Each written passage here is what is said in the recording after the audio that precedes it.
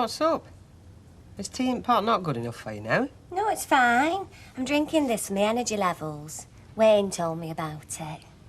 You're not telling me Action Man dangles scented tea bags in his pine mug every morning? Oh, they're well up and out medical these days. They have to be. Especially in close season when they risk going out of condition. Hey, now, steady on, love. I mean, if it's for energy. I'm all for a bit of get up and go behind the bar, but we don't want you doing cartwheels while folk are supping. It upsets the digestion. No, it's just to moisten it.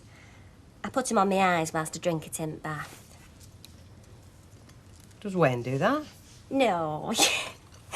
Putting 'em on your eyes is cosmetic. You drink it for your energy levels. Oh, I see. Right. See you in a bit. Oh. I don't believe it. Can we actually finish our mushrooms without having the gospel according to Wayne read out to us for once? Well, I like having Raquel around. I think she brings a bit of life into the place. Yes, well, just remember your Uncle Nick's coming round this dinner time to sort out your allowance. I won't. Yeah, I want you here at 12:30 sharp. I'll be here. Do you honestly think I'll be late for something like that? I don't honestly know. That's why I'm making sure. You worry about nothing. I'll see you later. Try chicken.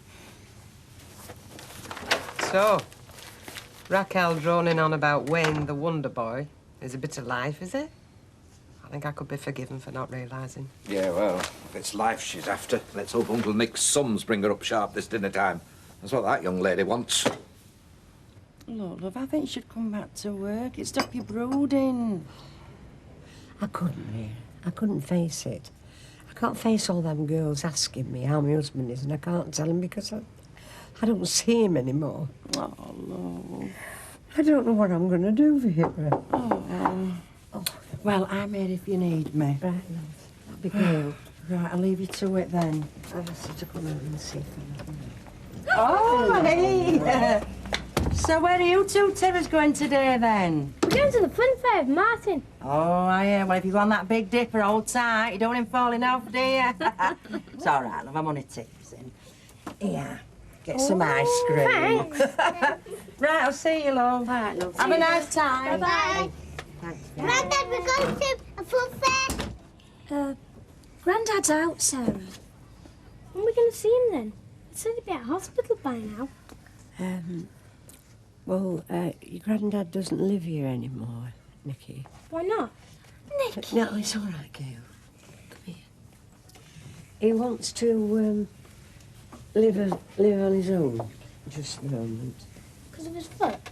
No, your grandma and your granddad haven't been getting on very well lately, and it does happen to grown-ups, you know. Doesn't he love you anymore? Let's just say that's what he wants at the moment, love. I still love you, Grandma. Oh, that's nice, love. Yeah, me. Oh. Well, then, if you two both still love me, we've nothing to worry about anymore, have we? I give him hand, Jim. No, 2 rejections in 1 day is just about as much as a man like me can stand. I'm not asking a third time. I don't need any help.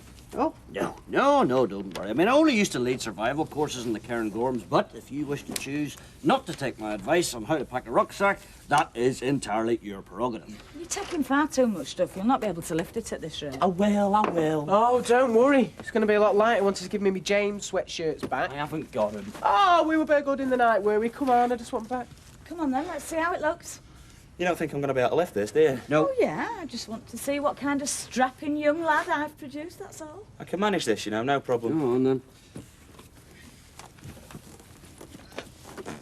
Well, so you can. Yeah. It looks as if I'm going to have to eat me words. Well done. I think Steve can have at least one of his sweatshirts back, don't you? Kelly! Mr. Watts? Yes, Mrs. Duckworth, what can I do for you?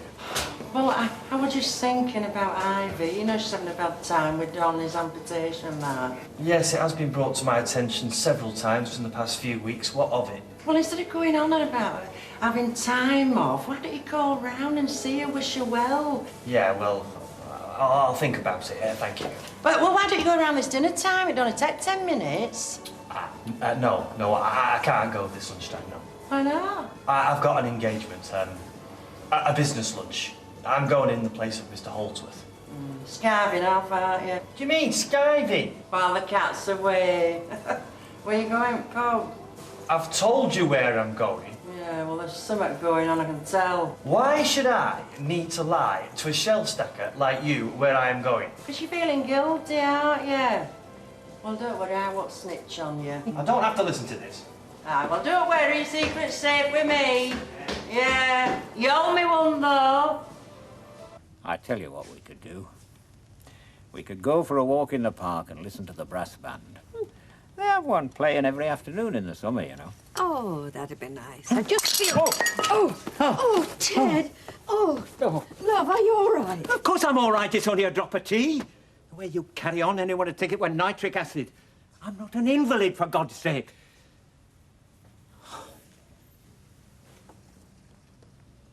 I'm sorry. I'm sorry. It's the helplessness. Not knowing when it'll come next. Not being able to do anything about it.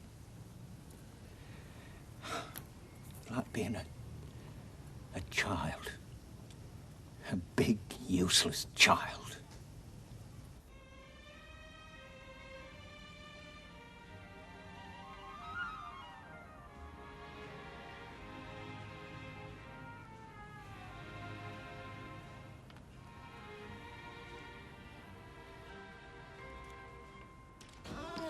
Mr. Murray. Mr. Gerald Murray. It's me. Charmian Gray, Cupid's Arrow Chief Executive. Did you bring your questionnaire? Yes. Good. Come through, will you?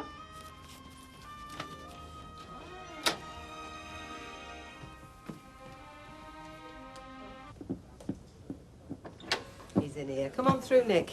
Oh, Nicholas. How nice to see you. How are you, Alec? All right? Oh, not too bad. Now, what's your poison? Scotch sherry? Dry sherry would be very nice, thank you. Same for me, Alex. Sit yourself down, Nick. Vicky not here? No, she must have popped out for 5 minutes. Young people of today, eh? Ask for an increase, then don't turn up to see if they've got one. They don't know they're born, do they? Listen, I'd no idea she'd been in touch with you about this. Well, that's all right. I am her solicitor, after all. Yes, but as a legal guardian, I thought she might have mentioned it to me first. Well, you know how it is with money. Often easier to talk with someone impersonal than someone you're close to. We'll sort it all out when she comes. Cheers, anyway. Cheers. Yes, cheers. Supermarket manager. Which one? At the megastore on the ring road. Oh, really? Oh, I get out there sometimes if I have a lot to buy. Perhaps I'll bump into you sometime. Well, I'm in the office a lot. You know, administration. Oh, I'm sure. Still, if ever I have a complaint, I'll know who to come for. Yeah, but I'm away on, training courses a lot. Training courses? For a manager? Running them. Oh, I see. Busy bee. Uh-huh. And you like car rallying? Yes. Very exciting. Where do you do that? Oh, all over. Win anything? The odd cup. So you're obviously not interested in the kind of glamorous woman you must meet at car races. You want the more slippers and cocoa stay-at-home type. Oh, no, I wouldn't exactly say that. Intelligent and attractive. I think I've got you. And you're not involved with anyone at the moment? No. No. So you live alone? No ex-girlfriends hiding in the cupboard, for example? No. No. I don't want to pry, but we do find it helps if we have some idea of our client's income. Helps us match people more accurately. Just a notional figure. Would it be 14-ish? 15-ish? 20-ish. Good.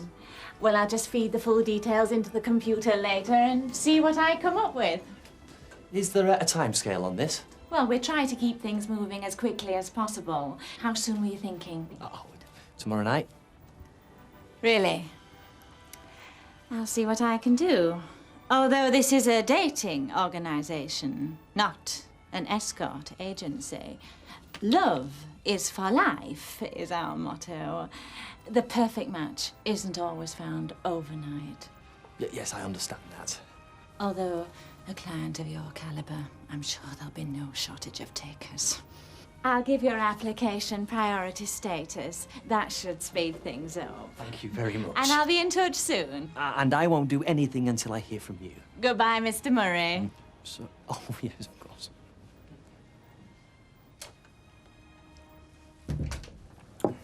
Oh, more sherry, Nicholas. Half a glass, then. I don't know where she could have got to all this time. I'll just pop out to the front door and see if she's got. Hello, last. Nick. I'm sorry we're late. This is my friend Steve. It's okay if he stays, isn't it? Is this right? It won't take too long, will it? Well, actually, Vicky, I'm not sure it is a good idea for your friend to be here. Why not? This is family business. It's confidential. It's only my allowance. You're at liberty to say what you like afterwards. But for the meeting itself, I don't feel able to discharge my duties as your solicitor with an outsider But present. that's ridiculous. It's all right, Vicky. I'll go. Don't worry. No, you don't have to. It's all right. I'll see you later. I'm sorry. Now, how much increase did you say you wanted? £50. Right. Well, I'll tell you what I can do. Ah, Frank. I thought these might come in handy. Yeah, tell me. How much are you? Don't be silly. Oh, come on, come on. I'm not going to live on other people's charity for the rest of my life. Just got to get me a leg. Come on, how much? £7.50 if you insist. Yes, there. How's it going? Ah, not so bad. Well, I'm getting used to it. No second thoughts about going home? Hey, that's one thing I'm dead clear about. No way. A couple of the lads had Julie asking after you. Really? When was that? End of last week, beginning of this. I'd have given her your address. What, you mean to say you didn't? What, after the rollicking you gave me for telling Ivy? Do me a favour. Oh, yeah, well, I was a bit strong, yeah. I'll tell her then when I see her, shall I? No, don't bother her. I don't think I could face it just yet. Well, you know where she is. Yeah. Yeah, if I need a dose of sympathy, I can always give it a ring. Yeah, well, I'll not stop. Just thought I'd check in, see how he was. Nice to see you, mate. Thanks for groceries. Anything you want, just let me know. Yeah, I will. See you later. Take care.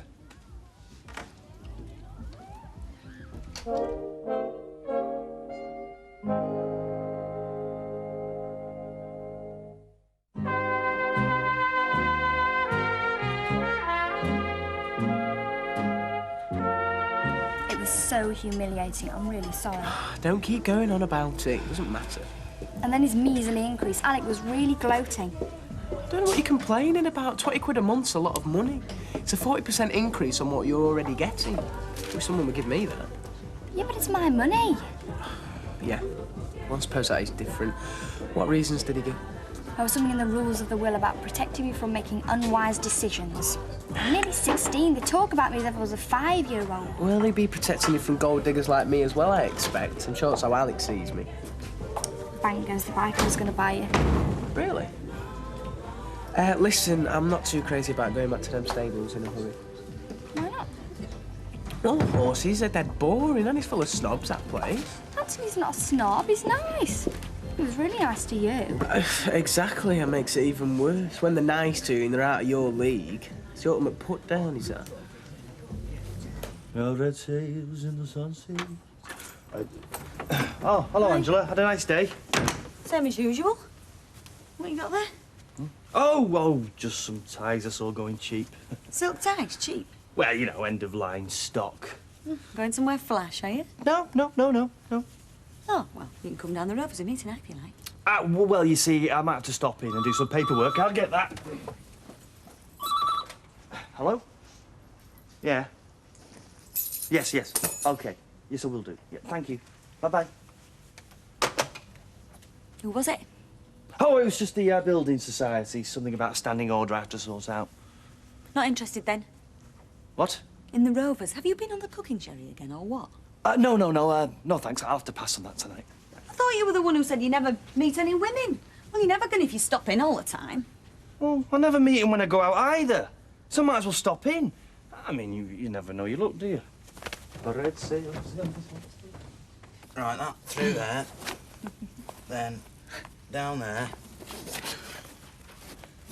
And bingo. Not bad going. 8 hours. Should make it to Calais and back at this rate if you've got 4 weeks. Sure, he wouldn't have even made it to Calais if he hadn't have taken my advice. You knew how to do it really, didn't you, Andy? Yeah, of course I did. I just needed to experiment a little bit with Oh, yeah, we believe you. No, well, first thing tomorrow, I'll away and get the tickets for Belfast, and then it'll be Steve's turn to start packing. No, it won't. Hey? Well, I'm not going. What do you mean you're not going? Well, I'm not. Since when? Look, I never said I was going for definite, and I've decided not to now. Oh, well. Thanks very much for letting us know. Well, I'm telling you before you buy the tickets, aren't I? So you haven't wasted any money. What's brought this on? Ireland. I don't want to go. My cousins, they're dead boring. Oh, well, I'm sure they love you too. Well, exactly. More of a reason not to go if they don't like me either. Well, if you think we're leaving you here on your own for a few weeks... Why? What's wrong with that? Well, we don't know what you might get up to. Oh, so it's all right for Andy to go swanning off to Europe, where he can do what he likes in secret, but leaving me here alone with every nosy Parker in the street who's going to tell you everything I do wrong isn't all right. Is that it?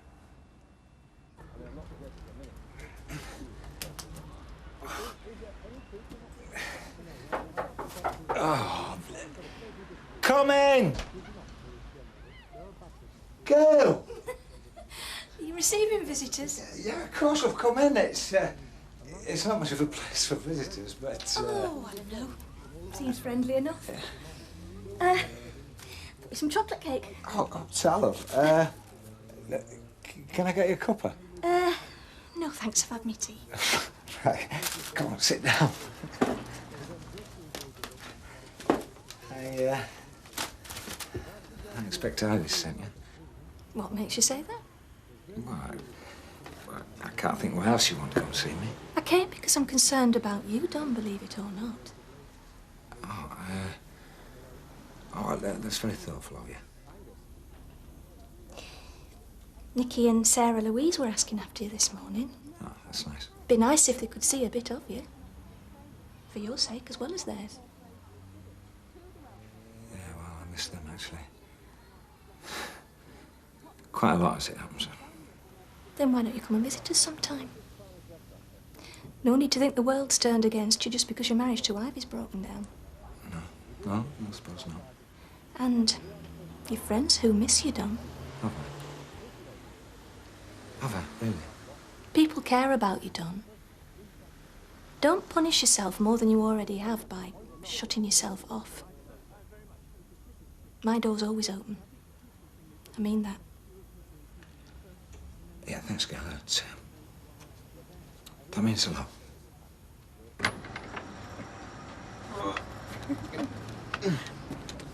What time's your train tomorrow? 8 o'clock. Don't miss it, will you?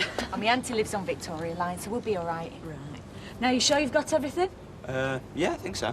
It's a wee bit late now if you haven't, isn't it? Look, Mum, thanks for the money again, all right? Cheers. A pleasure, love. You enjoy yourself. Only be careful. Will do. And look after Paula, won't you? Yeah. Hey, and make sure you bring me back a decent prezi. Oh, aye, Eiffel Tower paperweight, specially engraved, obviously. You do. I'll see what I can do, brother. Right then. See you later then, folks. Bye. Bye-bye. Bye. See you. Be good. Hey, and if you can't be good, be careful.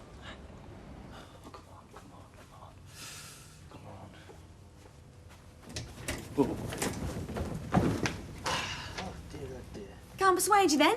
Hmm? Oh, no, I better stay in and sort out this paperwork. I'll get it! Hello? I think you must have the wrong number. That's right, but there's no one called Gerald Murray here. Hello? Yes. Yes, it's me, yes. Oh, that was my niece. Yes, she's staying with me for a few days. Yes, it was her idea of a schoolgirl joke. Sounds very mature for her age. Yes, she does sound a lot older than she is.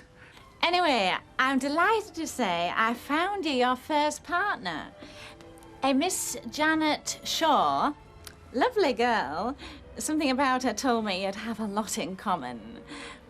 Now, you did say you were going to be free tomorrow night, didn't you? Good. Well, I'll arrange for you to meet her outside the library at 8 p.m. If you've got a pen, I'll just give you the details. Right, yes. Yes, I'll be there. Right. Thank you. I appreciate it. Thank you very much. Bye-bye. What on earth is going on? Nothing, nothing. Do you know, I do fancy that drink in the Rovers after all. Oh, only when you are then. Right. Uncle Gerald. Hey, now, just a... Julie? Don? Yeah, I'm fine, yeah. Well, it takes a bit getting used to, obviously, but, yeah, look, how are you? Yeah, good. Yeah, well, I said I'd leave her. I didn't expect it to be quite like this, but, yeah. No, I've got no regrets, no. Well, it'd have been good to leave Ivy with a foot still on the end of my leg, but you can't have everything, can you?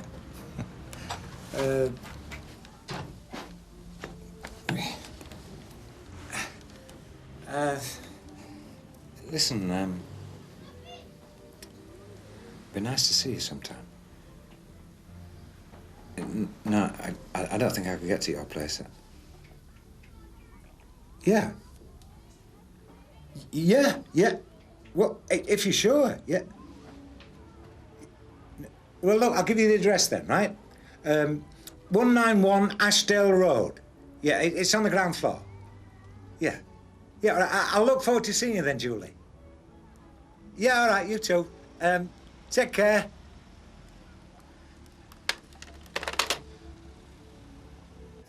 And one for yourself, love. After all that heartache on the front doorstep. It must have taken it out, you son must. I think I've recovered, thanks. Delayed shock can be an awful nasty thing, so it can. I'm coping.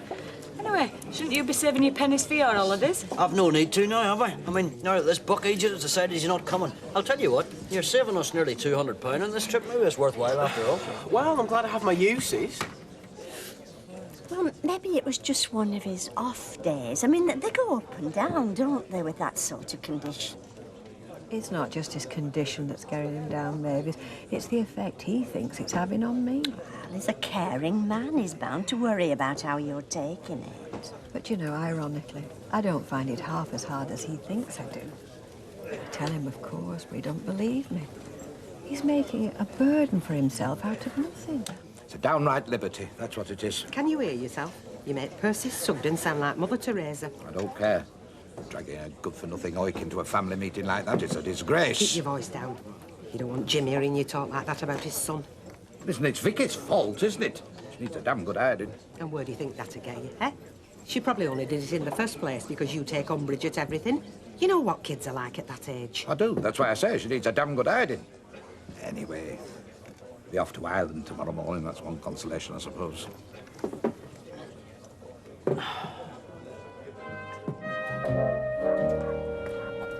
And get that paper bill paid. If I find any of that money's ended up in bookies, it won't be just the papers that'll get cut off. Oh, morning, love. Morning, Vera.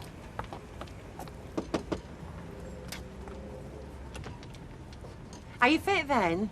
Vera, perhaps this is not a good idea, eh? Don't be silly. You've got to go into work sometime. Come on. Hey, it's time we weren't here. I'm coming. Not like you to sleep in? I didn't have a very good night. Come on, Curly, what's bothering you? There is nothing bothering me. Missing Red, shall we? Oh, yeah, like a nail in the shoe. I don't suppose this would have anything to do with that phone call you had last night, would it? There is nothing bothering me. So you'll be back at normal time tonight then, will you? Well, why shouldn't I be? Hey, and don't be going running all the hot water. I want a bath when I get in. Oh, yeah? Off out, are you? I can have a bath if I want to, can't I? So you're not off out? Well, yes, I am, as a matter of fact. Something special? No, just an old friend from way back. All right. Yeah. Well, come on, if you want to lift. You're the one panicking about time. Vera, my husband's left me, and you wonder why I can't face girls at work. Yeah, but you've got to face them sometime, haven't you? But what do I say to them, love? Well, you don't have to tell them all. They don't already know that you've had time off work because of Don's accident. You don't have to give them chapter and verse, do you? Oh, come on, love. You don't want to be late back for stay, do you? Look, Ivy, Don's made it obvious what he wants. Got to start looking after yourself now. You can't go shutting yourself in here for the rest of your life.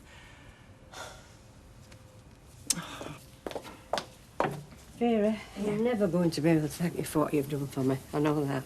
Because I'm not thinking straight for myself, that's for sure. Yeah, well, that's what mates are for, innit? Oh, thanks, love. What time do you want me to book that taxi for? Oh, better make it 5:30 to be on the safe side. You know what the traffic's like at that time of night. Right.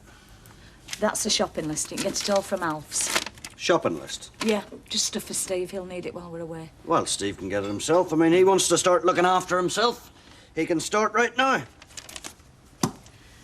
Hey, you know it's not too late, love, if you want to change your mind. I'm not coming with you. All right, look, I'm 18, same age as my brother, remember? And he's trekking off halfway around Europe. I'm sure I can look after myself under my own roof. Right, well, I best get moving. Now, I'll finish packing when I get back, but anything else you want, just put it on the bed. Okay? Come on, love, on your way.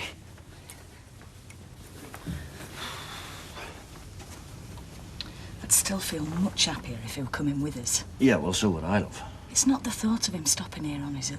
It's the reason he wants to stop here on his own. That's what bothers me. I'll see you. True, now.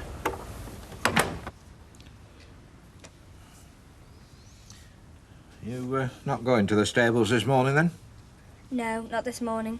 Sarah's exercising Saracen. Sarah? Sarah Slade. Her parents own the stables and she exercises Saracen when I'm not there. So it's only fair to give her an occasional ride. Oh, yes, I suppose so. So, what are your plans for today? I'm not sure yet. I think I'll go upstairs. Raquel should have finished in the bathroom by now. Yeah. And I'll probably get hit by a flying pig.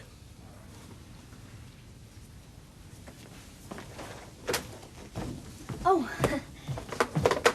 Not interrupting anything, am I? No, I was going to make a phone call, but it can wait. Steve. Sorry? Look, love, I know how Alec feels about Steve, but as far as I'm concerned, he's a mate of yours and that's all that matters. You want to phone him, feel free. No, it's all right. I'm seeing him later. Suit yourself. Oops. Rose return. Yes, he's here. Hold on. Alec! Phone. Brewery. Oh, right. Thanks. Hello, Alec Gilroy speaking. Oh, you're lucky you going on holiday. I can't remember when I last had a decent holiday. Hey, we are going to see Jim's mother. Oh, yeah, I know, but it's better than being stuck in here, though, isn't it? Yeah, well, there is that. Do you know what? I thought I'd have had plenty of travel in my job. I reckoned I'd have seen half the world by now. What, as barmaid? No, as a model. Mind you, I'm hoping that Wayne will be able to open a few doors for me. Oh, this new boyfriend of yours? Yeah. Oh, I know he's only playing 3rd division, but, well, he won't always be, will he? And when he's in 1st division, well, I could have my photo in paper every week. Colour magazines and all, I shouldn't wonder. Yeah. Well, let's just hope it's for the right reasons. Yeah. All systems go, is it? Yeah, we're ready. Right, I'm just nipping out. Now, Alec's in the back if you need out. But if you take my advice, you'll wait till he pokes his snout in here. He won't take too kindly to being disturbed. He's been as naughty as a wasp all morning. Right then. See you later. See you later. See ya.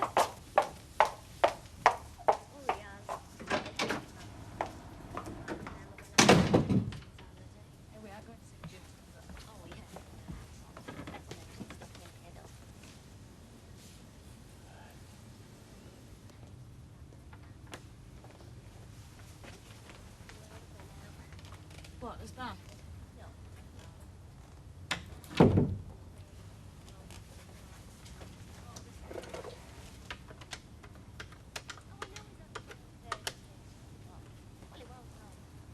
Hello, is Anthony there, please? It's Vicky.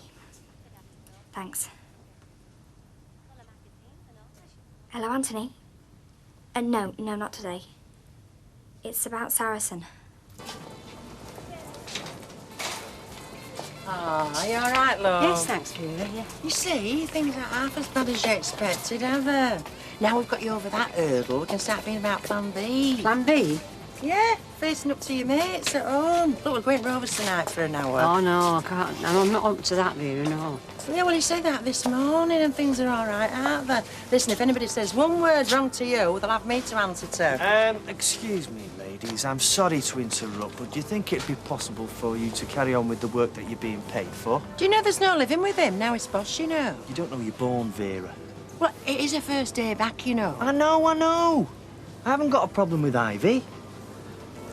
Listen, Ivy, I know things can't have been too easy for you recently, but if you have a problem about work, well, you know where I am. The door to my office is always open. Thanks, Curly. Oh, you're not a bad lad, are you, Curly? Hey, Vera! Don't think I'm singling out Mrs. Brennan for special treatment, because I'm not. It happens to be Better Buy's policy. We like to think of all our employees as one big happy family. Now, you see, if anyone round here has got a problem, then I've got a problem. Now, please, ladies, could you go back to work, preferably today? Yes, Curly, certainly, Curly. Hey!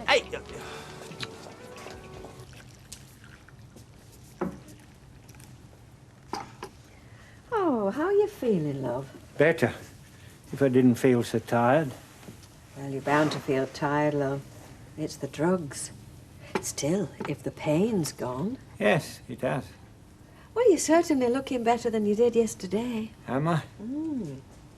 Now, do you fancy going out this afternoon? A little run, breath of fresh air? Not today. I don't think so. You must have 1,000 things you want to do. I don't. Not that can't wait. I'm always holding you back. Hey, come on, we'll have less of that. Well, I tell you what, if it makes you feel happier, I'll put it another way. I feel like going out for a run this afternoon. Now, do you want to come with me, or don't you?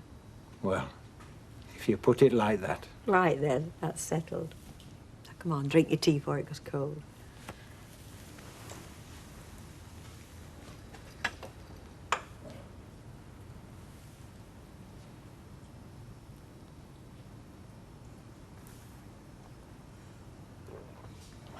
Yeah, it's nothing special. Just a few of the lads, a few beers, maybe a video. Yeah, sounds great. You can get away. Oh, yeah, no problem. Hey, you may know a couple of the girls. Oh, they're well known, are they? Yeah, you could say that in some quarters anyway. Oh, do a bit of modelling, do they? Oh, among other things, quite likely. And that's where I'd know them from, is it? Modelling like? Now, the barbecue, they were there. All right. Well, I'll look forward to that. What do you think I should wear? Oh, anything you like. Look, whatever you wear, you'll be a knockout. Oh, Raquel, there's customers want serving over there. I've only got one pair of hands. Yes, well, I wish they were as active as them eyelashes are yours. Are you talking to yourself again, Tiger? It's one of the first signs, is that? If she's served 2 customers since he come in, it'll be as much. I take it this is Raquel you're talking about? Well, who else? Well, I thought that's why you got her, to keep the punters happy. Punters, not punter. Not some strutting gret nobody who thinks he's God's gift of football. Yeah, I've got it in for him, haven't you? I've got it in for anybody who stops my staff doing the job they're paid to do. Oh, so it's nothing personal then? Personal? Why should it be personal? Just a thought. Wasn't it a footballer who took off with your first missus? Yes, Audrey.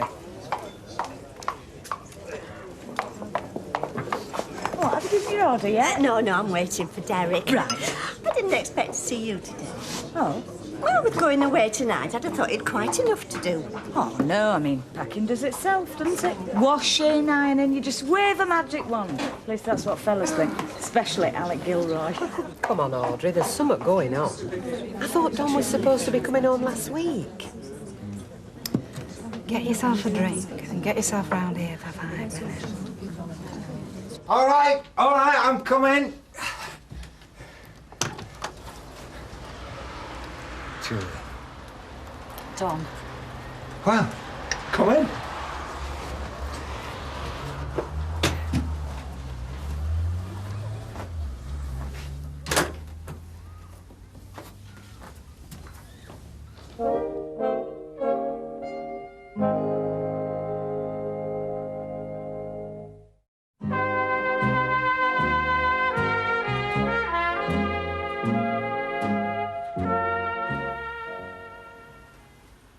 So, how long Will I be like this? Well, I've got my fitting next week. will you be able to drive? Yeah, in time, yeah.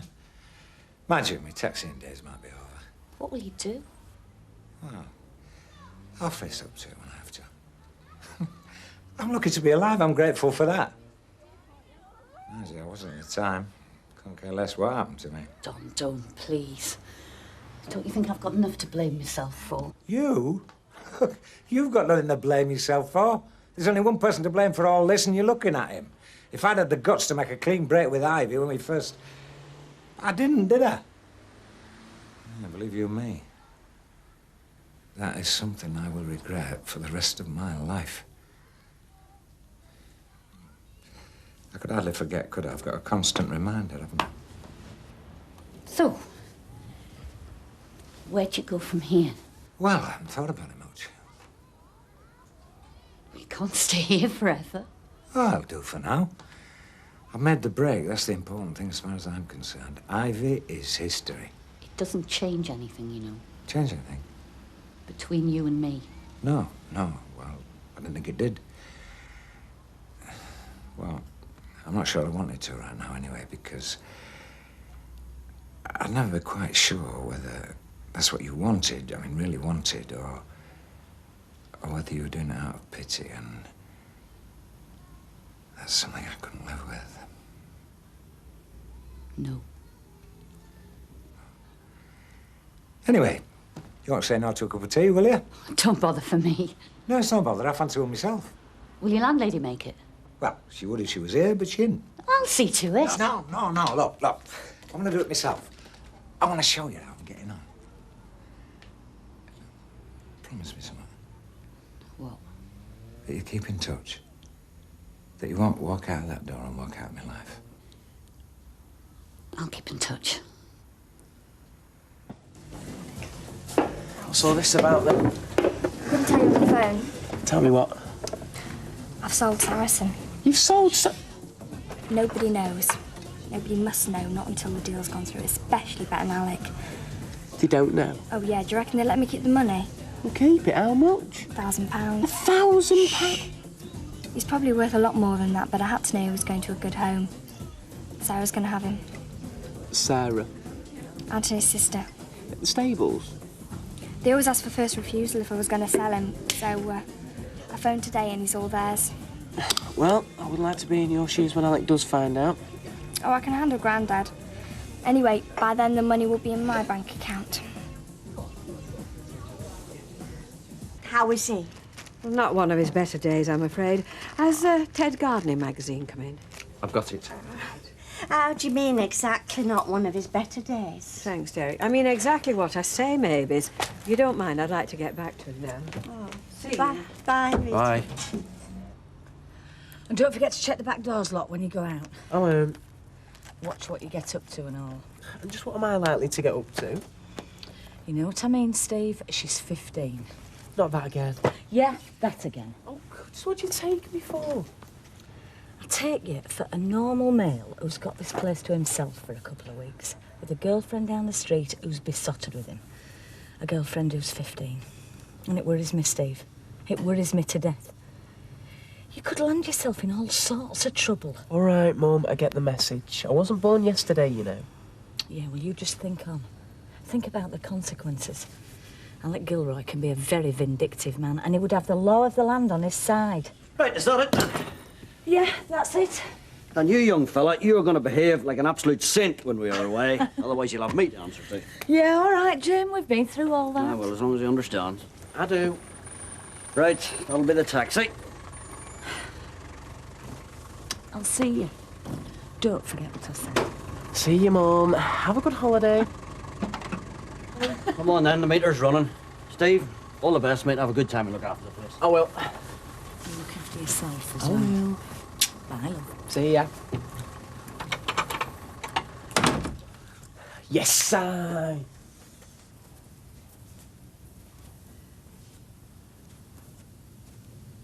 Ted? Is there anything special you'd like for your tea?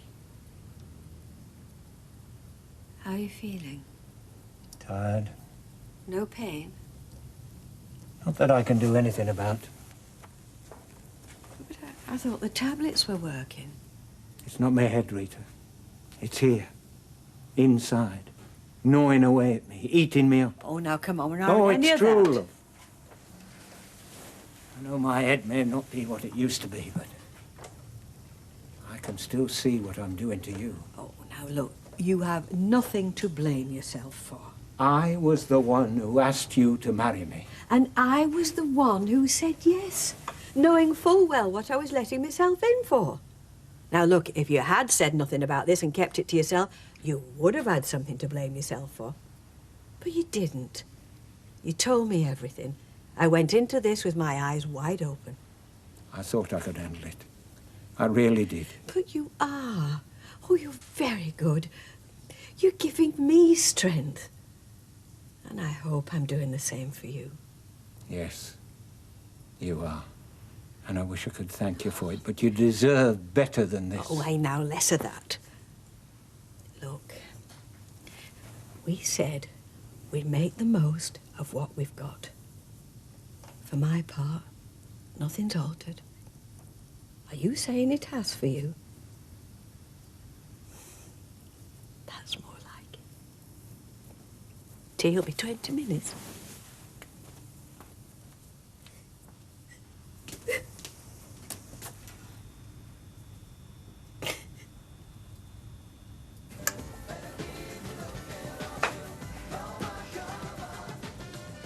This mate of yours, what did you say his name was? I didn't. What time did you make it?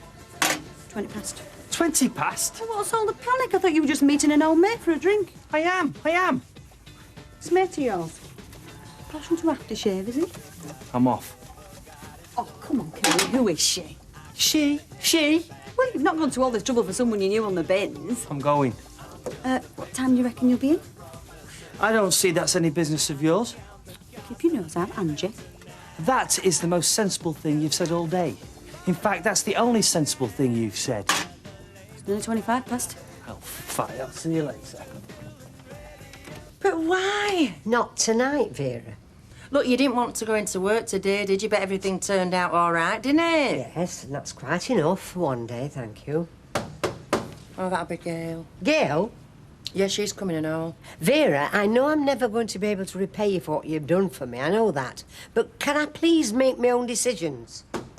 Have I got your permission to let her in? Oh, yes.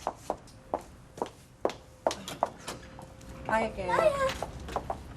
Ready then? No, she didn't want to come. What's brought this on all of a sudden? There's no all of a sudden about it. I never wanted to go in first place. It's her idea.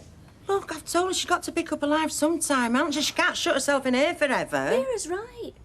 Oh, come on, Ivy. Do you good. Yeah, of course it will. Eyes boring into the back of my shoulder blades, folks whispering in corners. I mean, I need that, don't I? It's not going to be like that, Ivy. These are your friends. Look what you've been through. I won't wish on anybody. But you've nothing to blame yourself for. Don chose not to come back here. He's chosen the life he wants. There's nothing more you can do. You've got to get on with your life. And if you're going to let Don dictate what you do, you're not half the woman I thought you were.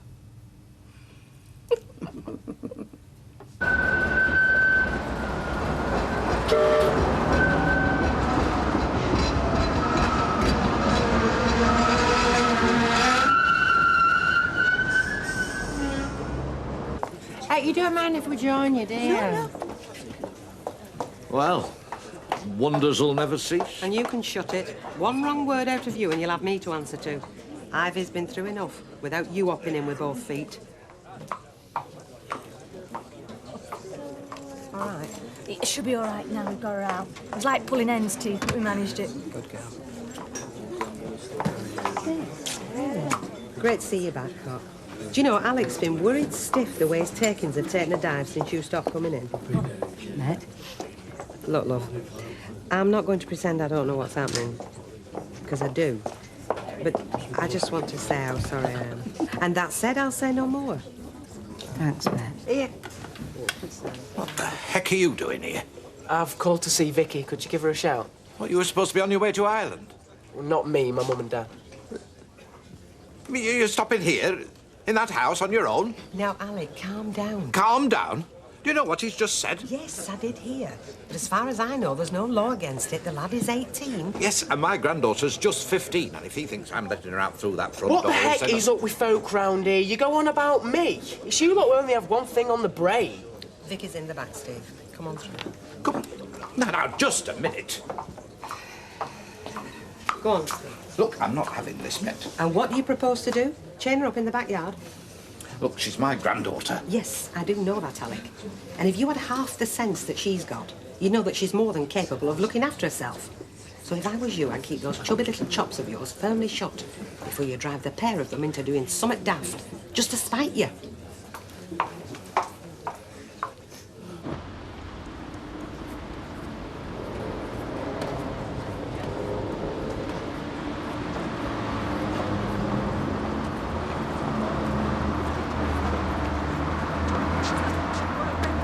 Well, wait.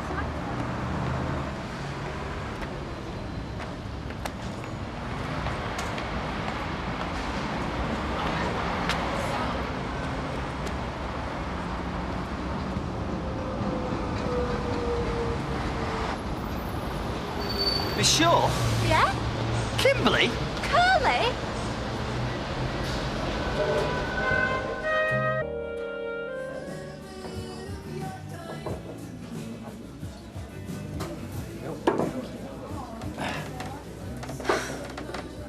I still can't believe it, you know.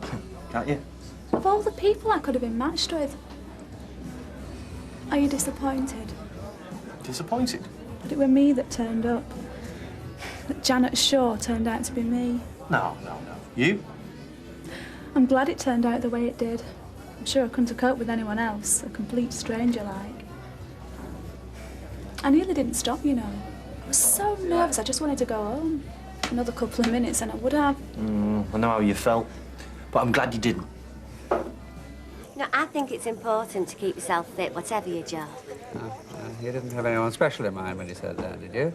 Eh? Yeah, like me? No, of course not. No, you don't look in bad condition to me. For your age. That's £1.5, please. Thanks, Raquel. Oh, time. Right. Medium sherry, maybe? Oh, yes, please. Medium sherry. You don't mind if we join you, do you? No. Ivy changed her mind, did she? Eh? Well, Gail told me she was planning on coming in tonight. Oh, she's been in. She's just this minute gone. They've gone to Gale's, you know. Why did you answer? No, not particularly. I just thought, well, if I bumped into her, I wanted to tell her that, you know, whatever's happened, she's still among friends. Oh. I think she got the message. Oh. Yeah, folk have been great. Oh, well, I'm really pleased to hear it. Right. Thank you. Oh, so, what are they up to now? Search me, they went out. Went out? Where to? I don't know, Alec, I didn't ask. You just let them go? I mean, they could be in that McDonald's house right now. Oh, change the flaming record, Alec. If kids want to get up to out these days, they don't have to wait for a house to come empty to do it in. Stop going on about it. And give Vicky credit for a bit of common sense. I suppose you knew about this. Knew about what? Well, Steve MacDonald not going to Ireland. No, Alec, I didn't. And even if I did, what do you think we could have done about it? The lad is 18. He's old enough to decide what he does with his life. Yeah, well, he's not deciding what Vicky does with hers. The sooner he gets that into his thick skull, the better. No, and very smart he looked, too, because we were in the garden when he went out, weren't we, Derek? Yes, we were. But wherever Curly was going, I don't think it was any of our business. Just saying, he looked smart. I think it's very nice when a young man takes a pride in his appearance. I'm sorry, Mavis, but I've no idea what Curly was saying. I don't think he knew so. So, nothing's much changed for you either. Still working in a supermarket, still living at home. What, with your mother and father? That's right. And what happened to that Bible-thumping lech you used to knock around with? Sorry? Adrian Gobthorpe. Gosthorpe. Adrian Gosthorpe. I think the least said about him, the better. So I take it he's not on the scene then? He left just after you and, well, after we went our separate ways. He got moved by the Building Society, but I think he asked for a move. Well, good riddance. Can't we forget him? We weren't thrown together again by fate just to discuss Adrian Gosthorpe.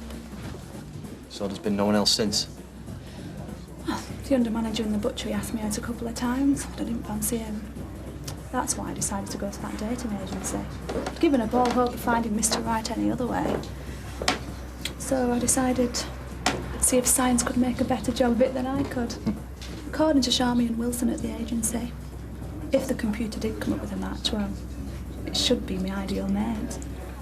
I expect she told you the same. Yeah. Yeah, she did, yeah. I thought you wanted to see it. Oh, there was nothing wrong with the movie. I just wasn't in the mood. So what's up? You know what's up? It's Grandad. Oh, not again. I thought we said we were just going to ignore him. I only wish I could. It's not easy at the best of times, but now he knows you're not going to Ireland, he's not going to let me out of his sight. Oh, what's up with folk round here? You must have had a really good time when they were our age, that's all I can say. Yeah, well, we're not going to change them, are we? Especially not Grandad. So, what are you saying? We don't see each other for another couple of weeks? No, of course not. He can think what he likes. He's not going to change my mind, that's for sure. So, where now? I think I better go home. I didn't want to be late anyway. It's not that late. We could go back to our place. I don't think so, not tonight. Well, Alec probably thinks we're there anyway, so what are the odds? Yeah, well, we know we weren't, don't we? Are you coming? I can't twist your arm. Oh, not for me, thanks, really. I don't know. I've come out for a bit of intelligent conversation and nobody wants to know. Well, I'm here, aren't I? Oh, yeah. Now, I'd say 2 words to you these days without you jumping down my throat. Depends what the 2 words are, doesn't it? Anyway, sorry, must go. Specialised subject, football. Hey, right, Raquel? Right. So, you're still seeing God's gift to football, then? Oh, Wayne? Yeah. Yeah. Well, don't go too overboard for him, eh? Eh? Well, I know what fellas like him can be like. Women throwing themselves at the feet. Yeah, and there's now that they can give him that I can't. So don't you go losing sleep over me. Me and Wayne have got a great relationship. I'm not saying you haven't. For now. Look, I just don't want to see you get hurt, that's all. Oh, well, that's good coming from you, isn't it? At least his wife's not going to turn up out at Blue. That's one thing I can be sure of. Listen, if Vicky was at McDonald's... You've not been round there? No, I haven't. I phoned. And? No reply. So there you are. They're not there, are they? Aren't they? They didn't answer, did they? That doesn't mean they're not there. There's just no convincing you, is there? As long as that lad is sniffing round our Vicky, no, there isn't. Got another? No, thanks. I better be getting back. I said I wouldn't be late, and you know how they worry. Yeah, I do. So what did you tell them about tonight? I just said I was going to meet an old friend. Same here. And this old friend, Sorry? the one that you're meeting tonight, you don't fancy meeting him again sometime, do you? That depends on the old friend, whether he'd want to see me again. Monday? Right, better get you home then. I'd better go in then. Well, 5 minutes ain't going to make any difference. Will to Grandad. I thought we weren't going to let him run our lives. I'm not. There's just no point in making things worse than they already are. Anyway, I'll see you tomorrow. You'll have to come to the cafe. The cafe? Yeah, I'm working there for a few days. Anne was away. Oh, I see. Listen, you don't have to work at the cafe. You know, not for the money. Now I've sold Saracen. Look, I know you mean well and everything, but I want to do it, all right? I mean, I don't want to be sponging off you every time we go out.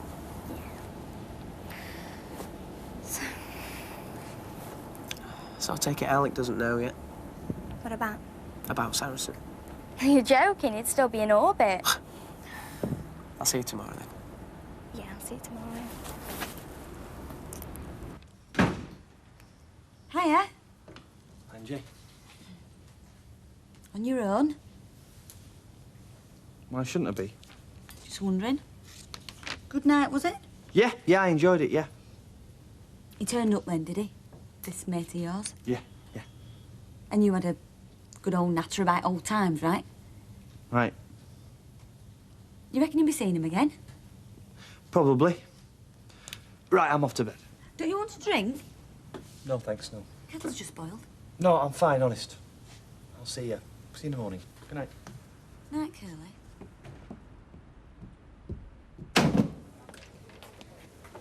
Grandad? Had a good night, have you? Yes, thanks. I'll see you in the morning. Not so fast. I've not finished yet, Vicky. Can't it wait till the morning? I just want to go to bed. You can go to bed just as soon as you've told me where you've been. Well, if you must know, I've been to the cinema. Cinema? Oh, come on, Vicky. Just what do you take me for? It happens to be true. Look, I wasn't born yesterday, you know. I was young myself once. If you're trying to say something, I wish you'd just say. All right, I will. You've been out with Steve MacDonald. Very perceptive, as soon as he came to call for me. Yes, and I bet a pound to a penny you've been nowhere near a cinema. You haven't been smooching up some alley somewhere. There's no need, is there? Not while you've got the run of this place. Just what do you take me for? What do you reckon me and Steve have been up to? Come on, let's hear it. You're the one with all the answers. What have me and Steve been up to? Hey, Can hear you two out there in the bar. What the heck's going on? Ask him, he's the one with the imagination in overdrive. I'm off to bed. No, Vicky. And you might as well have these. What are they? Cinema ticket stubs. And believe me, there's nothing on the screen yet that can hold a candle to what's going on in his mind.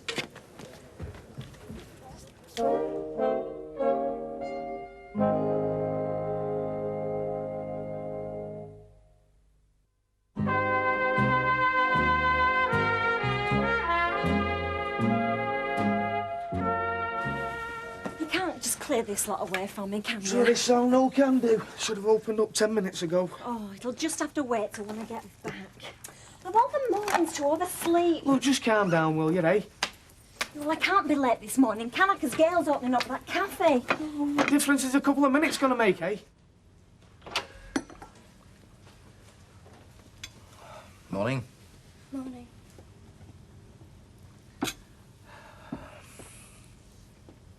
Vicky. Vicky. Look, about last night. Maybe I was a bit hasty. Maybe I did overreact. Overreact? No, you didn't overreact. You reacted in exactly the same way you always do when Steve's concerned. Oh, all right. So I was wrong about last night. It's just that I know what lads of his age can be like. They don't all have minds like you know. Look, I'm not saying you're not a sensible girl, Vicky. Of course you are. And for your years, you're very mature. I mean, heaven knows after what you've been through. Exactly. And so if you don't think I'm entitled to a bit of happiness, well, I do. And that's what Steve does for me. He's fun to be with, and he treats me like I'm an adult with a mind of my own. And until you can do the same and see life from my point of view, then I don't think we've got a lot to talk about. In fact, I don't think we're even speaking the same language. Vicky. You are going to work today, then? Eh? Well, I was wondering, it's taking you that long to get down. If you want a coffee, you'll have to make another one. It'll be quite cold by now. I'll get one at work. Hey, listen, about last night. Yeah. How wrong can you be, eh? Hey? Me and Vera had you down on a blind date. What's Vera got to do with this? Well, we were talking and she just happened to mention computer dating. And then there was that phone call I took for Gerald Murray, who turned out to be you. And you told Vera that? No, of course not. Set me thinking, though. And then Vera said... Yeah, I can imagine. As it turns out, you weren't that far from the truth. You mean you didn't meet an old mate last night? Yeah, I did, but as it turns out, it wasn't a fella. It was a girl. A girl? Look, I went to the dating agency to try and get someone to take to the Better Buys dance, you know, for a start. You really did go to a dating agency? Yeah, what's wrong with that? Why? Surely it can't be that hard up. There is nothing wrong with dating agencies, you know. Lots of people use them. I thought they might find me someone who's compatible, someone I've got something in common with. So they fix you up with an old flame? Yeah. I didn't know who was more surprised, me or her. Who? Kimberly Taylor. Kimberly Taylor? I don't think you'll know her. You weren't on the scene then. No, I've heard of her. Vera's mentioned her. Didn't you and... Yes, once we were engaged. Listen, do us a favour, will you? Don't mention this to Vera. Why? She'll be over the moon. She thought you and Kimberly were made for each other. No, about the dating agency. If you say so. Mind you, she'll take some convincing. Oh, I'm sorry I'm late, Gail. Honestly, I am. Of all the mornings. It's all right. No harm done. Has Aunt Sally done something wrong? No, she hasn't. Sally, I take it you'll be taking Sarah to story time at the library. Yeah, we will, yeah. Would you drop these off for me? Pay what we owe on them. Nikki's had them out. They're 2 weeks overdue. Right, no problem. And if you've got a minute, there's a pile of kids washing upstairs. Will you stick it in the machine? Yeah, I'll see to that, yeah. Nikki's going to Ian's for his tea tonight, so you needn't worry about him. I'll be back at the usual time. If I'm not, don't panic. Okay. And you two, behave yourselves. Your base be good. Yes, I believe that. I'll see you later. See ya. Bye. It's only the first team that's scaring them these new cars. Eh? Well, they'll have the name at garage on the side of them, but that don't matter, does it? It's still a new car. Right. It's with them being well known, like the players. It's good for garage, for them to be seen driving their cars. Oh, it's a different world when you're famous. Like my Wayne. I'm sorry to interrupt your tete-a-tete, but there's a bar out there. What's getting ready? Raquel was just off. No, I was just telling Bet about Wayne. I don't think Alec's going to be right interested in Wayne's new car. Not just now, Raquel. Right. I see. I best get on. Yes, I think that would be best.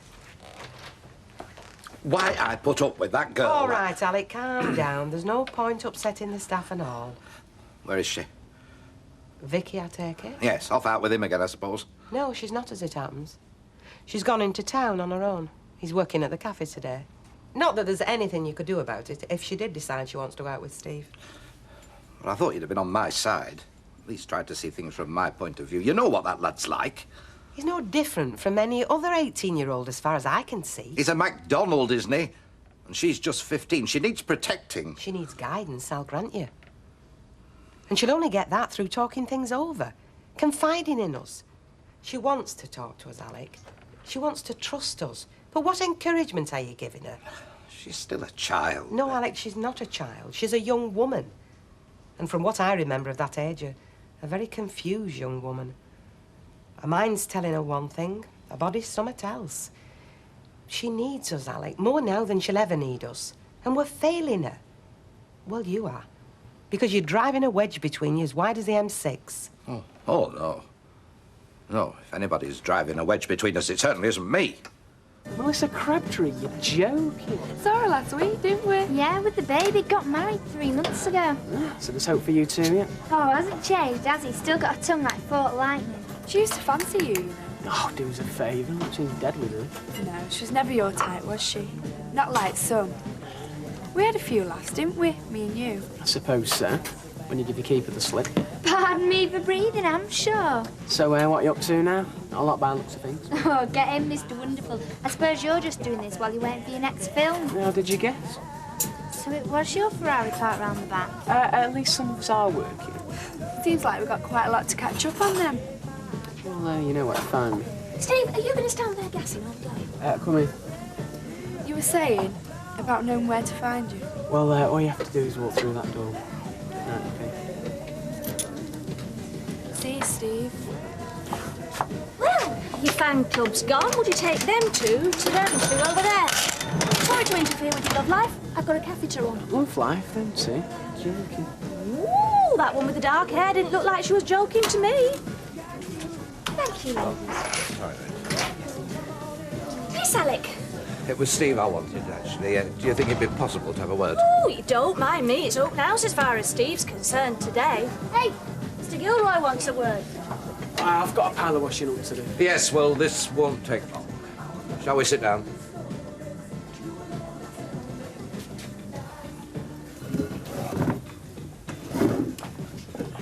So? Right. I think you know what this is about, don't you? Vicky. Yeah. Now, look, I've got nothing against you personally. You just think I'm trying to lead your granddaughter astray? You said that, not me. Well, it's true, isn't it? I don't know. You tell me. Look, me and Vicky are just good mates. We enjoy each other's company. Yeah, well, I happen to think you'd be better off enjoying the company of somebody more your own age. Yeah, well, don't you think that's down to us, me and Vicky? Oh, you think that, do you? Well, I think I might have some say in the matter, seeing I happen to be a legal guardian and she's only 15. And you don't trust her? Is that what you're saying? I don't trust you. I don't trust you further than I could throw you. Yeah, well, that's your problem, innit? Not mine. Now, look, you just listen to me. When I undertook to be Vicky's legal guardian, it was my intention that she should continue to be brought up as her mum and dad would have wanted. She's got breeding, a good education, and I want to see her make something of her life.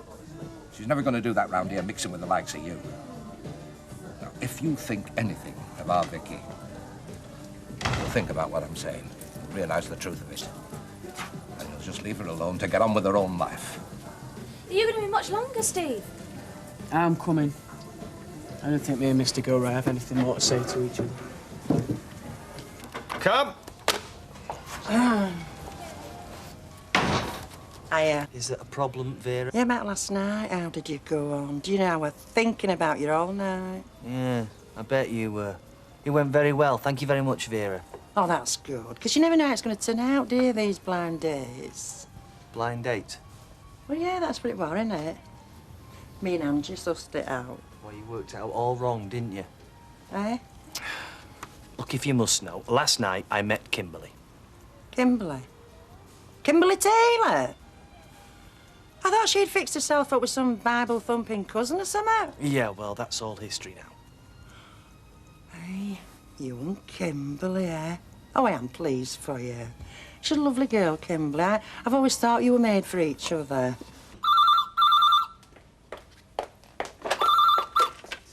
Rover's return? Yeah, he's here, just a minute. It's for you. Who is it? They didn't say. Hello, Alec Gilroy. Oh, hello there. Well, how are you? Just listen a minute. Hang on a minute, please. Well, now, this is a pleasant surprise. What can I do for you? Hi. What's the matter? Oh, nothing. Just thinking how nice it'd be to get back to running a normal cafe. What was that about? Alex been in, reading the Riots Act. That man is unbelievable. Telling me that I wasn't good enough for you, that you were bred to higher things. Well, I hope you asked him who the hell he was to talk.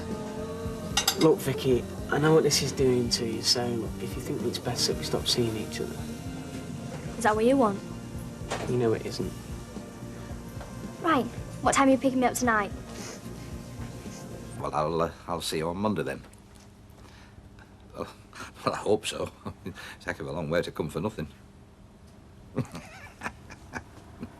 All right then. I'll see you Monday. Bye now.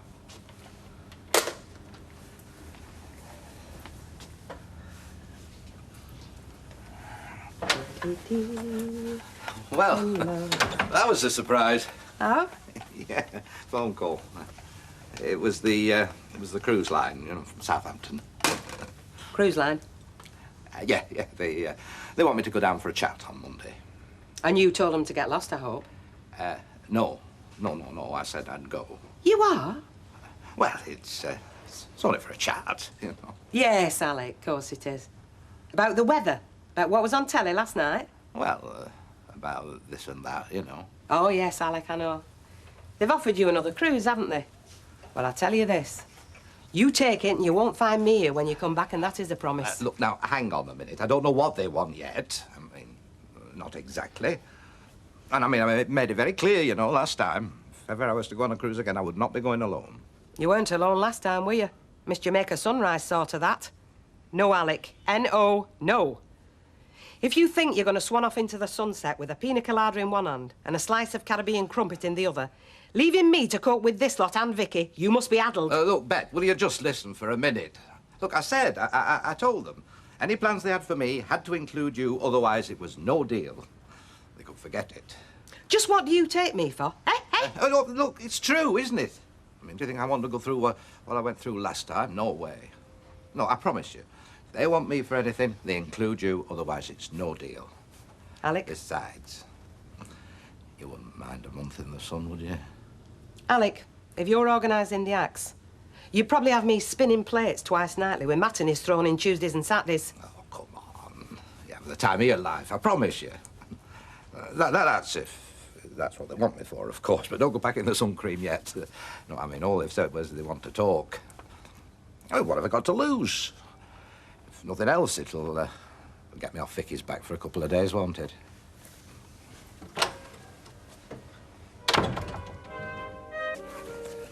They said note about a job. Said my piece. I'm not going through it again. Yes, and I've said I'm going down to Southampton to meet. Not about a job, just to meet. Fool. What? I said fool. Why do you think a shipping company wants a third-rate, small-time theatrical agent to meet? So you can tell them how to sail boats, don't talk so daft. They want you setting up another cruise cabaret. Where's those clean socks? So you're a fool. I brought them in somewhere, I know I did. Look, I don't know what it's about, do I? I mean, happen they want advice. I happen they do. Happen the captain's lost his compass and they want a little fat man in the crow's nest. You shouldn't call me a fool. Why not? You are. Listen, I am going down to Southampton to meet the company executive in charge of onboard entertainment. No fools ask that. But why, Alec? Why do you think? Look, for the last time, I don't know. So, fool. Look, I'm getting sick of this. Southampton and back for a chat about now. 600 miles and you don't know what for? I'm hoping that it will be to my advantage. Flaming heck, I'd hope so. If you didn't hope that, you'd be more than a fool, you'd be gibbering. All right, I give up. Socks are upstairs. On your tall boy. Oh, of course. And you're fooling nobody except yourself. Oh, fool. Will you shut up about fool? None but a fool would go all that way without knowing what for. And none but a fool would tell me he was. Listen, I am going to Southampton. It'll be a spell away. I'll no doubt have lunch on the firm, be put up in a respectable hotel, relax both ways on the train, see Southampton, smell the sea air for the first time in months, and it'll do me good. And I doubt very much that I'll hear the word fool for 48 hours either. Fool's paradise, Alec. What do you reckon? Back or spiky? Give us your brush. Oh, no, you make me look like an idiot. No, I won't. Come on, give us your brush. Hey, don't be grabbing it like that. It'll come out in handfuls. Fine and fly away, isn't it a problem? Oh, what have you got on it? Gel. It feels like treacle. It gives it body. Too much. Take your glasses off. Right. Going somewhere special, are you? Yes. Ooh. Where? Pictures. With Kimberly? Yes. Heartbreaker. Hey, do you know what's on? The Player, Batman. I'd avoid Basic Instinct, though, if I were you. No, I don't think that'd be suitable for Kimberly. You wouldn't want your wife or servant to see that, would you, Curly? What are you on about? Literary and judicial reference way above your head. I am well aware of the trial of Lady Chatterley, and Kimberly is neither my slave nor my wife. Hoping for both, though, aren't you? Hey? Well, if you want to bring her back a bit later on, you know, I'll be out till well late, so... Right, thanks. How's that? Boring, isn't it? It's a natural look. It suits you better. I'll take your word for it. Something for the weekend, sir? Anything good? Yeah, we've won £100,000. All we've got to do is return this coupon. Oh, good. Bin it. With pleasure. When am I going to hear about my flipping childminding registration? I'm supposed to come round and inspect the house. I don't know. Kevin, get that out of my mouth. Oh, I don't know, eh? Starting the day with a smile. Oh, don't. It's hard enough. Well, you're bringing it all on yourself, aren't you? Yeah, well, I have to, don't I? Because if I don't get to Gail doesn't get to work, and I don't get any money. Come on, Rosie, off to the fun factory. Already? Yeah, already. Gail came home late the other night. So, why does that mean you've got to go in early? Well, I've got a sneaking feeling, and I might be wrong, so don't get on your high horse, that Gail came home late deliberately because I was late in the morning. No, that doesn't sound like Gail. I know it doesn't, but, well, that's how things have all got. It's all...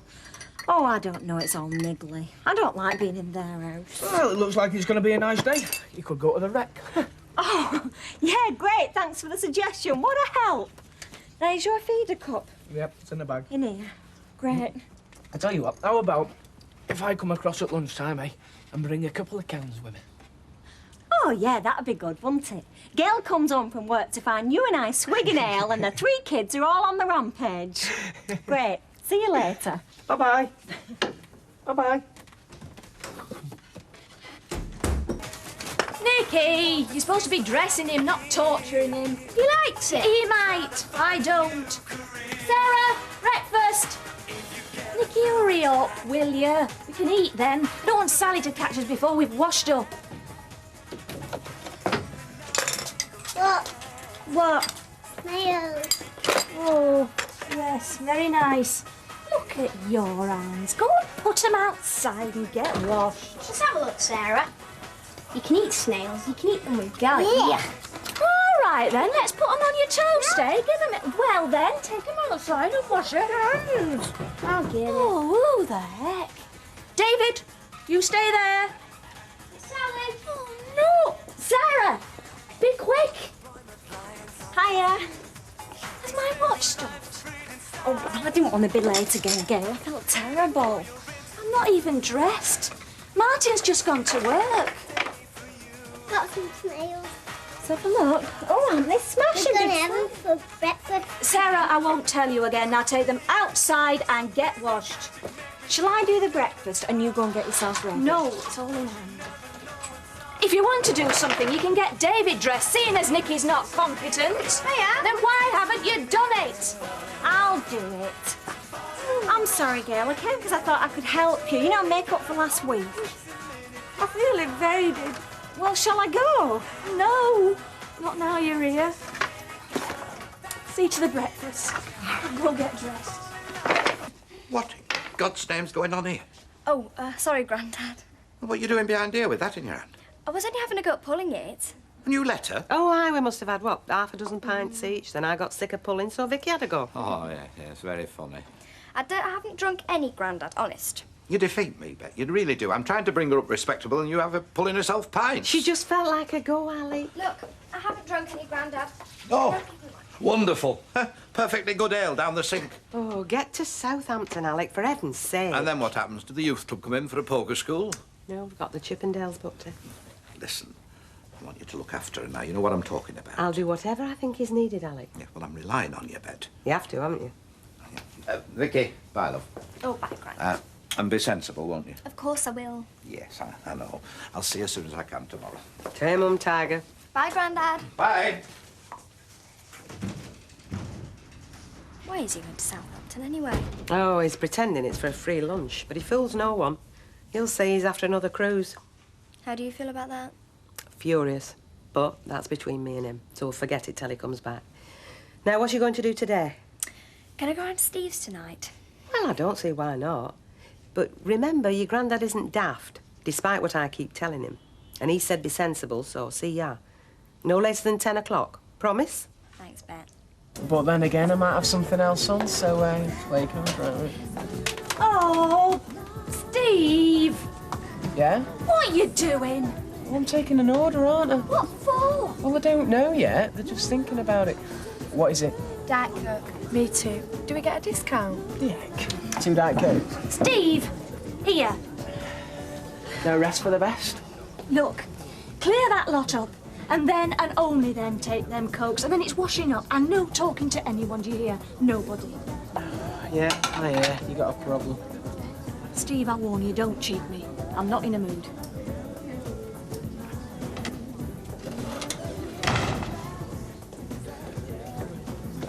Are you hiding from me?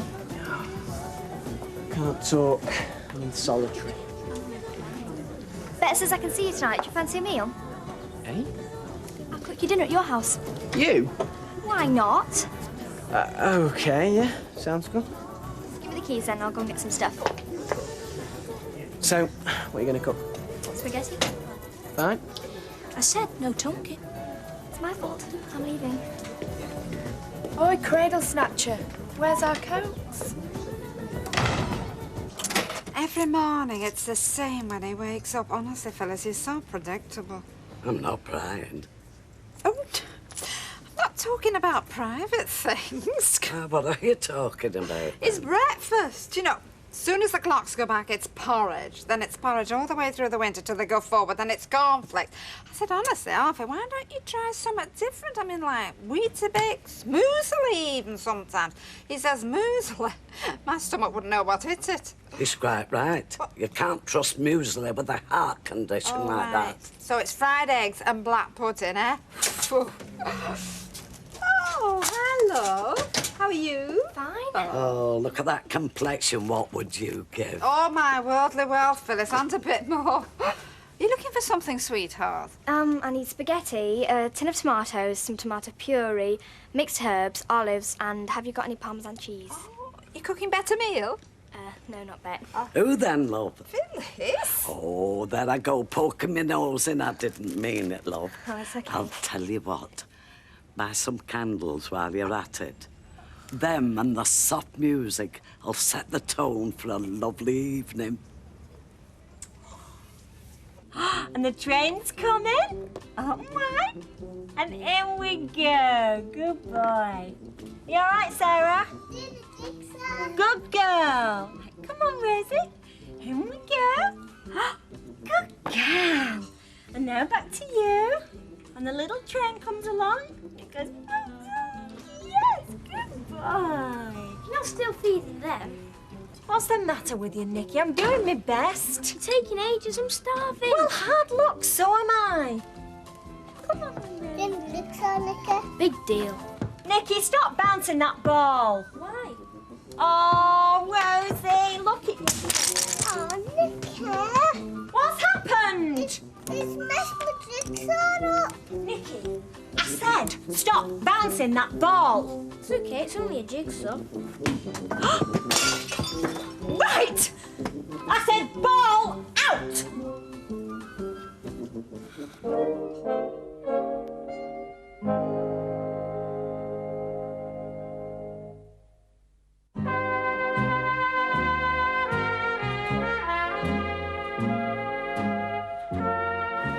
I always think of you as steady. But you don't get emotional, do you? I wish I were like you, steady type. Well, I suppose it's to do with, well, maturity. Yeah. Something to be said for getting old, eh? You see, it's like today. I was right happy when I came down to work this morning. Well, you see, it was Wayne tonight, see? But then first thing I hear is, well, Alex phoned off and have to work tonight as well, so I got told. Well, you know. So it's no Wayne tonight? Yeah. Do you like the name Wayne? I'm not sure I do. You catch yourself when you say things like, hey, Wayne, and do you think it's going to rain, Wayne? I think it sounds like a cowboy. Why? I don't know. Maybe there has been a cowboy called Wayne. Well, he is nice, though. Oh, yes, I'm sure. Anyway, what's in a name? I've never been all that struck on Mavis. Oh, no. Right, I'm away. Well, good luck. Thanks. Hello, Raquel. Hiya. Job interview. Wish me luck. Oh, yeah, right. Have you got Thanks. everything you need? Well, I've got my brain. That's enough. What about your umbrella? It's not going to rain again. Anyway, I'm on the train. Bye. Bye. No. No, I don't like the name Wayne. It'll not mend. I'll have to chuck it. I know, I had a look at it too. Nicky's naughty. Shut up, you. I don't know what you were doing with the football in here in the first place. Well, nor do I, girl. I did say. Andy, you messed the jigsaw up. I was hungry. Yeah, that doesn't mean to say you can play football in the living room. I wasn't, I dropped it, that was all. Yes, from a great height. Well, she should have cooked me my dinner. She was stuck in front of the telly all morning. Listen, Nicky, I'm not having you talking about me like that. That's true. Well, go on. Upstairs. Upstairs! I'm sorry, girl, but honestly, he's been a right little so-and-so. I know. You know, it's ever so difficult being here on my own with 4 kids. It's a lot to cope with. I know. I've got 3 of them on my own most of the time. Go on, Sarah. Set the table. Be half an hour before we eat. But I don't think that means we'll be having a football match in the meantime. Your granddad is a real problem. Makes me feel like some sort of rapist or something. I mean, what have I done? It's the classic dirty mind syndrome. He's got a fertile imagination. No. Well, it makes me feel paranoid. I think that every time I look out the window, he's going to be there with his nose pressed up against the glass. Don't worry, he's safe in Southampton. Good riddance. More wine? Okay. Do you like it? Yeah, it's okay. Just a drop. Pasta's good. Thanks. Did you buy the wine? Yeah. For tonight especially? Well, you bring the food and I bring the wine. Is that what you do with all your girlfriends? Oh, my who? Who were those girls in the cafe today? Who? Who? Those girls who fancied you rotten. Oh, them. Well, they're just from school. So what were they doing in the cafe? Well, they've got to go somewhere. One of them, Susie Johnson, had a bit of a reputation. And what was your reputation like at school? Me, as pure as a driven snow, me. Just keep away from Susie Johnson. I don't know, Desmond. I'm disappointed in you. Why? What have I done now? Footloose, fancy-free. Look at you. Propping up the bar in a dizzy house. If you can't find a girlfriend, couldn't you find a hobby? Such as? I don't know. What do men do? He's doing it. Growing a gut. So where's Gary Lineker tonight? I had to let him down, actually, to come here and pull pints. So far, I've pulled 2. Don't put in for a bonus. Oh, yeah? Hey, we're just saying I'm footloose and fancy-free. What do you want? Oh, red wine, please. Red wine, Raquel. Glass, not a pint. You look stunning as ever. Oh, thank you very much. So, strictly impartial, no strings. What's it to be?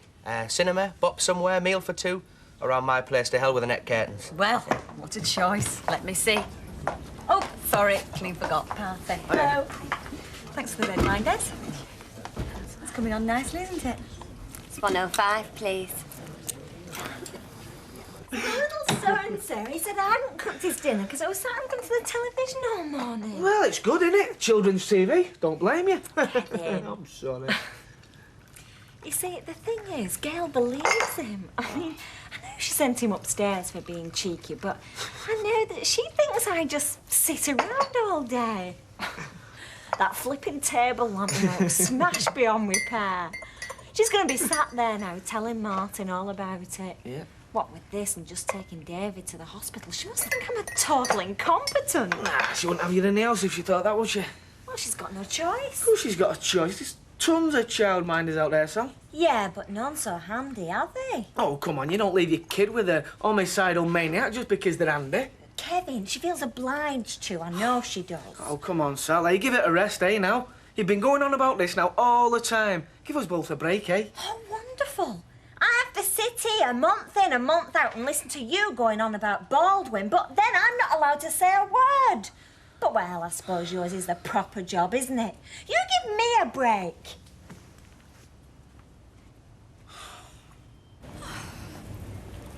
Well, what did you think, Norman?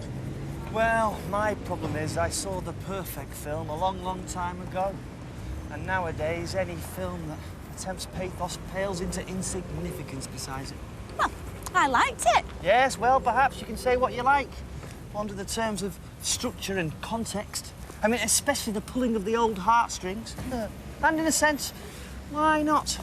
But you're going to have to go a long, long way to beat what Walt Disney did with his Bambi. Gosh, it's 9:30. Yes, it's early, yeah. Yeah, well, I think I better be going home. No, I'm sorry. Pardon? Look, Kimberly, if we're picking up again, which I think we are, well, we're not just picking up, we're making a fresh start, so I'm sorry, you're not going home, you're coming with me for a cup of coffee. And if your mother doesn't like that, well, your mother's not getting it, is she? You know something?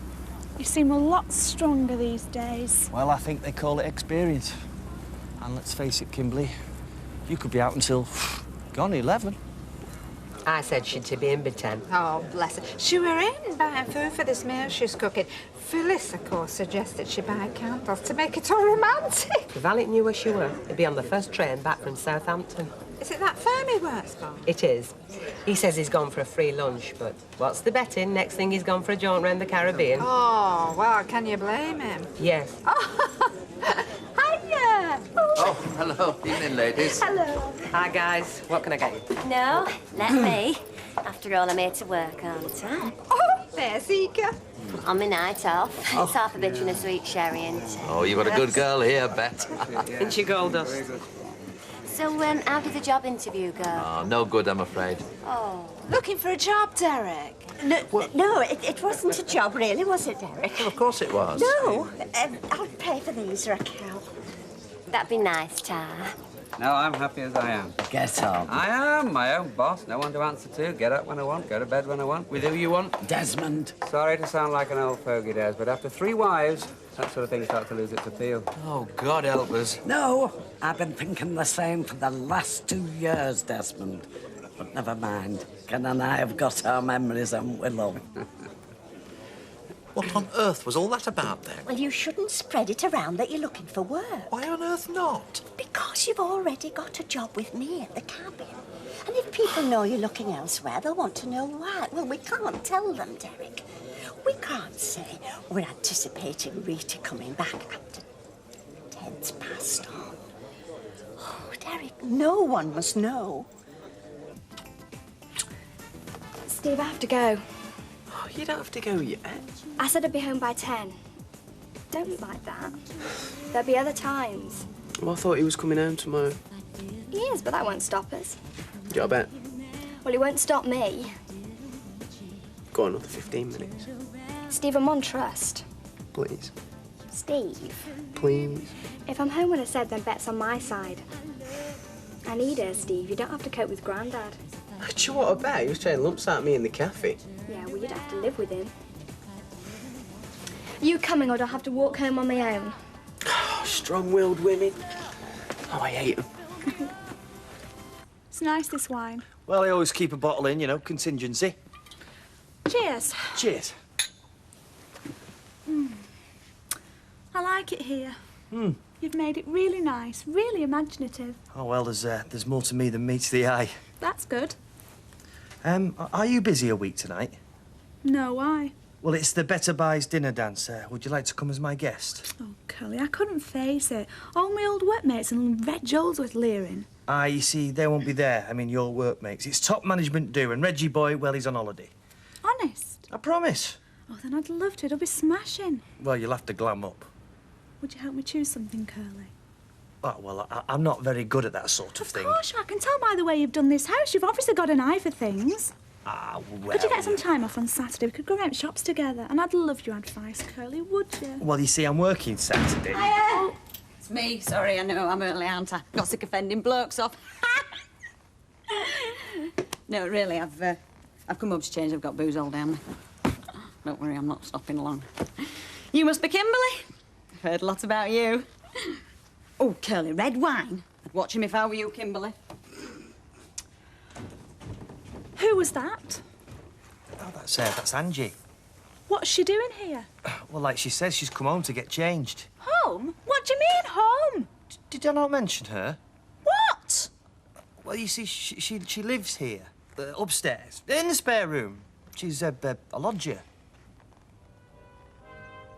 I suppose he comes back this aft from Southampton and says that they want him to go on another cruise. Well, then he's got a sight more courage than I've given him credit for. What, because you wouldn't be right keen? You're beginning to get the hang of me, aren't you? Well, I think I am. You see, I've had all this before, haven't I? I've been left here to run this place on my own while he's sailed the Caribbean, cracking on to be a widower. And all right, he says it was a joke, you know, just a misunderstanding. Well, so you've forgiven him? No, love, I've not forgiven him. You don't when you're married to somebody. What you do is, you take consolation from knowing it's there as ammunition to be used if it's ever needed. All right, so what you're saying is that you're not going to let him get away with it a second time. The only way Alec's going to see again is as a cabin boy singing soprano. Ready for another, what? Oh, no, thanks, I'm all right. Just a pint, please, Raquel. Hey, did you know an old girlfriend of Curly's called Kimberly? Oh, yeah, I think he was engaged to her once. It's what you call a lucky escape, was that? It's what you call a temporary reprieve. She's back. Kimberly? Well, it's got to be the same one. Even Curly couldn't find two with that name. What, sort of plain looking and a bit dozy? Curly? Oh, yeah. Oh, her. Yes, but she is, I know. That's £1.5, please. Thank you, you're on there. I was just saying, old girlfriend of Curly's has turned up. Be quite a gang of you in a bit. So? Well, just if you want to stake your claim, you better get in there fast. I don't want to stake any claim, thank you. And if, as you say, she is dozy and plain looking, I don't see that I have to. No, you're way ahead on both counts. On your own, are you, Derek? Well, Mavis has to mind the shop. It's a great hole in our lives, you know. We used to enjoy meeting for lunch. Tough old life, eh? I suppose some husbands would regard it as a godsend, wouldn't they? Chance to get out on their own. But not you, eh? 55p. Well, you know, when I'm not with Mavis, it's like a cloud has blotted out the sun.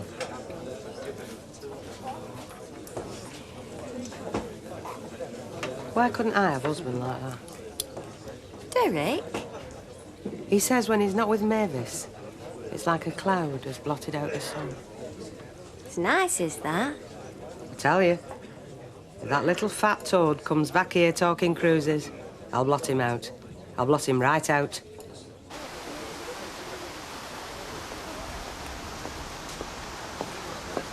Hiya, all right. Fine. Work okay? Busy? Fairly. I thought you might be, you know, with you being...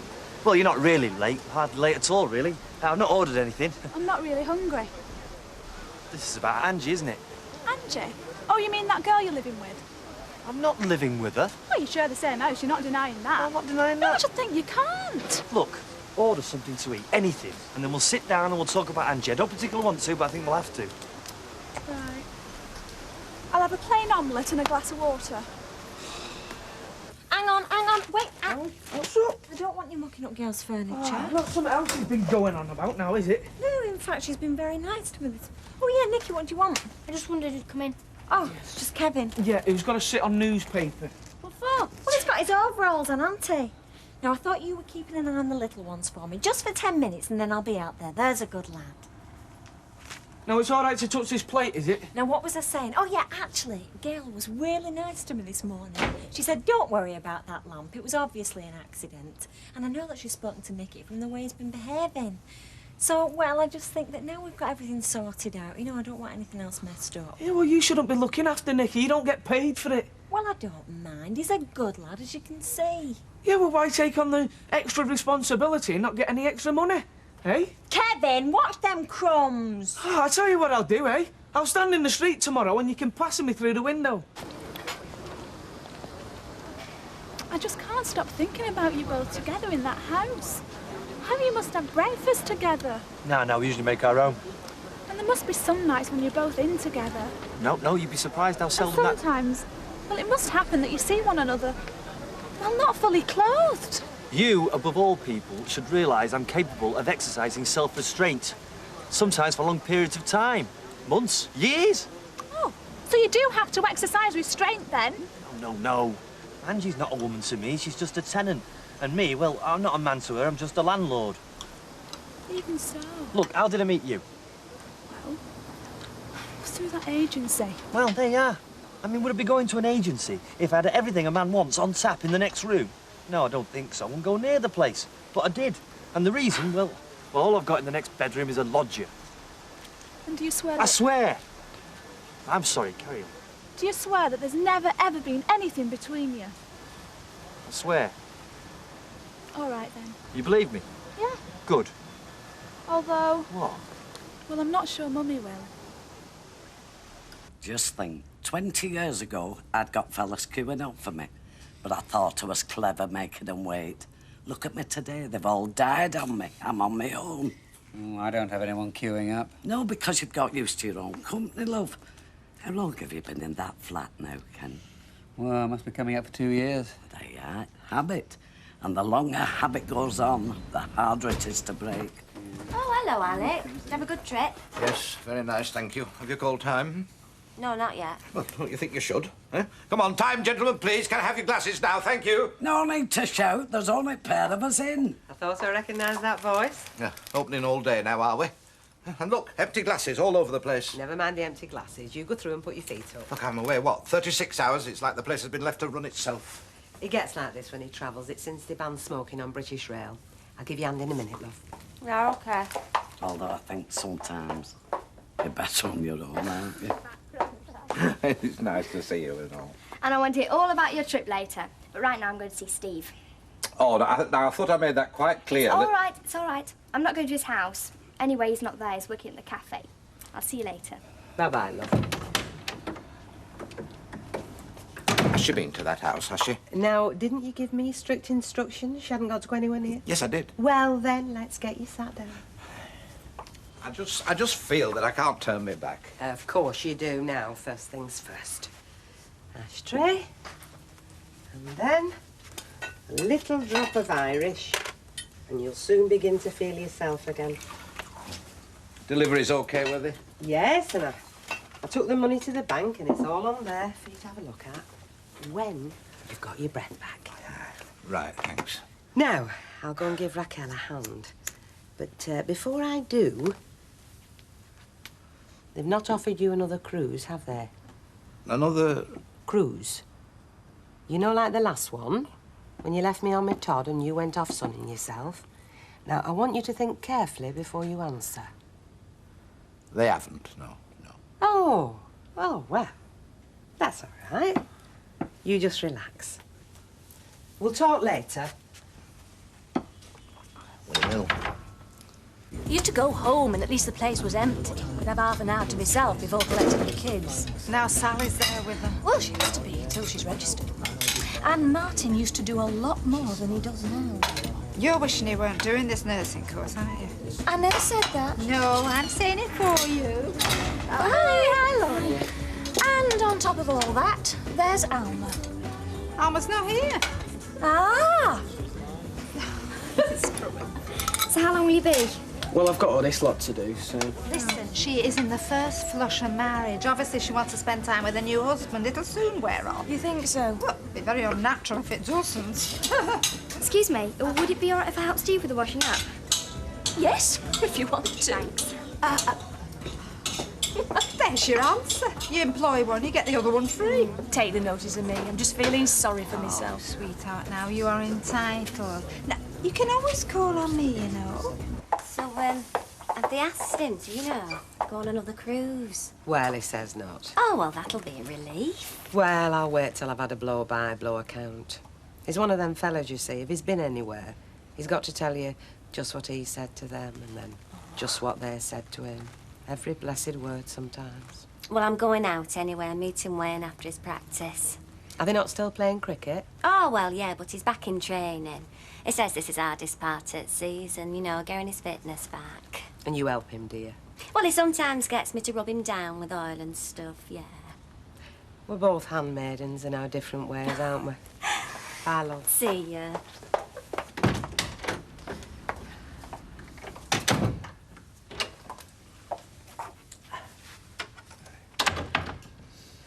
Got your breath back, have you? Yeah. It takes it out of you travelling, doesn't it? It does.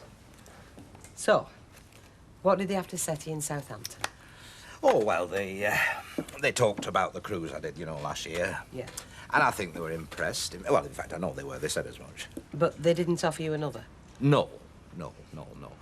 No, they asked me for ideas, what I thought went down well, what didn't, how I'd alter things if I had a free hand, so I told them all of that, and they seemed impressed with that and all. Well, you must be pleased with yourself. Yeah, and then there was a fellow there called Matthews. Well, he was in overall charge of entertainment. I spent quite a time talking to him. Yeah. Turns out he's leaving. Oh. Yeah. So anyway, at the end of all that, they offered me his job. What, you mean? Yeah, in charge of entertainment. All of it. Every step. Planning programmes, booking the artists. No, this is for every ship, though. Every ship and every cruise, all the year round. Wow. Yeah, I couldn't believe it. I mean, I'll be honest with you, I just could not believe it. I mean, how could you do it? On top of everything here? Well, no. Oh, well. What a shame. But I could do it. I mean, we could do it. If we gave up the Rovers. Gave up everything here and moved to Southampton. I mean, of course, I told them that I had to talk to you about it, that I couldn't commit myself without talking to you. But, I mean, they want me, Bet. I mean, they really do. And, I mean, let's face it, just picture it. No more worrying about VAT inspectors and public health inspectors, Betty's hot pot, Jack's bad back. No more clearing up after folk, emptying their ashtrays, washing their glasses. I mean, it'd be a better life, wouldn't it, for all of us? For me, for you, and for Vicky. It's a shock, isn't it? Yeah, I know. I mean, I can understand that. I mean, it was a shock for me, too. But, I mean, there it is. I mean, the offer's on the table. All we've got to do is say yes, and we'll be heading for a new life for all of us.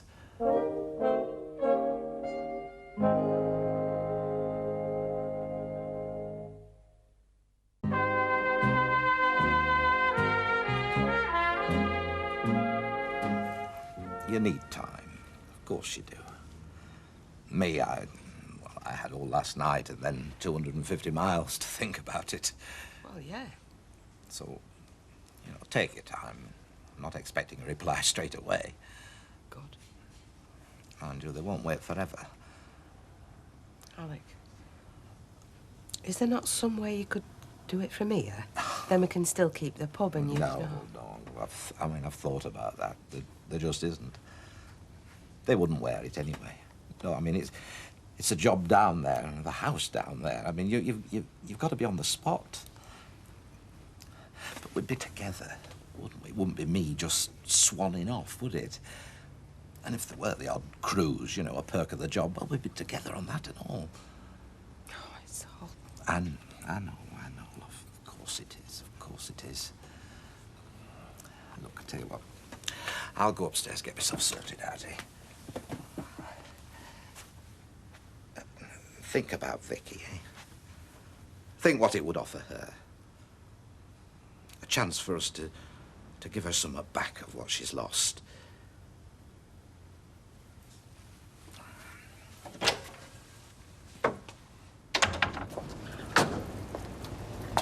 Hey, you know about Curly then, dear? Much as I want to. Yeah, well, he's back with his old girlfriend, Kimberly. Good luck to him.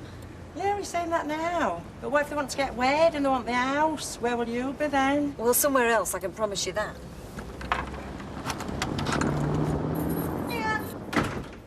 Right. What you got there? Oh, nothing. Oh, going up in the world, aren't we? What's this for, meeting Kimberly's parents? No, it's for the Better Buys dinner dance. I was going to hire one, but they're selling some cheap, so I thought it's the kind of thing you only buy once, isn't it? Put me out of business if everybody thought like you. She's coming round tonight, by the way, yeah, Kimberly. You don't want me to go out again, do you? No, not if you didn't plan to. Well, no, I wasn't. It's just that, well, she thinks it's a little strange, you know, me and you living in the same house. You want me to tell her we're not sleeping together? No. Because you already have, haven't you? And she doesn't believe you. Oh, poor Curly. Is she giving you a hard time? Kimberly's not like that. No. So listen, can we just act normal, you know, like we normally do? You mean no jokes about three in a bed? No! Don't worry, I'll be on my best behaviour. So, do you fancy popping down tonight? No, not tonight. Oh, come on. Well, you're not working tomorrow. We can spend all day together then. Yeah, well, I'm not working tonight either. Oh, don't let's argue, please. I'll see you then. Well, tomorrow morning I'll call for you about 9. Whenever you like.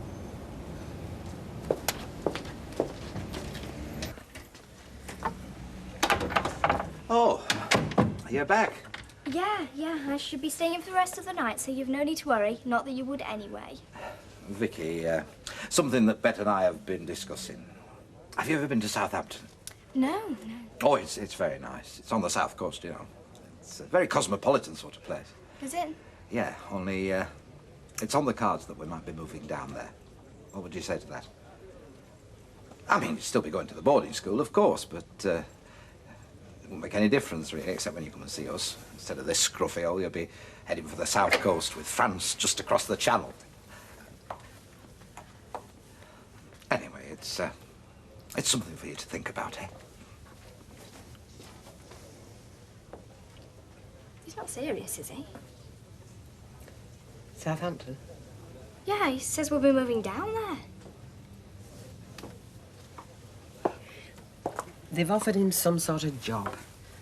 And he's gone and got himself all worked up about it like he usually does. Bet. Look, love, I've seen this sort of thing before. He has these big ideas, there's a lot of huffing and puffing, and then by the end of the week, they're completely forgotten. Does that mean we won't be moving? Not an inch, love. Well, now, aren't you a clean little girl? What's been in the bath? I know. And what do we do when we've had a bath? Go to bed. Oh, why can't I have a story? You can. Just give me a minute. No, come on now, can't I do something? I mean, some ironing or anything. I thought that's why I was here. Yeah, you can read to Sarah. Oh. Go get your book. Grandma will read to you. Yeah, go on. Look, but not a long one, sweetheart, because I promised to meet Grandad Alf in the Rovers. Someone's made a mess of this. Kevin, Sally made him sing it because he had his overalls on. What, his dirty overalls? Yeah. Oh, what, dear.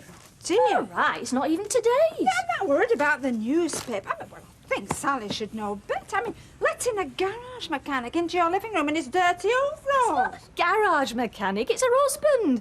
I can hardly ban her from seeing him. Now, what's that? Black currant. I don't think it is. I think it's oil. We weren't sat there, we were sat there. Oh! Was he indeed? Well, it's all right. I don't mind. Now, here, come here. Try telling me that isn't oil. I don't think it is. I think it's dirt. Yeah, oily dirt. Yes, he was sit here, was he, Nicky, love? Yeah. But on a newspaper. Sally made him sit on a newspaper. Yes, well, a newspaper is not going to cover everything, is it? Now, it's there. Here, look, you've got the evidence for yourself. Right, do you know, I would have these professionally cleaned and send Sally the bill if it were me. Yeah, and then you'd be looking for someone else to look after your children. It's a lot, I man. don't care, Gail. It's the principle. Oh, I haven't got any of them. Now, are you going to read to Sarah? Yes, of course. Come on, my darling. You come and sit with Grandma. Let's see if we can find somewhere clean to sit. Somewhere where we're not going to both get covered with oil. Come on, where's your book? Come in. Have a seat. Thanks. All right? Yes, thank you. How are you? Oh, not too bad. Right, I shan't be a second and then we'll be off, OK? Yeah. Are you all right there? I mean, you can always come up with me. No, of course not. Right, shan't be a tick. So you're going to the Better Buy dance, I gather? Yeah. No, only, Curly was just showing me his new suit. New suit? Penguin outfit. Oh, seeking your professional advice, was he? No, I just happened to see it, that's all. Oh, should I not have? I'm sorry. I don't see what you've got to be sorry about. Neither do I. Look, I don't fancy Curly. All right, I just happen to live here, that's all. I lived here before he did, actually. And I don't fancy him, and he's going out with you. So what's the problem? Who said there were a problem? Nobody. There isn't. Right, shall we be off, or... I thought we might go to the Rovers. Yeah, whatever you like. Perhaps we'll see you in there if you... All right, bye-bye. I hear you've got a new suit. Yeah. Well, I haven't seen it some time. Of course you will, when we go out. Thanks.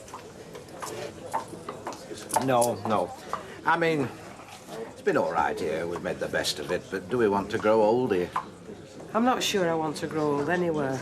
Anyway, never mind about us. What about Vicky? I mean, what's best for her? Living in a backstreet pub 6 doors up from Steve MacDonald, or Southampton, with a view of the sea, officers and gentlemen round every corner. I would have said Vicky's had enough of people's already in her life. And anyway, you ask her where she'd rather be. I don't think you'll find it Southampton. Ah, well, but what does she know at her age, anyway? She knows where her home is and she knows where she's happy. I would have thought them were important things at any age.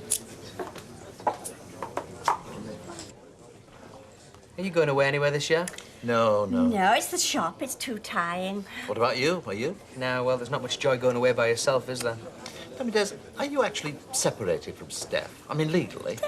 No, I don't mean to pry. It's just I've been through it myself, and I know how depressing it can be. I don't mind you asking. The answer's no. I haven't done anything about it yet. I suppose I You should. see, my wife divorced me. Well, I was seeing Mavis at the time. Yes, well, I'm sure Des isn't all that interested. Yes, I suppose that's what'll happen to me. Steph will finally find the right one and set things in motion. There isn't the stigma attached to it anymore, is there? I mean, you didn't feel I was second-hand goods, did you? I don't really know what I felt. Hello. Hiya. Hello. Haven't seen Alpha, have you? No, but let me get you a drink. What do you want? Yes, that's very kind of you. I'll have gin and tonic, please. Gin and tonic, Raquel, please, and another one in there. We were discussing divorce. Yes, well, we don't have to carry on. Why? I mean, no. No, just generally. Derek, Mavis, another one? Not for me. Yeah, I think I'd like another sweet sherry, please. And another sweet sherry, please, Raquel. I must say that nothing could look as sweet as you do tonight. There's no need to be sarky. No, I mean it. You look very nice. Alec, can you tell him, please? Tell him what? I can do without sarky comments when I'm serving. Hey, I wasn't being sarky. That was a genuine compliment, but all right, I take it back. You don't look nice. You look a right clip. You see? I'll tell you something, Alec. That little granddaughter of yours is a dab hand at washing up. Washing up? Yeah, she was in our girls' cafe this afternoon, up to her elbows in it. Vicky was in that cafe. Yeah, I thought you must be training her for in here. Thank you for the information. It's washing up in cafes now. You what? Would you believe it? I was only trying to pay him a compliment. Oh, it's the last thing you want to do in here. What's going on? Well, obviously, he doesn't like the idea of his precious granddaughter doing washing up. Over 40 minutes, love. So that's a gin and tonic, and what else for it? Sweet sherry, please. But why? Washing up in a place like that? To help Steve so he could get finished earlier. But why they weren't paying you? I didn't want playing. I've got plenty of money. I've got £1,000. You've what? Nothing. Never mind nothing. You just said you've got... I've sold Saracen. Did you know about this? Well, I didn't tell you because you'd only try and stop me doing it like you try and stop me doing everything. Vicky, love. So, now we know, don't we? Well, I don't know. What's going on? What's going on is that young lady's out of our control. No. Oh, yes, and I'll tell you something else. There's only one way to resolve this. It's what I was saying before. You, me and Vicky, we're finished here. We are leaving, and we're moving to Southampton. Hey. Oh, come on, Ivy. It'll be time to go back to work by the time we get to Rovers. I won't be a minute, Vera. Well, what's so important about post? All of a sudden you haven't come up on pools, have you? No, I haven't come off on pools. I don't like the house being empty all day, that's all. Oh, I know, love. But it will come back again, you know. I mean, it's just that when something like this happens, well, folk act peculiarly, don't they? I once had uncle lost arm in war, you know. He were all right most of the time, then every so often he'd go missing. Same day, every year. My Auntie Eileen didn't see him for weeks on end. I knew when he come back, he stunk of fish. Where do you think he'd been? Eh? I don't know, Vera, and I've got better things to do. Yeah, No. well, so have I, so come on, let's get ordering. Hello? Yes, it is. Well, he doesn't... no, it's all right. You carry on, love. Yes? Yes. Oh, all right. I'll get him to call you. Right. Thanks. What's up? That what bloke from insurance, he wants to speak to Don. I said I'd give him a message. Oh, I wish I hadn't now. Well, I'll go if you like, or I could send our Jack round. No, Vera, no. I should go, shouldn't I? I mean, I don't want him to think I don't care. We can go round now if you want. No, I can't face it just yet. Oh, suit yourself. Vera, do you mind if we go to the cafe instead of going to Rover's? I'd like to know if Gail's heard from him, you know. No, of course not. Hi, Curls, you're looking very smart. Ah, well, Kimberly said she might pop in. I thought I'd take her for lunch, you know, somewhere quiet. I was going to offer to buy you a drink in the Rovers if you gave me a lift. Sorry. So it really is love then, isn't it? I don't know why you're being so cynical, Angela. I mean, it's love that makes the world go round, you know. Gravity. Gravity, Kelly, makes the world go round. And it keeps your feet on the ground if it's working properly. What about a mum and dad, though? I hear they didn't think you were exactly catch of the day last time. Look, the Kimberly I was engaged to was a mere girl. The Kimberly I'm meeting for lunch is a woman. She's mature, self-confident, sensual. She doesn't give a monkeys what a mum and dad think. So they know, then, that you're back? Of course they do. Kimberly feels the same as me. We feel like shouting it from the rooftops. Blimey, you sound like Holmesworth. You'll be doing all this with your neck next. He doesn't do that. It does like that. Well, I don't do that. Not yet, you do. What do you mean? Oh, hello, Kimberly. We were just having a... Sorting out the shopping. Yeah, you better take that. It's dead awkward on the bus. Hey, but come on Hey, now. Kate was just telling me about your mum and dad. I bet they're thrilled that you're back together again. Well, I'm sure they will be. What do you mean they will be? Haven't you told them? Well, I want to break it to them gently. Break it to them gently. You think you were going out with Dr. Crippen? Norman, the last time my mother saw you, you were banging on the window of a car, calling her things I couldn't repeat.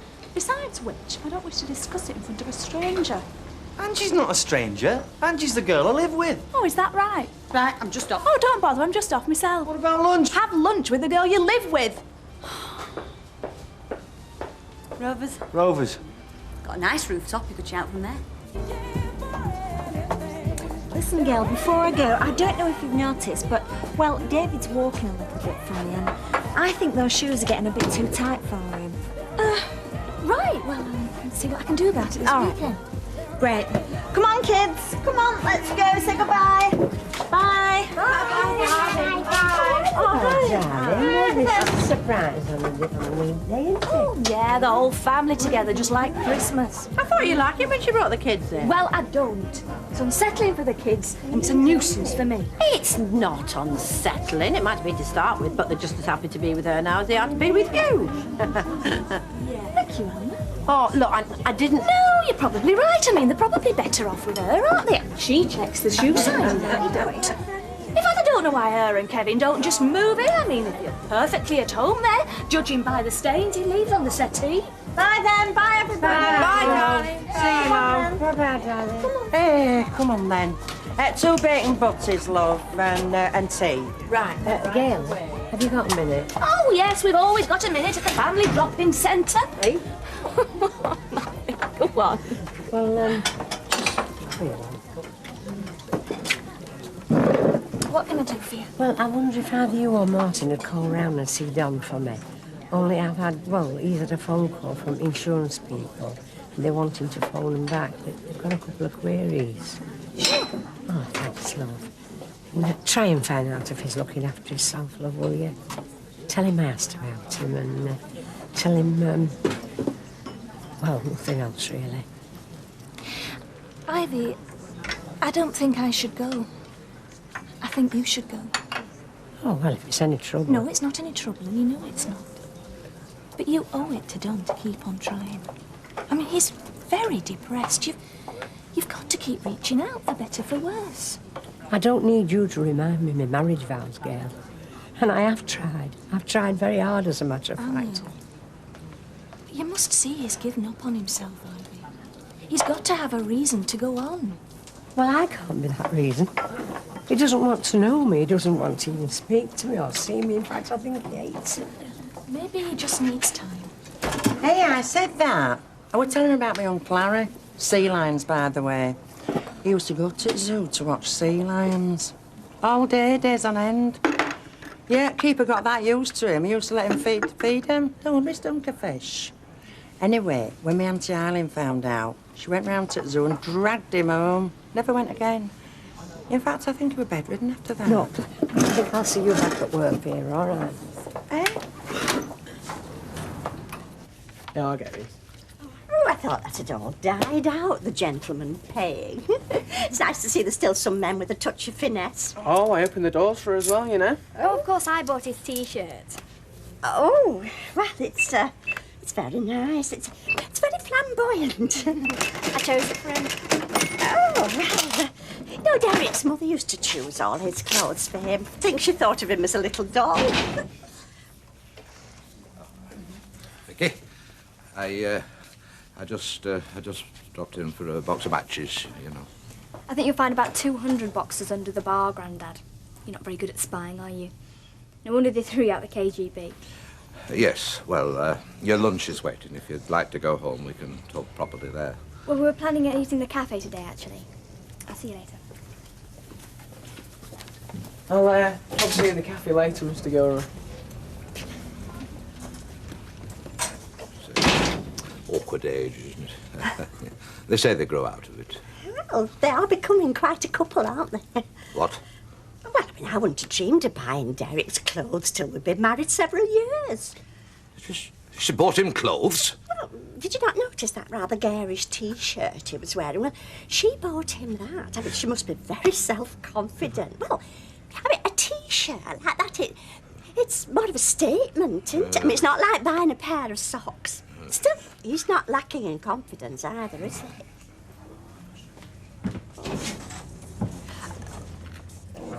You know, there's nothing that looks as lonely as a pint on its own. A pint should always come with a baby sham, martini, at least a lager and lime. Never mind, Des. I'm sure that somewhere out there in the world there's a little lager and lime who's been waiting all her life to meet a nice pint like you. Mind if I join you? No? You know, I can't help myself. If I see a fella on his own, I've got to join him. It's like the last sandwich on the plate, isn't it? You've just got to get your mouth round it. I'm in a port and lemon for Phyllis, Bet, please. Right away, Des. Bet. Hang on, I'm serving. Raquel, take over, will you, Bet, please? It's just a port and lemon for Phyllis. If I'm not back in 10 minutes, send in the reinforcements. Oh. Well, I suppose he'll be throwing you out now he's back with the lovely Kimberly. That's $2.20, please. Now, why should I do that? Well, Mummy and Daddy aren't going to let the daughter go out with someone who's living with another woman, are they? We're not living together, we just share a house. Oh, I know, but he's seen your scanties hanging up to dry, hasn't he? Now, you can't trust him once they've seen all that. Ain't that right, Curly? Look, she does have certain Oh, expectations. yes, she'll have to go if you want our Kimberly. Look, I just Don't want you say to... another word, Curly. I know you wouldn't take advice on how to run your life from a temporary barmaid. No, I wouldn't. Not when you can have the view of an independent professional woman. And what's your view, then? My view is, the last time you went out with Kimberly, you tried to play it her way. Being nice to her mother, saying please and thank you, and look what happened. She surrendered her body to another man. Well, you see, who told you that? Because, you see, that's not Everybody knows, because everybody can see. What Kimberly wants is someone strong and masterful. A man who'll stand up to her mother for her. Someone who'll say, that's how I want to live my life, like it or lump it.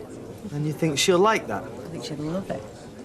Well, I don't see that buying a lad a T-shirt is a crime. Well, it is a crime. It's extortion. It's taking advantage of a minor. It's gold digging. It's everything I was afraid of. Alec, do you remember nothing of your own youth at all? Or were you born at 50?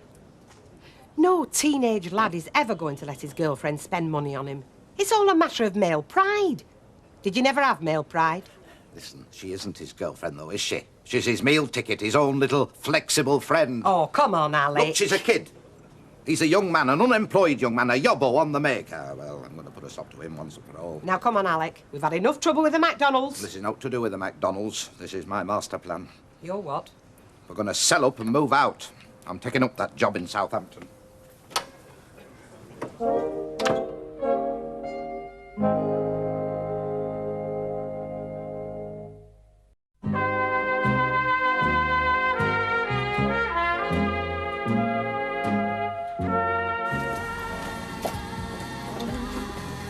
She's still here then? She's been nursing that cup of coffee for over an hour now. Do you know, you've got no idea how to treat a lady like that.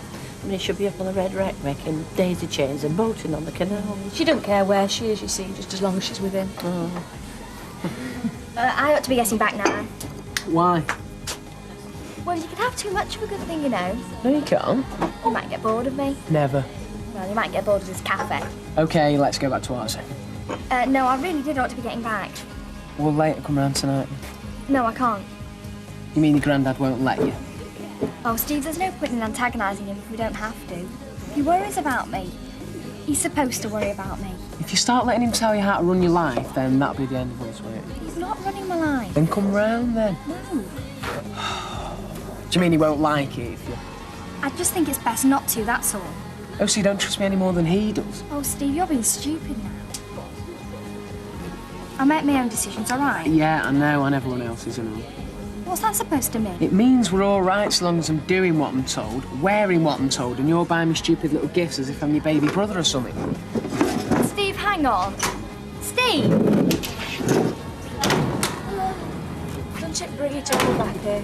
Just like Love Story. Do you know, I wouldn't be that age again, not if you fill me bath with ass's milk.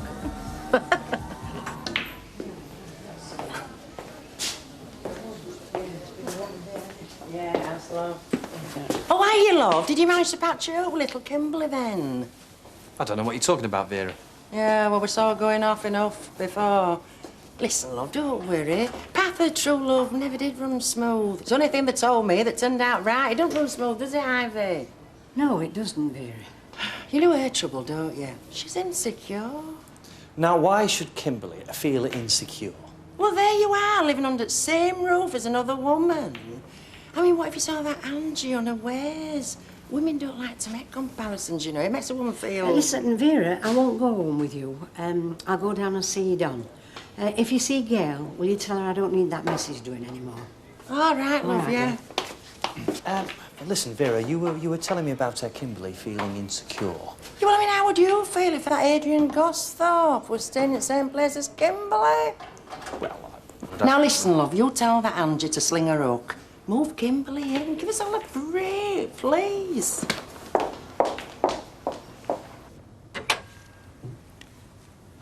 Ah, Vicky. Hello, Grandad. Did you get your matches? Yes. And how were they? Flammable, I hope. Oh, yes, yes. Very flammable. I understand you made a few purchases of your own this morning. You probably know the colour, size and price of all of them. What was it this time? A two-way mirror in the changing rooms or a paid informer on the sales staff? Well, I saw the T-shirt, of course. Very flamboyant. I'm glad you liked it. You know, I'm very proud of the way you've made friends and fitted in round here. You are? Well, yes. I mean, it can't have been easy. You're used to so much better. I mean, I remember the first time you came here, you thought it was the end of the world. I wouldn't say that exactly. Well, you did at the time. And yet, look at you now, eh? It's not every plant that can flower in any soil, you know. Well, it wasn't that hard. Oh, it was. I know it was. That's why I'm glad it's all going to be a bit different from now on, that we can offer you something better, something more worthy of you. Southampton? Well, it'll be more what you're used to. Don't worry about what I'm used to. I'm adaptable, like you said. Well, more like what you deserve, then. You know, nicer people to meet. You mean Steve? No, I didn't say that, did I?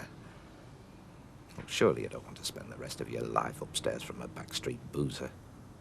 You really are serious, aren't you? You'd sell up and move to Southampton just to split up me and Steve. No, don't be silly. It's not that at all. It's just that it'd be a better life for all of us. It's something we've always dreamed of. I mean, you don't think we enjoy going out standing behind that bar night after night, nodding politely while some drunken punter goes on about his pigeons or the price of gobstoppers? I must admit, Alec, I've never actually seen you nod politely. You know what I mean. You mean it'd be easier to keep me out of trouble down there? Well, we'd be able to give you the attention you need, you know, the attention that we want to give you. No one else thinks I'm a problem. Nobody else has ever treated me like this. Not at school, not my mum and dad. Why? What have I done that makes you treat me like the killer bimbo? I'm sorry you think that. I mean, it's just I worry about you. I'm bound to worry about you, aren't I? I try hard, you know. I try really hard because I know it's not easy for you. But you never even notice. You always think the worst of me. No, I don't. Yes, you do. And if you're going to think the worst of me, then I might as well do the worst. If you're going to treat me like a criminal anyway, then I might just go out and enjoy myself. Just a minute. Where do you think you're off to? I'm going to Steve's. What for? I thought we might go and suck face like they say in the movies. Vicky! Alec. It's this place, isn't it? I mean, things will be better when we get down there. Can't you talk to her? Make her see sense. No, Alec, I couldn't. Because I don't think you're right. Are we going to move house every time she meets a fella you don't like? Do you think they don't have young lads in Southampton? Because they do, you know. They have worse. They have sailors.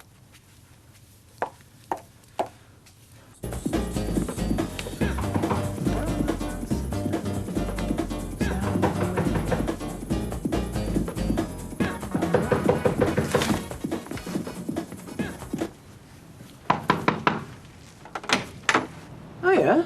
Thought you weren't coming over. Thought you'd be at home making cocoa for your granddad.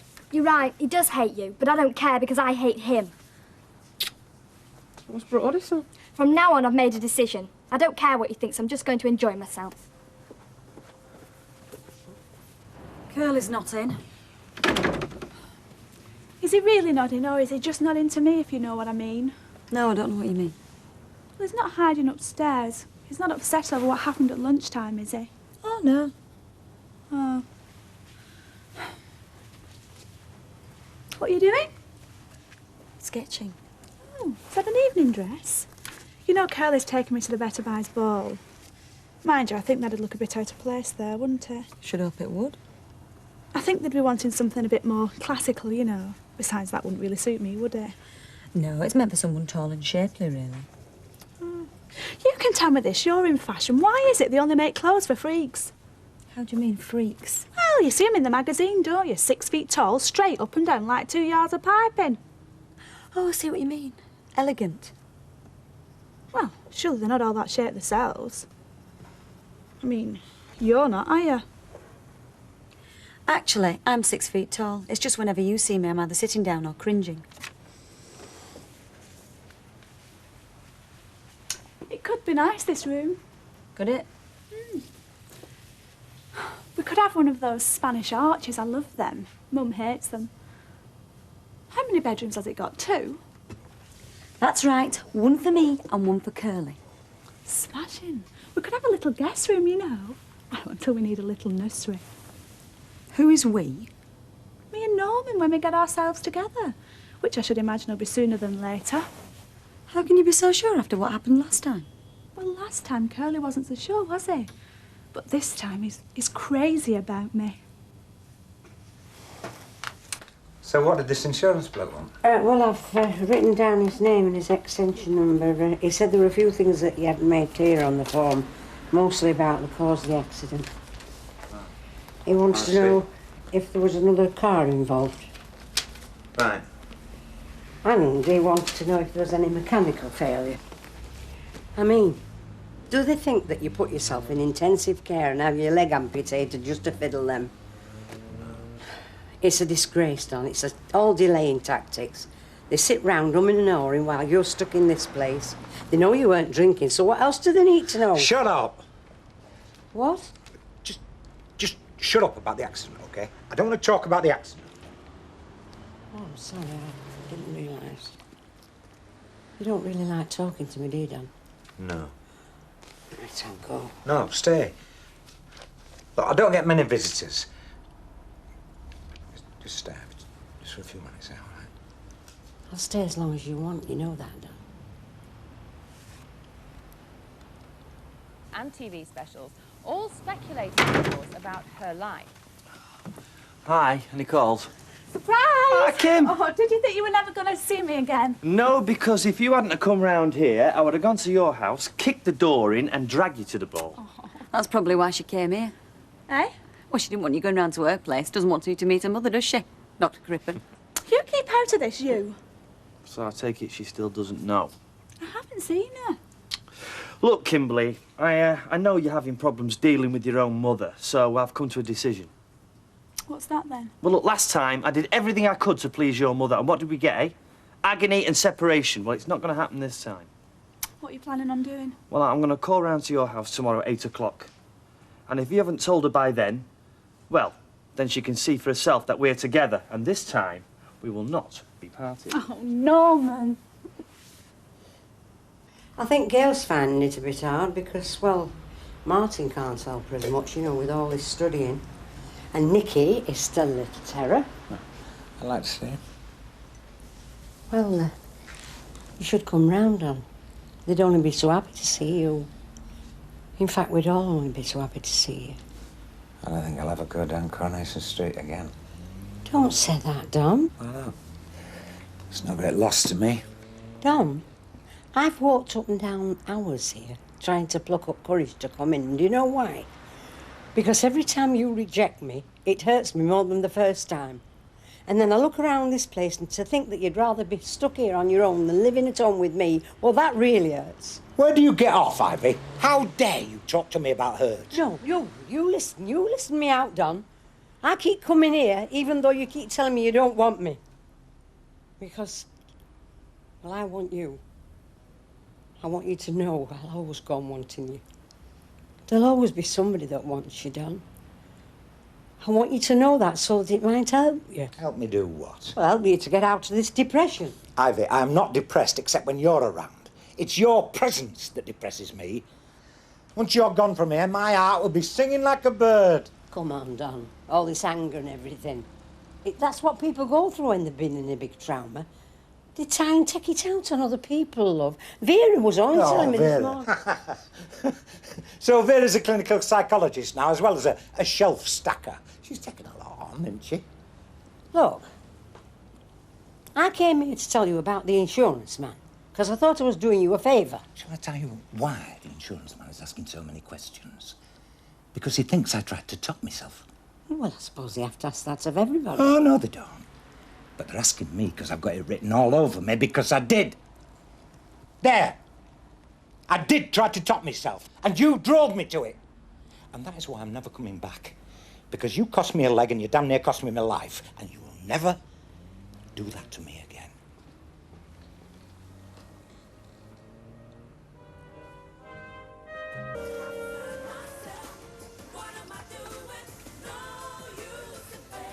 My. Who's going to be a pretty boy tonight, then? You make it sound like when I go out, I usually dress like old man steptoe. What about Kimberly? Well, she doesn't have your esoteric fashion sense, but no doubt she'll look charming. No, I mean, where's she telling her parents she's going tonight? In a fruit taffeta. You're having another dig, aren't you? No, I'm not. I'm just asking a question. Well, to the Better Buys dance, where else? Don't be obtuse, what? Well, we want to know who wins. It will be perfectly obvious, Freeman, when I arrive to pick her up. What, you going there yourself? No. I thought I might send the chauffeur. Now, where did I get the impression that the Taylors think you're somewhat lower than a slug? What was it you called her mother again? Why is it any time I tell you anything, I immediately start to regret it? Because I am the voice of your conscience, my child. I am good for you. So's castor oil. Yeah, well, I wouldn't expect the red carpet treatment, Shay Taylor, if I were you. Look, Kimberly and I are both adults. I mean, their approval will be welcome, but it's not entirely necessary, is it? Oh, that's all right, then.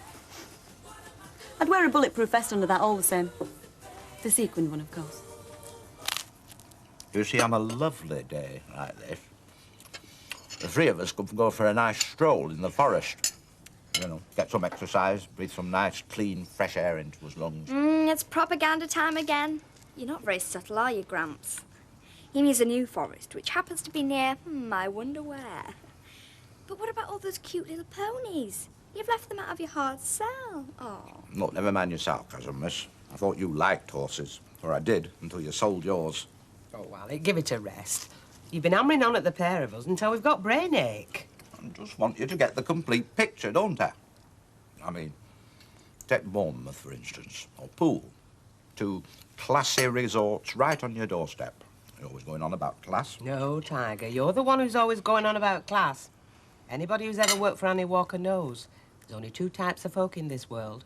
Them that have it and them that don't. And I should be the first in the queue to tell you, I don't. Yeah, that's right. Gang up on me like a pair of schoolgirls. I am a schoolgirl. Aye, with an 100-year-old head on her shoulders. Listen, love, I don't doubt there's benefits. Better weather. A nicer area to live. Nice new people to meet. All right, well then. But the only snag is, lovey, we like it where we are. Eh, Vicky? We're just a boring old pair of stick-in-the-muds. Thank you. You know, I keep expecting you to disappear for a couple of weeks and come back with a deep suntan. Oh, is that right? And just where is it I'm supposed to be disappearing to? Oh, wherever unattached young people go to in August. Windsurfing, snorkeling, lying on golden beaches, watching nubile young goddesses in very small bikinis. I've seen the travel brochures. Well, it sounds tempting, but holidays aren't that much fun on you, Todd, are they? Last year, me and Steph were talking about going to Crete. BSB, before Simon Beatty. Man she ran off with. Oh, yo. I don't suppose you sell black shoelaces, do you? Yeah, we got some in the other day. As a matter of fact, it was Derek's idea. Oh, great, because mine look like a dog's chewed 'em. I've got an important sort of do tonight, you know, black tie and that. Well, lend you me cufflinks if you like. Gold and mother of pearl. My wife's last Christmas present to me. She had good taste, I'll give her that, in cufflinks, if not in fellas. Are you sure? Yeah, it's all right. I'll pop them round later. You know, I love to get done up in evening dress. I mean, not that we get much chance these days, but oh, I think it's ever so romantic, swishing about in a long skirt. Somebody going somewhere exciting? Curly, to a posh dinner dance. I'd better buy executives. It's at the Corinthian suite. See ya. Sounds very glamorous. I'd have taken you, Cinders, but I'm not a Better Buys executive. Oh, well, I wouldn't have gone buttons. My boyfriend wouldn't have approved. Well, it's just as well, isn't it? I've lent me only pair of cufflinks out. See ya. Talk about young love. Talk about no profit. Talk about Mrs. B getting more like Mr. B every day. Oh, now that is very uncalled for, girl. I mean, I was a keen businesswoman before I married Mark. I had to be. Oh, I've no head for business, me. I never have had. Do you know at school we had to write about what you want to be when you grow up? I always put ballerina. Oh, film star. Oh, air hostess. Oh, I never put grocer's work. No. Come to think of it, I might have put nurse, but I never put nurse's wife. So, who's winning back at the ranch then? Oh, the women, naturally. He's not serious, is he, about moving down south? Why, would you miss me if I did? Oh, desperately. For the first 10 minutes. Are you? Anyway, you're not supposed to know anything about it, because I think Bet thinks if we keep quiet, then it'll just go away. Right. So I gather you're still slobbering over Stanley Matthews, then? If you mean Wayne, we've got a very meaningful relationship. A meaningful relationship with a footballer? They're just as good as Bookies Clark's, only they've got better bodies.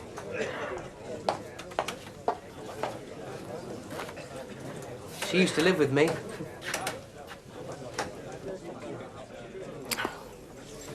I'm beginning to feel very sorry for that young man these days. Des Barnes. He used to be the bane of your life. Oh, well, Raquel's taken up with some footballer. Curly's back with Kimberly. It's like all the animals are 2x2 except for him.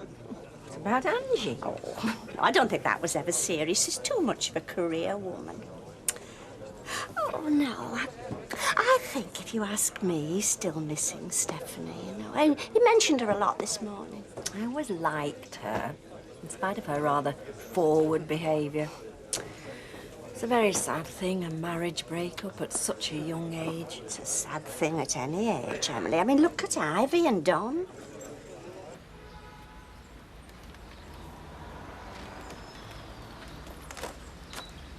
Yeah? Tom, I've got to talk to you. Everything's been said 1,000,000 times. Not about what you told me last week, hasn't it? Yeah, well, I'm sorry I opened my gob, but there is naught to discuss. Tom, please. But only 5 minutes. I've got a check-up in half an hour. Look, before you say I spoke out of turn. I'm sorry. I've no right to say out. Yes, but did you mean it, then, or were you just lashing out? Believe it, eh? You can't say something like that, Don, and expect me not to. Were you, I have to know. Were you... Trying to do myself in? Possibly, I don't know. I wasn't thinking very logically at the time. I don't even remember what I was thinking when I hit the edge, except that everything seemed pointless. Anyway, what difference does it make? I made a mess of that like I did everything else. But life is God-given, Don. It's not for us to destroy it. Man, no. It's not about what I feel, all this concern, is it? It's about what he thinks of what I did. No. It's because I'm upset to see you in this state. Rejecting God will only make things worse, Don. It's a mortal sin. Doesn't that even matter to you anymore? Right now, all that matters to me is coping with life as a cripple. Well, if you were so unhappy, why didn't you turn to him instead of turning away? Ivy, love, we haven't all got your extraordinary strength of mind. Some of us are weak vessels. Under stress, we cave in. And you think I've never wanted to cave in, as you call it? When Bert died and my Brian was murdered, and then you left me. Did you think I never thought of ending it all? How much easier it'd be than carry on? You? Yes, me. You mock at what you call my inner strength. Ton, you haven't got the slightest idea how much effort of will it takes. We might be married, but we never really got to know each other, did we? And that's the biggest tragedy of all. Yes, well, I always knew when it got too much that I was more blessed to throw myself on his mercy than to throw the sponge in.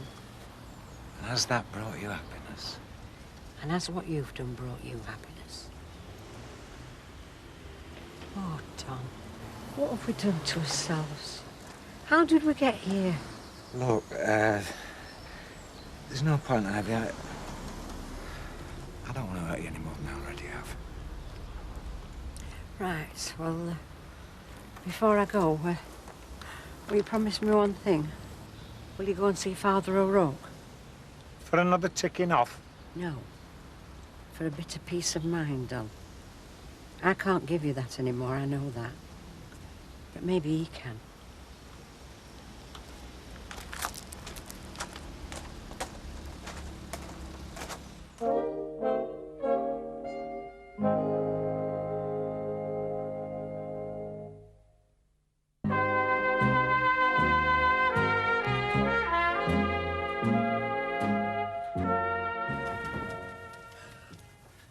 I did them myself this morning. I just asked you to put the laces in. You didn't get all the polish off. There, you can see your ugly mug in them now. I don't want the tailor to think their daughter's going out with rubbish. You know, you sound more like my mother than my mother. Lodger? Best friend. And part-time girlfriend. Well, you could have been a full-time girlfriend if you wanted. No, Curl, darling. Wouldn't have worked. We're better off as we are. Right? Right. Well, let's hope Kimberly's as enlightened as we are, eh? Let's have a look at you. Well, perfect, apart from cufflinks. You look amazing. I feel a prat. You know, even I've got to admit there's something very sexy about a man in evening dress. Well, I could always skip the do, go and get us a bottle of red plonk, and we could stay in, maybe, you know. Norman, and you about to waltz the night away with the love of your life? 'Twas but a jest. I should hope it was.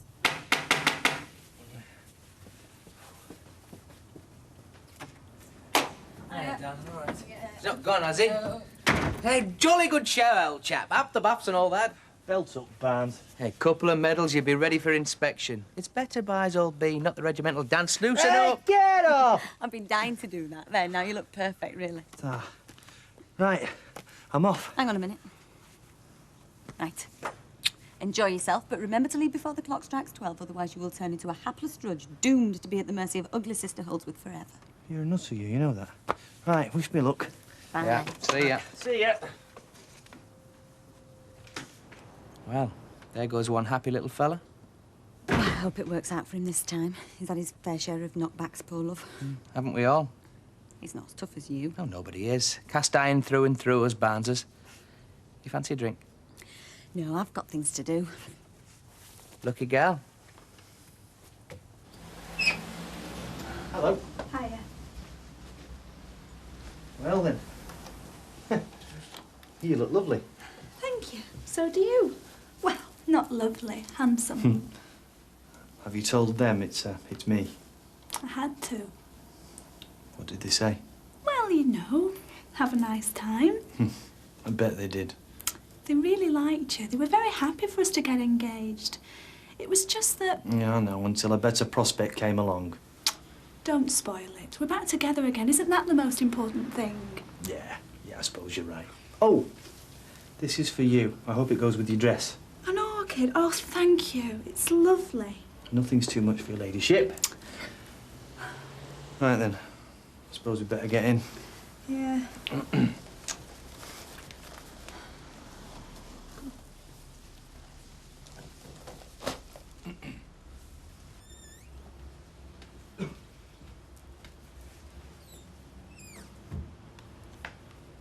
Mr. Taylor.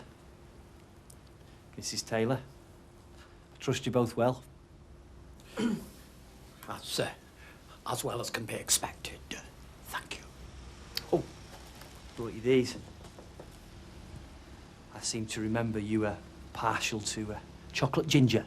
Oh, isn't that thoughtful, Mummy? Norman actually remembered what you liked.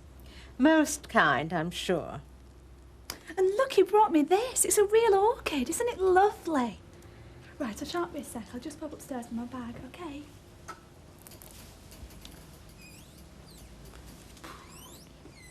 So, how's the caravan?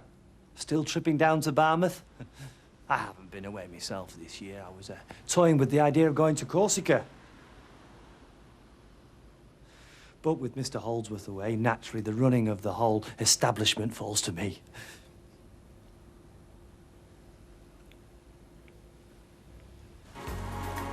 What's that? House cocktail. Once you've tried a McDonald madness, you'll never want a pina colada again. I've never had a pina colada. Oh, I tell a lie.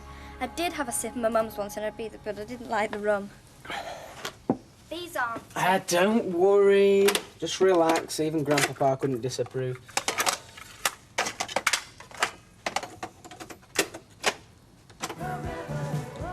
That's not yours. One of me mum's golden oldies. I think we'd have a bit enough. I quite like it. Oh, I wish we were Andy and Paula now. Be that pimply whim. Do me a favour. No, I meant where they are. Oh, don't know where they are. French-Italian border last time we were. France, Spain, Italy. They're all magic. I wish we were on a beach with white sands and blue sea and palm trees. Just us and nobody else. Well, you've got it, kid. I'll get it booked first thing tomorrow. You're sweet. I hate that. I'm not sweet. OK, I won't call you sweet if you don't call me kid. All right, it's a deal. Look, I know you promised not to lay a finger on me, but I didn't say anything about not kissing. You what? We can kiss without your hands. Look. Leave it out, Vicky. Why not? Well, how am I meant to know where I am with you? Everyone's calling me a cradle snatcher, you know. No, my bossy grandpa would have a fit. Sod the lot of them.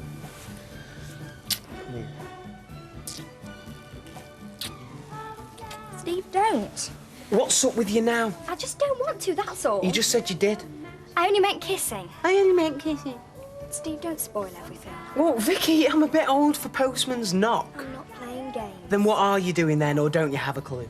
Steve, I'm not a child. Oh, yes, you are. It's exactly what you are. You're a stupid little kid who wants to be grown up one minute, and the next minute you want to run off home to mummy. I hate you. I really hate you.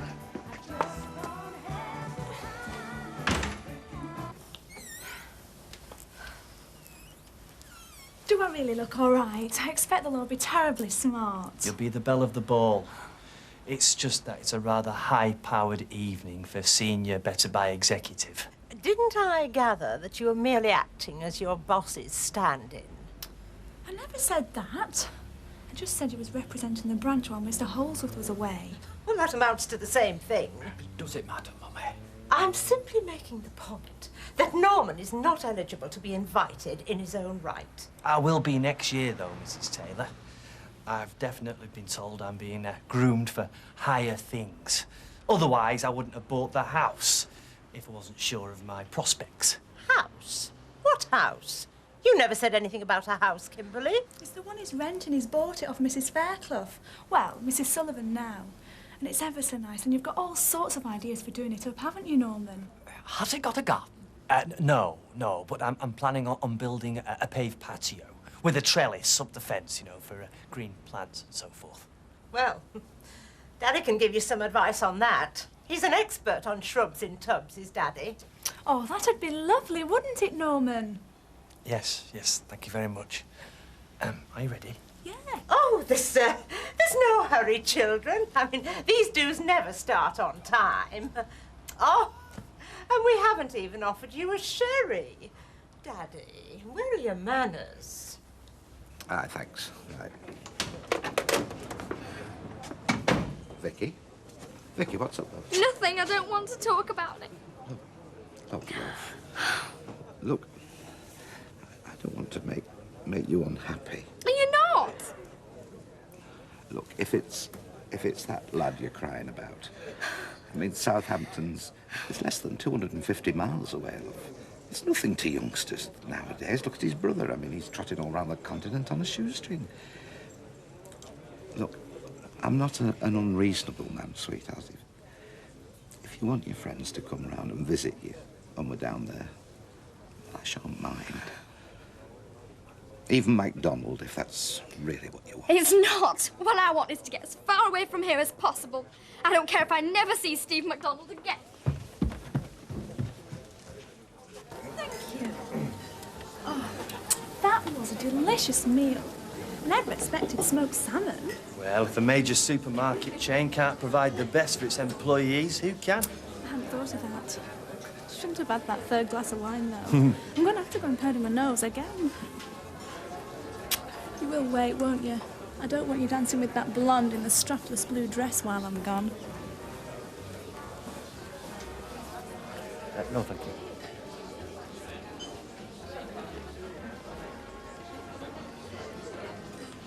Ah, Mr. Watts. Norman. Enjoying yourself? Oh, yes. Splendid, splendid. With a very attractive companion. Haven't I seen her somewhere before? Yes, she used to work for us, Mr. Scott. Oh, excellent, excellent. Then she's aware of the demands that we put upon our young up-and-coming executives. Perhaps I shouldn't tell you this, but I've been keeping an eye on you. Oh? Yes, there was a time, I won't beat about the bush, there was a time when I thought you were inclined to be somewhat flighty. Flighty? Me? Oh, well, perhaps lightweight would be a better description. But not now. No. Now I see a young man with his feet planted firmly on the ground and his eyes on the higher rung of the better by ladder. And who knows, with the right partner in life, you could get there quicker than you think. Well, I think you're jumping the gun there a little, Mr. Scott.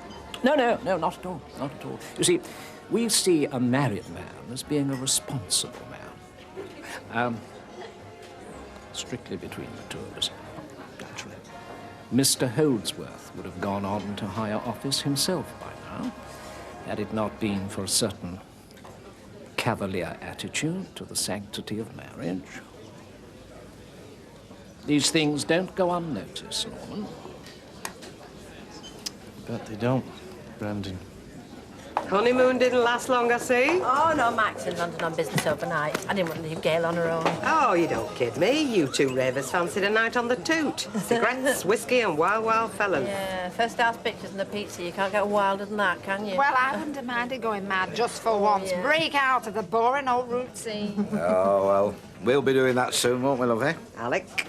Only I've been offered this senior appointment, you know, with the cruise line I worked for last Christmas. What, captain of the QE too? Oh, better than that, no. I'm going to be booking all the acts, all the entertainment for all the ships. Oh, yeah, that sounds fantastic. Oh, why have you kept your gob shut, lady? It's not like you. Oh, well, the girls had a few reservations, naturally, but Victoria's all for it now. I think Bet will be once she's had time to think about it.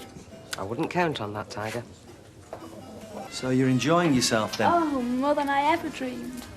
And are you glad that we met again? Oh, Curly, do you need to ask? Are you? I couldn't be gladder.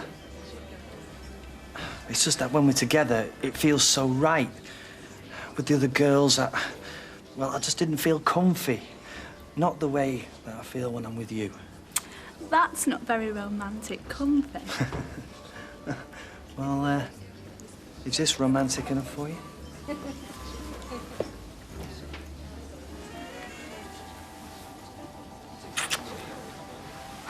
You've changed. You never used to be like that.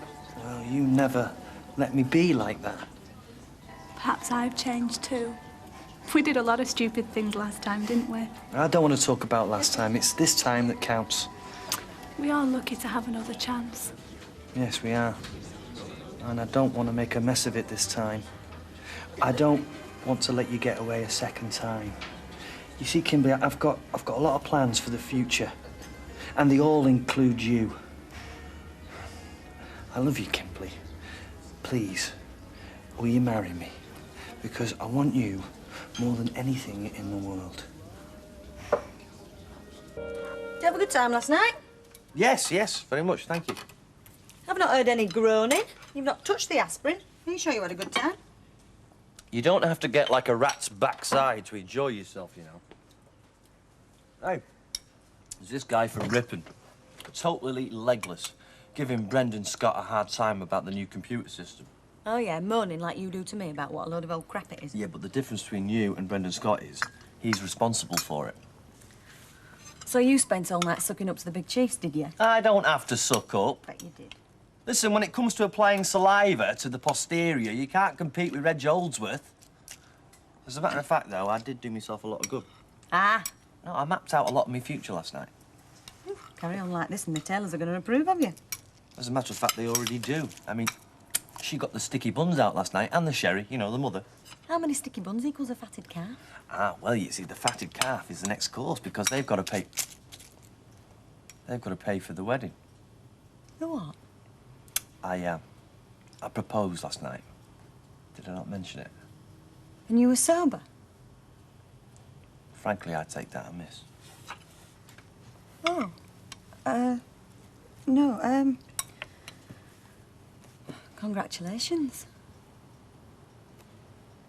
Thanks. There you go. Hey, what odds will you give me, eh? What on? Get him a photo in paper. Autumn brides. Oh, odds on, Phyllis. In fact, if someone doesn't look sharp, I'll marry him myself. Hey, we'd have to do a bit of courting first. Well, all right, we'll make it a week on Saturday, then. Right. I'll book Rover's Barfoot, do. I'm sorry, love. I shouldn't be joking about it. About what? I still think you're keen on that soft one now behind bar. Oh, that's water under the bridge, Phyllis. Folks don't think so. Such as who? She still thinks you're keen. I know she does. Oh, does she? Will you pop over and give her an invite for the wedding? And mind you don't go leaving me at the altar. Do the same as all the rest. Move in and change the decorations first. First prize for tact again, Mrs. Pierce. Come on, what's your favourite colour? Sort of sludge, like your eye. Come on, I want to know. What for? I know what my favourite colour is. So? So, we can find out if we'll be any good together. Any good together? In what way? I'll tell you when I find out. What's your favourite colour? Well, what's the best bet, sir? Cheat. Purple. You are conceited, passionate, moody, loyal, ambitious, secretive and good with money. And sexy. It must say and sexy. I've told you what it says. I haven't. Are we going to be any good together? I mean, is it worth me buying you another cup of coffee? What do you think? What's your favourite colour? Gold. You are ostentatious, get away. Fickle, dreaming, sensuous, and you cannot keep a secret. What's this? And does it say we're compatible? It just says purple and gold. It just says wow. That's all it says. Is nobody talking to me or what? We're just in the middle of something. Yeah, I can see that. If you want somebody to talk to, you could always buy a budgie. They're good. I'm sure it'd provide slightly more intelligent conversation than you. Oh, you want intelligent conversation? Do we go in for that? You are? Anyway, we only like talking daft, and that'd be no good for you. Well, I'm sure you're good at it. Yeah, when we're not talking daft, we're talking dirty, and I don't suppose you're qualified for that either.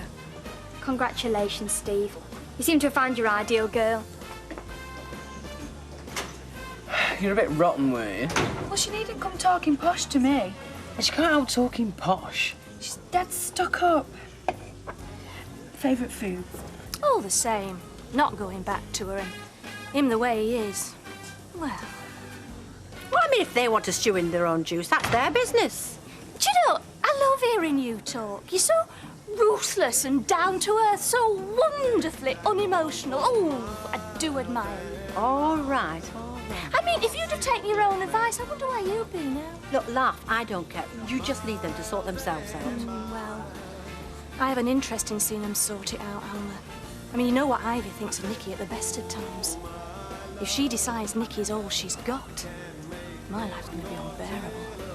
Hey, there he is. Why don't you ask him now? Does he look as if he's in a good mood?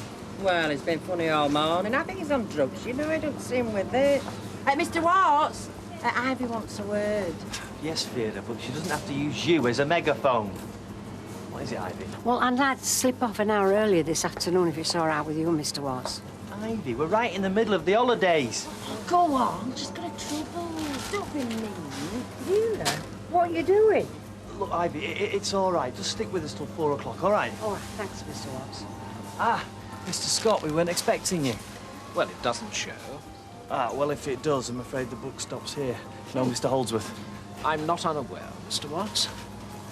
Well, it was a good night last night, I thought. Yes, I thought we had a most enjoyable time. I see you left early, yourself and Oh, yes, we did, but we still managed to have a most enjoyable time. Well, there was one disagreeable moment early on when we were set upon by those people from Ripon. Oh? Yes, it was to do with the new computer system. They seemed to imagine it was something dreamt up by the Spanish Inquisition. Well, can't see why. It's perfectly straightforward. Thank you. Yes, I wanted to find out how a halfway intelligent manager in the front line was coping. Well, I'm very flattered, Mr. Scott, but I may be halfway intelligent, but I'm not, in point of fact, a manager.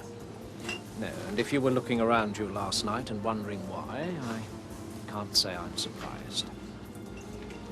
Well, why don't we run the whole thing through and find out what all this howling and screaming from Ripon's got to do with anything? Any road, what did you want to go off for? You didn't say. No, I didn't, did I? Oh, is it off to see John again? No, it isn't. Shops, I had some good sales, you know. Vera, if I'm not going till 4, would I be going round the sales?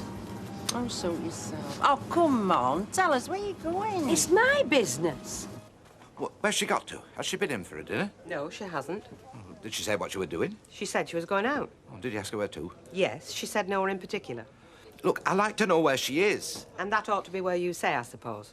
Look, when no one shows an interest, that's when they start to go wrong. She's too young. Oh, aye. Too young to have a say for herself? I suppose I should be flattered you think the same about me. Why? What do I think about you? How old do you have to be? To have your own opinion, I mean. What are you going on about? Don't talk to me. Eh?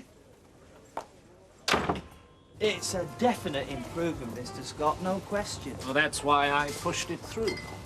I didn't realise it was your baby. Oh, yes. Well, someone's got to drag them kicking and screaming. As long as you're up to speed on computers. Now you put your finger right on it, Norman. Well, you see, it's childishly simple. I mean, I could explain that even to Kimberly. In fact, I think I have. Oh, now that's the young lady who was draped on your arm last night, is it? In that decorative and adoring fashion. Well, she used to work here. I've lured her back into the fold. Oh, you've been luring again, have you? Yes, well, at least this time I wasn't supplying the champagne. Well, actually, Mr. Scott, it would have been in order, you see, because I proposed to her last night. Oh, dear me, I hope you didn't think I... Oh, no. She seemed a very nice sort of girl, she did. Oh, yes, well, actually, you're the first person I've told you officially. Oh, well, congratulations, Norman. You've certainly done the right thing. You've filled in the only conspicuous blank in your CV. Not, of course, that was uppermost in your mind. Oh, no, it didn't occur to me. Well, you've done yourself no harm, Norman. Right. Well, I'm on my way to Ripon. Before I've done there, I dare say there'll be a certain amount of room for manoeuvre in the company. No, you've done yourself no harm at all, Norman. Call me Norman. You two, were you never young? Oh, never allowed indoors with a young man. Not unless a sister or brother or at least 2 generations of ancestors were present. Yeah, I mean, I know things have changed, but... Well, I feel sorry for them. I mean, there's not like forbidden fruit these days, is there? I don't know. He'd find out if his mother was home. Or his father. I mean, if it's not forbidden fruit, why were they going in very quietly through the back entry? Well, there's got to be a bit of excitement, Emma. But does one mention it to Liz? Oh, come on. I don't know. Look, so he's got a girl in the house, eh? So what? I mean, they've got to grow up sometime, haven't they? Yes.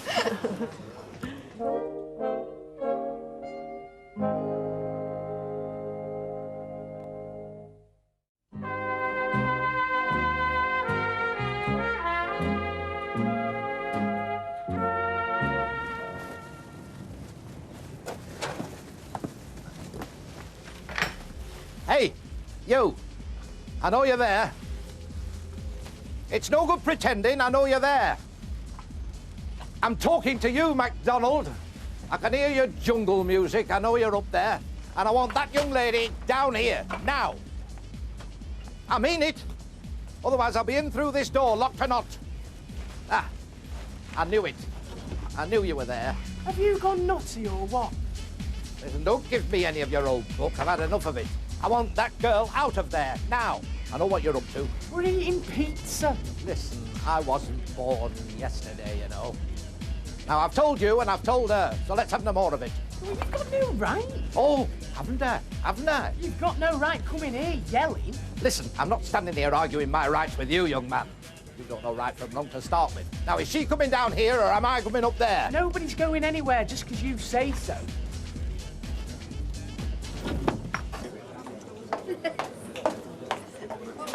Oh, I believe your granddad's looking for you.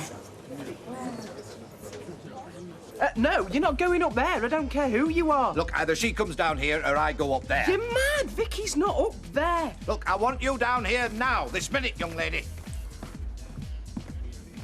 Why? Do you want a bit of my pizza? Who are you? Who are you? Sex police? It's very good of you to come, Father.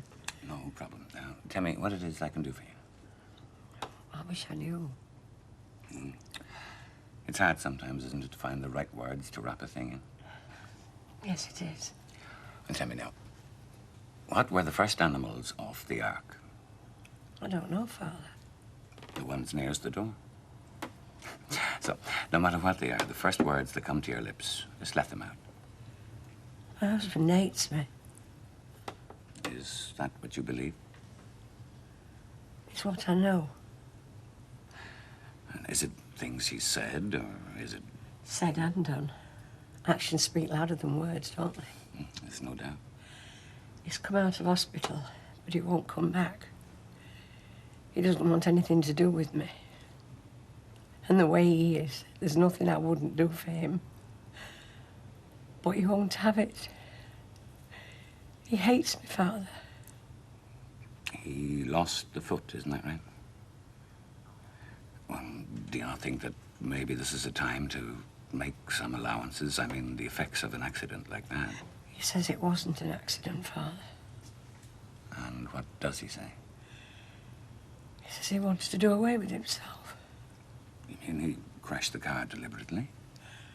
He didn't know whether he did or he didn't. Do you understand? This is him saying this. I'm not making it up. Some things were bad before. I mean, things were bad between you. Yeah, and I knew they were. I mean, well, I didn't know to that extent that he'd... It's a terrible sin, isn't it? It's a terrible sin wanting to die, isn't it, Father?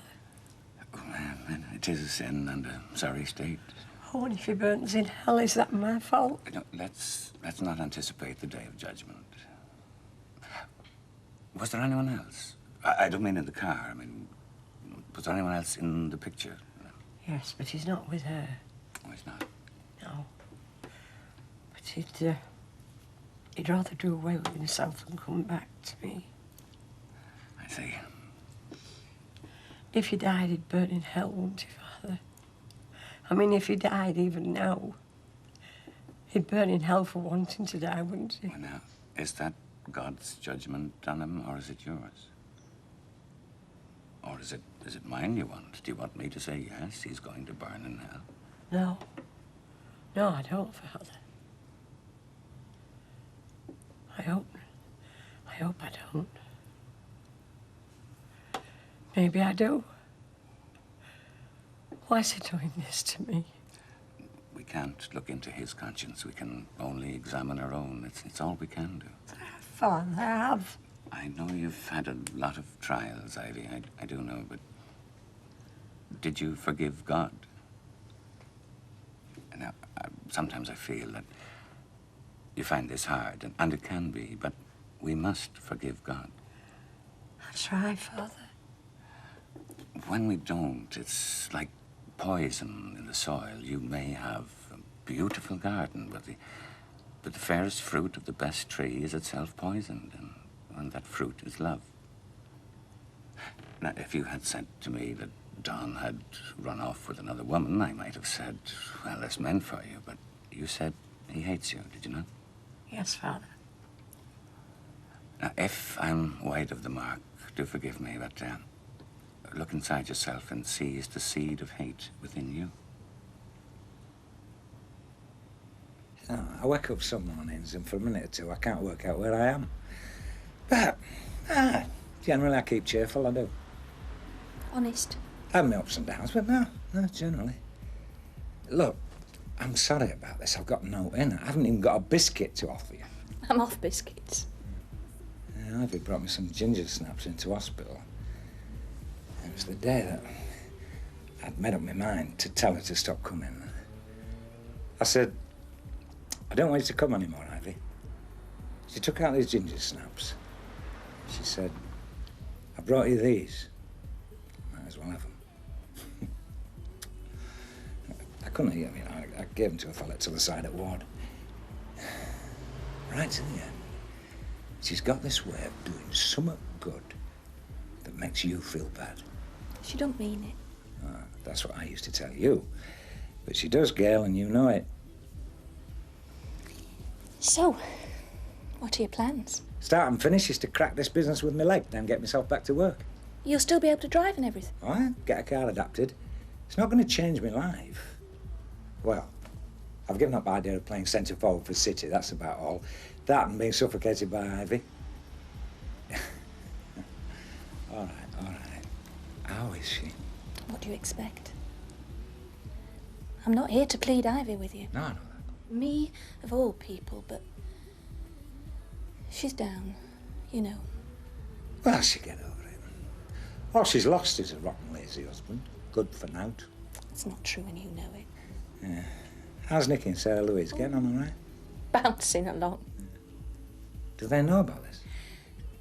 I've told them about the accident, but they don't know about... I'd like it if I could still see them, you know. Well, you can. Might be a bit upsetting. They'd like to see you. Don't know what we do about Ivy. You left me with a problem there. Look, I've got no leg from there down. All I'm bothered about is learning to walk with the doings. I'm not spending my time worrying about a foot that's gone, am I? I'm not attached to it. It's not attached to me. And the same goes for Ivy. Oh, that's hard, Don. Got to be hard. Because if I weaken, I'll be back. And if I'm back, it'll all be the same. Do you understand? Because Ivy will never change. Very nice, Mrs. Taylor. Very nice. One thing, she comes with a very good diary, does Kimberly? All her mother's recipes. Daddy? Oh, yes. And being something of an occasion, I dare say there'll be a dessert. Play it, Daddy. If we're in luck, it'll be some of Brenda's trifle. You know very well it's trifle. Did you never have Brenda's trifle before? No, I don't think I did. It's very rich, mine. You couldn't go in for it too often. She uses the real sherry, you know. Oh, that won't put Norman off. Oh, not that I'm implying anything, Norman. It's why you started with the trifle, wasn't it, Mummy? To use up the sherry more than anything. You're making us sound terrible, Daddy. Between Christmases, you know. Because it doesn't keep forever, for all they say it does. You had to throw some away once, didn't you, Daddy? Oh, yes.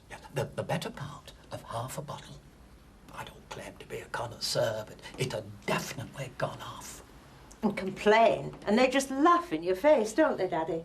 They said I probably left the top off. But I know, in my own mind, that top was screwed down tight on the Boxing Day previous. So I said, In future, Daddy, if there's the odd mint, I'll make it into a trifle. This plan has been carried into operation, if I may say so, with great success. Oh, you do like trifle, I hope, Norman? Oh, yes, Mrs. Taylor, yes, very much. Well, Randolph, what's been happening down in the old potting shed, then? Oh, give me a hand with this door, please, Daddy. Give you all the gen on that front in just a moment, Norman.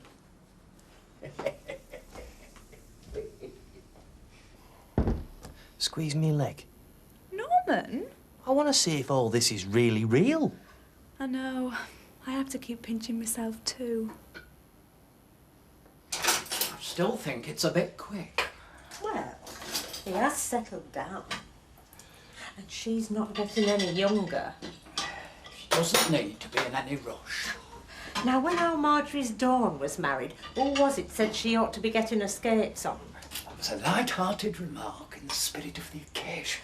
Whether or not it's 2 years since. I don't care. I'd do the same thing again. I'm sure you would. I may have been wrong, but I wasn't in the wrong. Of course, that's what it all comes down to, isn't it? Well, doesn't it? In this case, doesn't it? No, it doesn't. Oh, well, I'm wrong then. You see? See what? What? You don't, do you? You're not making sense. No, not to you. Because all that seems to bother you is whether you're right or whether you're wrong. Well, there's other people to be considered as well as you. Look, I am talking about a young fella taking girls up to his bedroom. And I'm talking about the fella stood there in the yard, yelling the odds to all the world. The man who goes round laying down the law and making a fool of himself. I don't mind making a fool of myself. Well, that's a lucky thing. Not when I know I'm right. Ha! I don't care what anybody says. No, Alec, I know you don't. No. Oh. Oh, no. You're not even interested in their opinion, are you? Because you know everything. You decide everything. You say what's what for everybody. What are you on about now? Did you ever think of talking to Vicky first? Finding out what she thought? Whether she got any feelings of her own? No, you didn't, did you? Listen, when it comes to underage girls and lads like that... Did you think of talking to me? Or asking my opinion before you told everybody we were moving to Southampton? Oh, I see. This is it.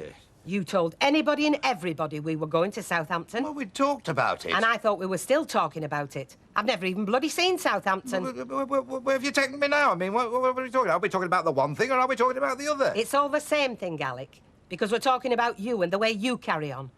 Nobody else's feelings enter into it. Mummy's always said that if I come home and said, this is Mr. Right, then Mr. Right it'd be. You said that? Of course I did. So you've not changed your mind? No. Mm-hmm. Only... Only what? Well, I'm not sure what she'd do if she knew. Knew what? That the man I was engaged to was living with another woman. She'd hit the roof, Norman. So... And anyway, she's going to have to go sooner or later, isn't she? And it's only fair to tell her now. Isn't it, Norman? Good old Ivy, eh? Trust her to make Don feel even worse about it. She were more concerned with getting him to a priest than looking at the part she played. Oh, well, you could understand that, can't you? Eh? If she convinces him it's a sin, she tells herself it's his fault, not hers. Clears her conscience, doesn't it? Oh, I don't think she's that hard. Oh, didn't know you were thinking of treating me. Sure, I wish I could, love. You know, 30 quid of this lot's going on books on a at a time tomorrow, if you can believe it. How many books? 2. 30 quid for 2 books. No, I know. All right, love. Only standard textbooks as well, but I need them. They'll be over a barrel in that place, I tell you. I could buy a suitcase full for that. Oh, aye, yeah. A couple of second-hand Barbara Cartlands, maybe. Morning. Hi, Sally. Hi, Sally. I've put some up for the dinner on top shelf of the fridge. All right. And if you tell David his fried potatoes are hot crisps, he'll scream for more. Oh, I'll have to try that on Rosie. I'm going to tell Auntie Sally about Kevin's overalls, Mummy.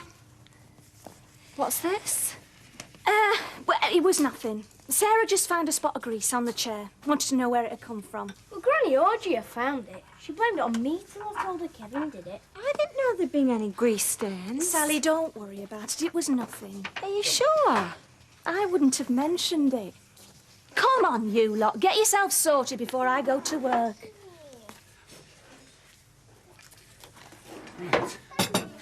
Oh, that's very generous of you. When were you thinking of asking us? Oh, right.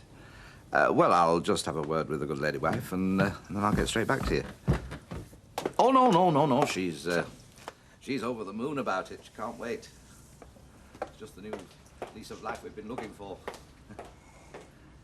Yes, that'll be grand. Yeah. Right, well, I'll get back to you in a bit. And then we'll fix something up. Right. Yeah. Okay. See you soon then, Charlie. Hey, that was Sunglobe on the phone. They've invited us down to Southampton, you, me and Vicky. All expenses paid. I'm surprised they're not sending QE2 up for us where you were going on. I thought we might go tomorrow. Tomorrow? It's a bit quick, innit? Oh, we've got to get moving on this, haven't it? Why stay here a minute longer than we have to?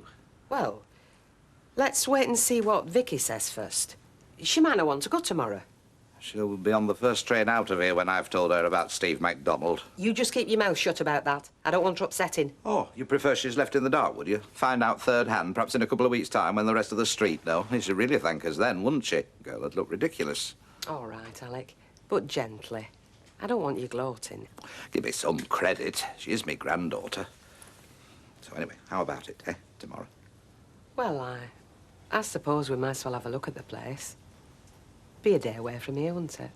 Start of a new life away from here. I have to ring them back now. Well, they'll be getting very excited about moving. Oh, Alec is.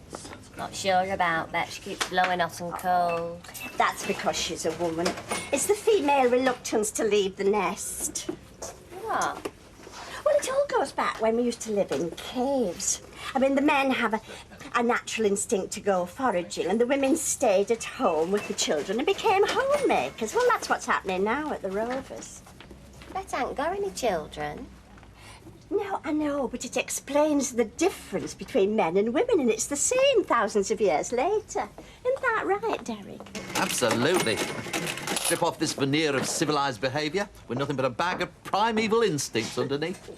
Oh, I see. Is that why Rita didn't go to Florida? What do you think? Morning, folks. Oh, Oh, hi. Lovely day for it. You're looking well, Ted. I don't feel too bad this morning, thanks, Derek.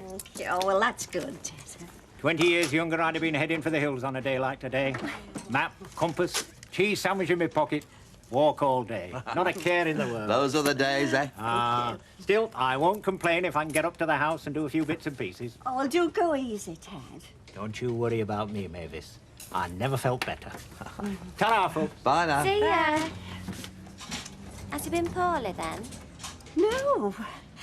No, why do you ask? Oh, just wondered. I'll see you anyway. Yes, bye.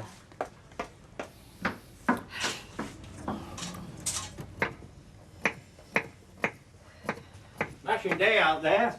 Yeah, it looks lovely. I think I'll pop up to the house and do a few bits and bobs. Oh, and I'll pick up the mail, too, while I'm at it. Oh, well, I'll come with you if you like. Oh, lovely. Is that because you want to, or because you feel you've got to? Now, Rita, what did we say? I'm sorry. You have yourself a nice morning. The walk will do me good. I'll see you in a bit.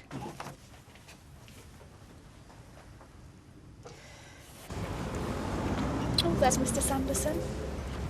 Who? The assistant manager, your opposite number. What are you doing? I don't want him to see me. He might think I'm spying. Spying on what? I don't know anything. Unloading systems, trolley stacking procedure. Hey, do you think he's older than me or younger? Did you tell Angie to move out?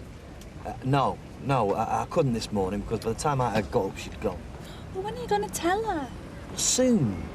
I've just got to pick the right moment. I mean, after all, it's her home I'm kicking around, you know. You own it. Yeah, I know, but like I say, it's her home. Well, Mummy wouldn't be too pleased, you know, to find out you were living with another woman. Look, I'll do it. Just give me time. All right? Are you going away on holiday this time, then? No, I'm working right through. Yeah, best way. Waste of blooming time and money. You ask me, holidays. I mean, you spend a fortune, you argue every day about where you're going, you come back blooming jiggered. You're better off in back garden with a pint. Full employment holiday enough for me. Holiday that'll be over when Rita comes back to cabin. Listen, so, have you had a word with Vicky about tomorrow? I haven't seen her since breakfast. Oh, well, when you do, perhaps you'd broach the subject. No, Alec, we could broach the subject. Marriage is about doing things together. Isn't that what you've been telling me just lately? Oh, well, yes. Then let's put it into practice, shall we? So, who's going to be your new boss when Pet and Alec go? Oh, I've no idea. I just hope they let me keep my room on, else I'm looking for new dips. Nay, they'll not turn you out, love. Have you ever been? Where? Oh, Southampton, yes. I was in and out of there like a yo-yo during the war. It's a nice place. What I remember of it like. It's a fitting place for new departures. Do you know the Pilgrim Fathers set sail in the Mayflower from Southampton? Plymouth one day? No. The first stage was from Southampton. Oh, epic journey. Oh, and we're still stuck in boring old Weatherfield. Oh, some people have all the luck, don't they? Do you know, I go all the way to the post office for a television licence and forget stamps. I'll just get a book here. Is Derek on his lunch? Oh, honestly, that man is forever seeking new ways of improving efficiency, and then we let the milk run out. Well, if you want to pop out to get some, I'll look after the shop for a few Oh, are you minutes. sure? Yeah, of course I am. Don't get chatting. I've got Ted's dinner to fix. Oh, I don't think he's back yet. Oh? Well, I haven't heard him upstairs. I'll not be a minute. Oh.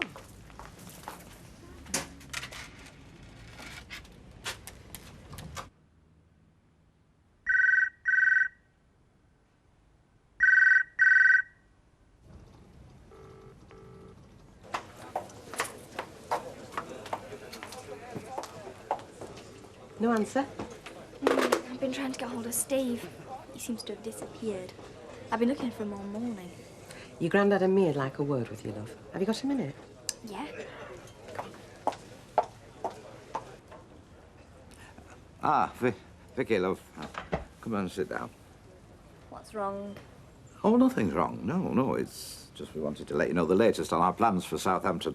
Oh, that saga. What's the update then?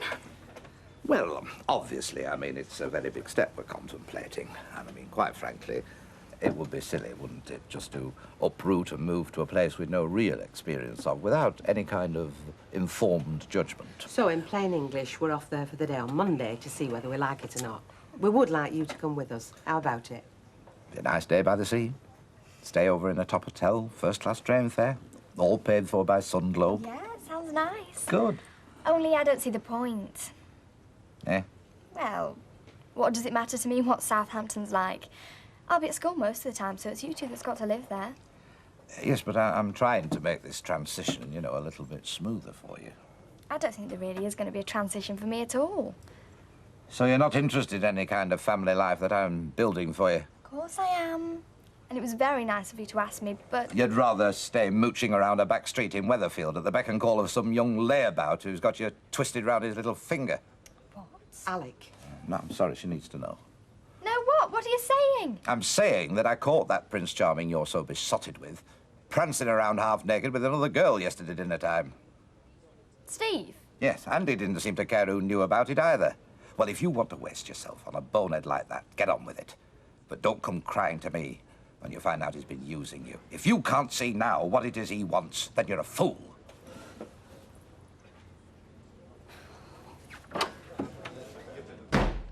You really do have a way with words, don't you, cherub?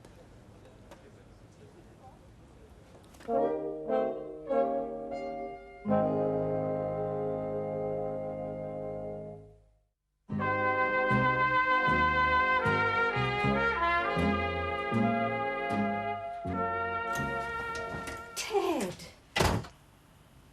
Hey! What's the matter? Where have you been? I'm sorry I'm late. I got a bit carried away with the gardening. Climbed back the buddleia. Well, I phoned the house. There was no answer. When? Between 1 and 2, I must have phoned 5 times. Because I don't hear it in the garden. Oh. I'm sorry. Do you know, I worry about you every time you go out. I know I shouldn't, but I do.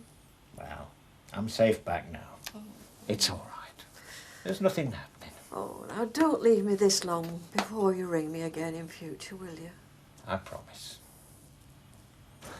I've just had a word with Raquel. She's going to look after Vicky tomorrow, so... Oh, well.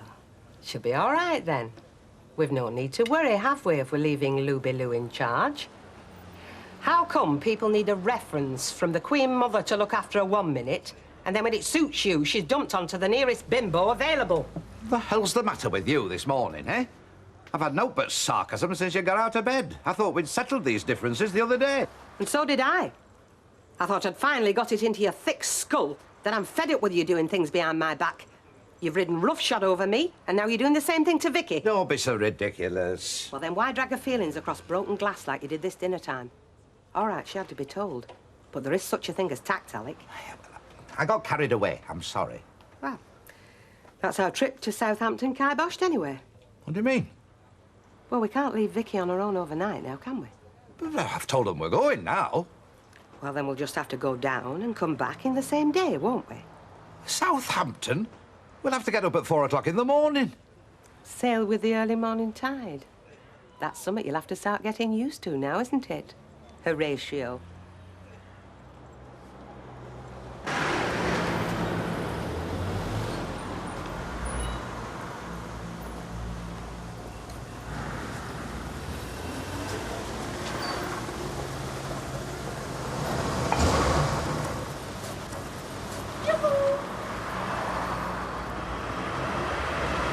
Any chance of a cup of tea?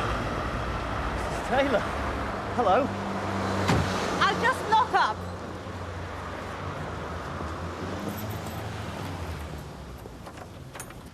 Angie! Angie! Oh, no. Angie! Oh, no. I'm not imposing, am I, Norman? No, not at all. Come in. It was just that I was passing when I saw you, and as it's nearly tea time, I thought, well... Good idea. I'll put the kettle on. Right.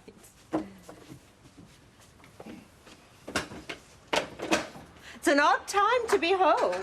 Well, you see, I have to fit myself round everyone else while I'm in charge. This is actually my lunch hour. Oh, you poor thing. Well, the first shall be last. That's part of the Better By ethos. We believe in serving people in every sense of the word. Well, it's obviously been very character-building for you.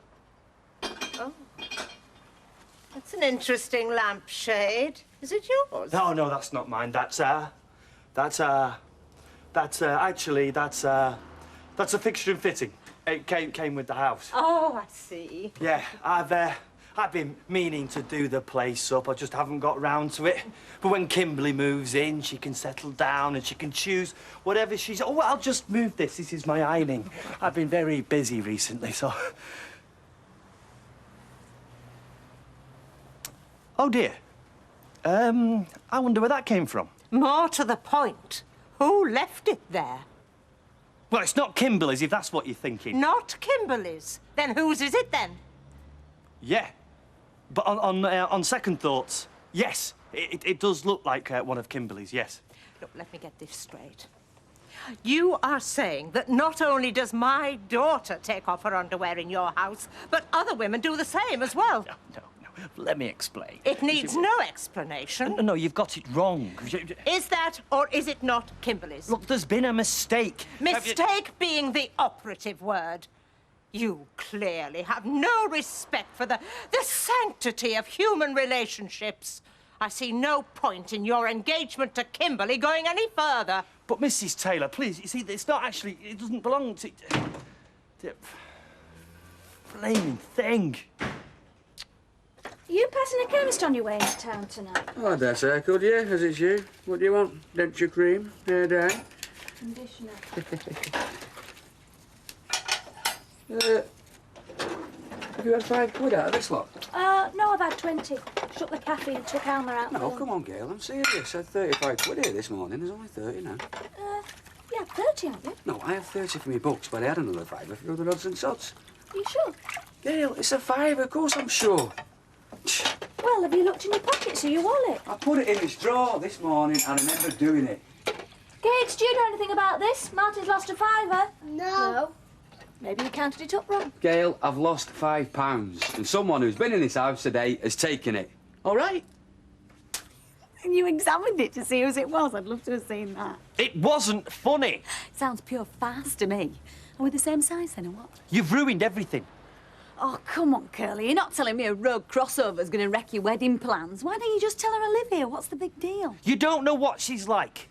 I mean, why do you leave these things lying around anyway? Why can't you keep them in your room? I leave my stuff lying around because I live here, remember? Not for very much longer, you don't.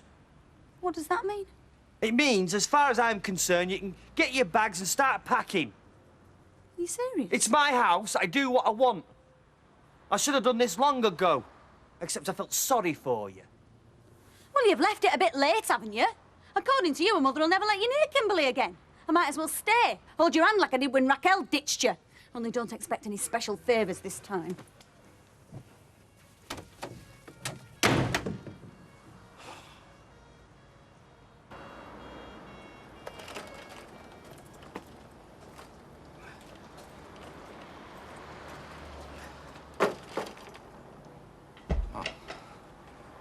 Vicky. I'm sorry if I was a bit sharp with you this dinner time. You really upset me. Well, yes. It was my fault. Raquel was going to look after you, by the way, tomorrow. That is, unless you've had second thoughts about coming with us, of course. It wasn't true, was it, about Steve? Oh, yes, it was true, all right. It's just the way I told you. I'm apologising. I don't believe you. Well, can't deny I've never much liked the lad. Anyway, he's certainly not good enough for the likes of you. I think I'll be the judge of that, thank you very much. And in answer to your question, no, I won't be coming to Southampton tomorrow. I'm going to find Steve. I'm going to ask him once and for all whether it's true. If there's one thing I've learned about you, and that's never to believe a word you say.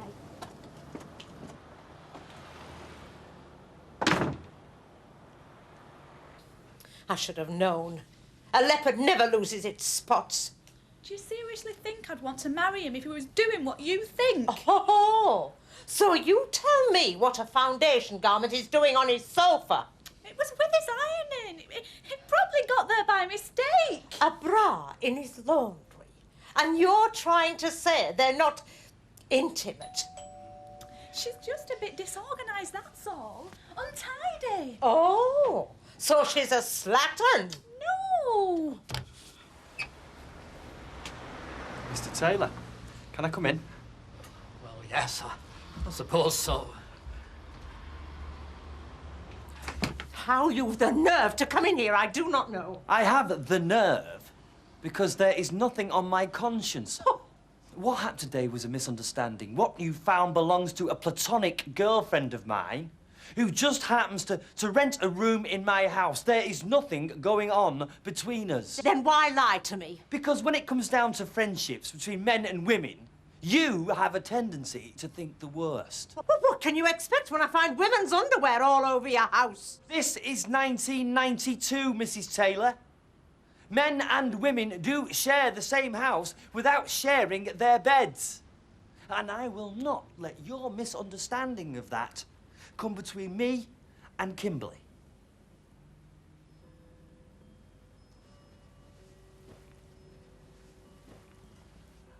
I love your daughter.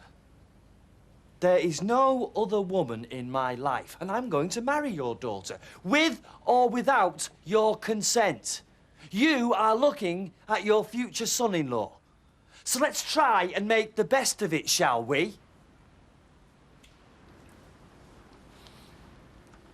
I think we'd better put kettle on, Mummy. It looks like Norman's stain.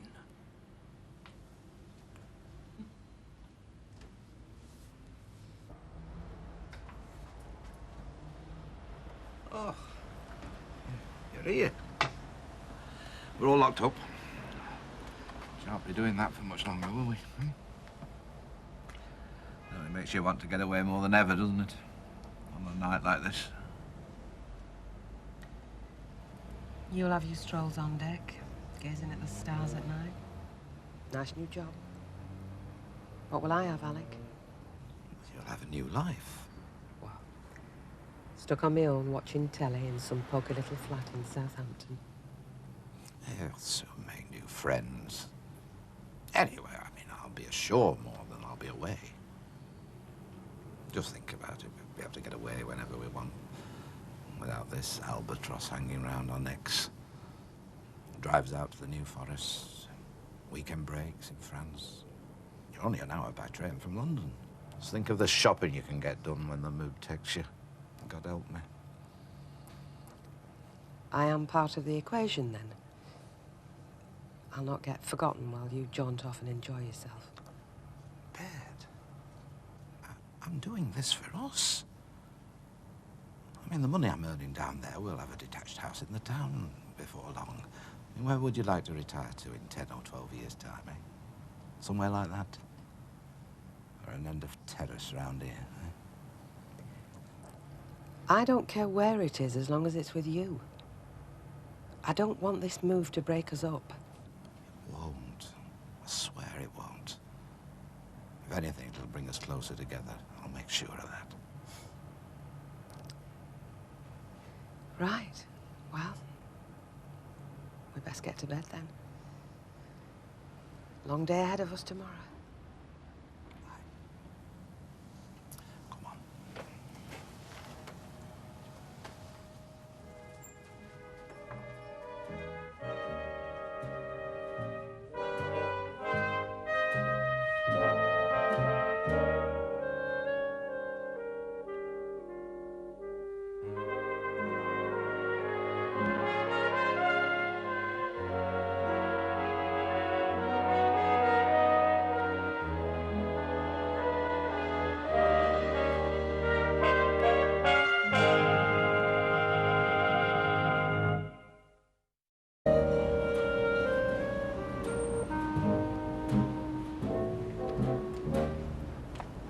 I hate this time of a morning. I don't like being about before the streets have had an airing, and I need my sleep. Well, you can keep in the car, can't you? I want to get through the other side of Birmingham before motorway's jammed. There must be easier ways of getting to Southampton. Well, there are. And I still think we should be taking Vicky with us. Give over. You heard what she said. She doesn't care where we decide to live. According to her, life's not worth living anymore. Hey, I still remember what it felt like being her age, even if you don't. She's really upset about Steve McDonald. Good. Because I've been upset ever since she first started knocking about with him. Anyway, now she knows what the lad's made of. Things will be different. She knows what you've told her, that's all. Well, I've told her the truth, haven't I? That lad's no good to her or anybody else. She'll get over it.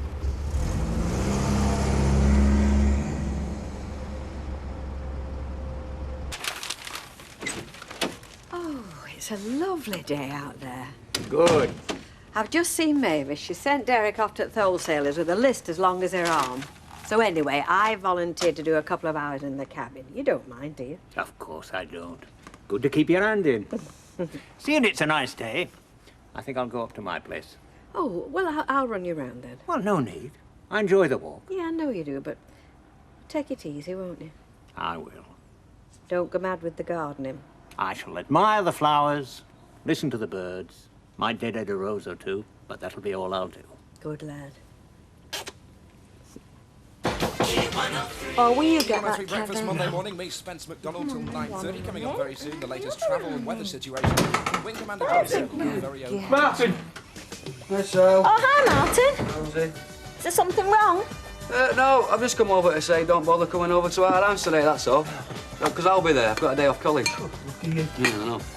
So I'll be looking after our lot. Right, okay then. So it's a day off for you then, Sal, huh?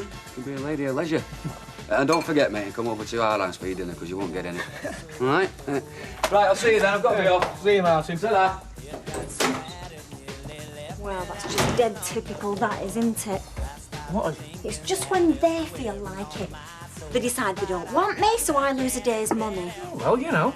But if it was me saying to them, I shan't be minding your kids today, I don't feel like it, it'd be different then, wouldn't it? I don't think they're doing it on purpose, Sal. They don't think one way or another.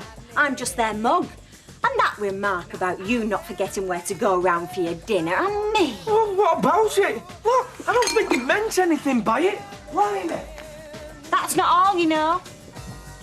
They don't like you coming round to their house when I'm looking after Sarah, Louise and David, I can tell. Nikki, if you borrowed the money out of the drawer... I didn't. Just listen to me. If you did, just tell me, I won't be cross. I didn't. All right, go on, you two, go and play in the garden. Really? Nikki, take your sister and play in the garden, no arguments. What's up?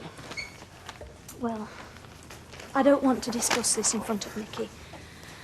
Or Sarah, come to that.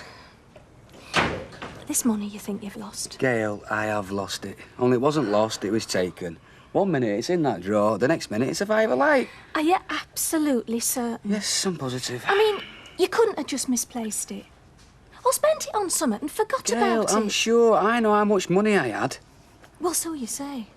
But in all the time I've known you, you couldn't tell me how much you've got in your pockets because you're easy come, easy go, you. And now suddenly you're dead certain down to the last eight. Oh, come on, I don't know what you're getting so narky for. Oh, don't you? No. Well, it might surprise you to know that I don't like being told that somebody in my house has been thieving.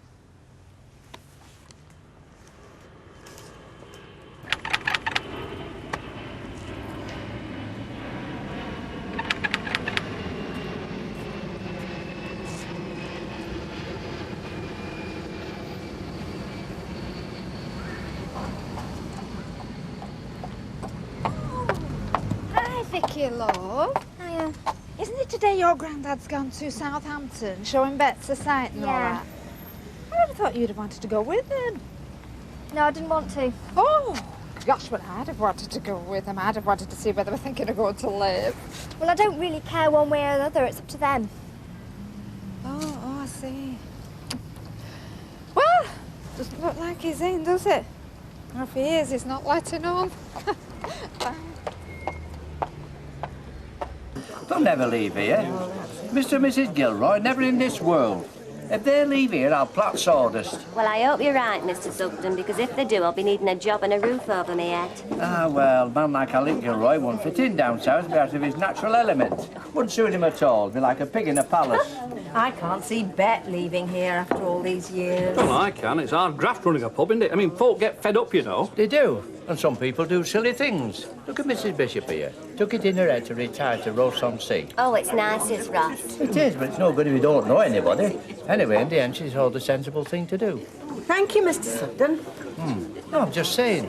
Alec's a sensible fella. Yeah, well, what I'm saying is it's a long way to go to Southampton and back in one day if he's not seriously considering it. Oh, hello. Do you want a gin and tonic? Oh, please, love. I've just been talking to young Victoria. She's a cool little madam, if ever I saw one. Doesn't care if they move or not. In fact, doesn't seem to care about anything, if you ask me. Oh, she's got boyfriend problems. Get away with it, she's too young. No, I'm just saying the Gilroys will see sense when it comes to it, like Mrs. Fairclough. Sullivan. She's Sullivan now, Percy, not Fairclough. Ah, well, she talked sense into that husband of hers when he wanted to flip to Florida. She told him straight, Florida's no place for your old age.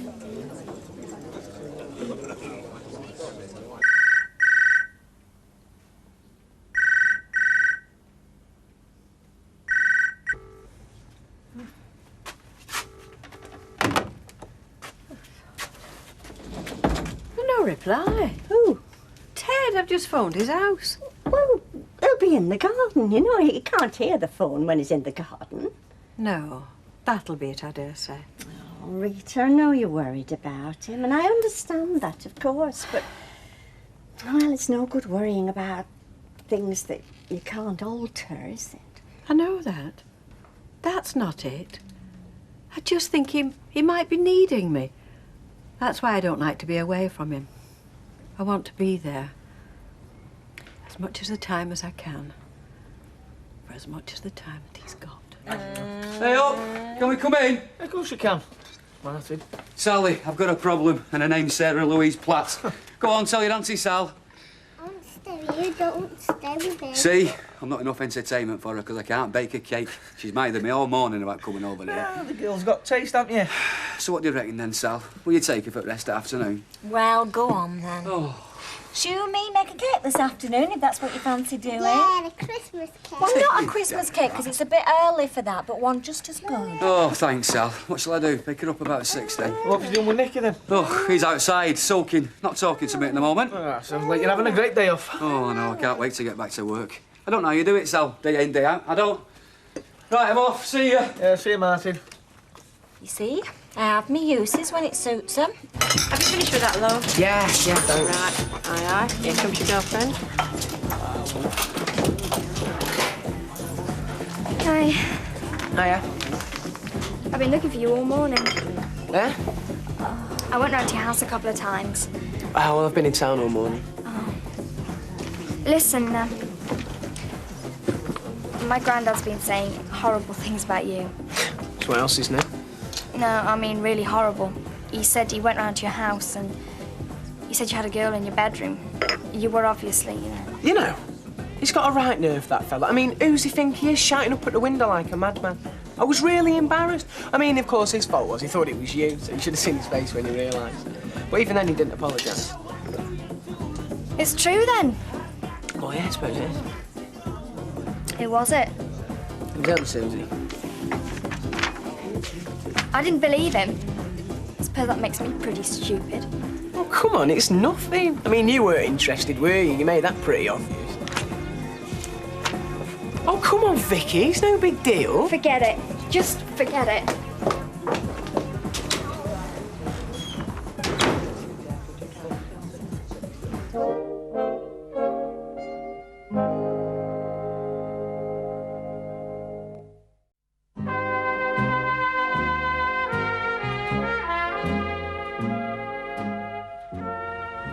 Come on.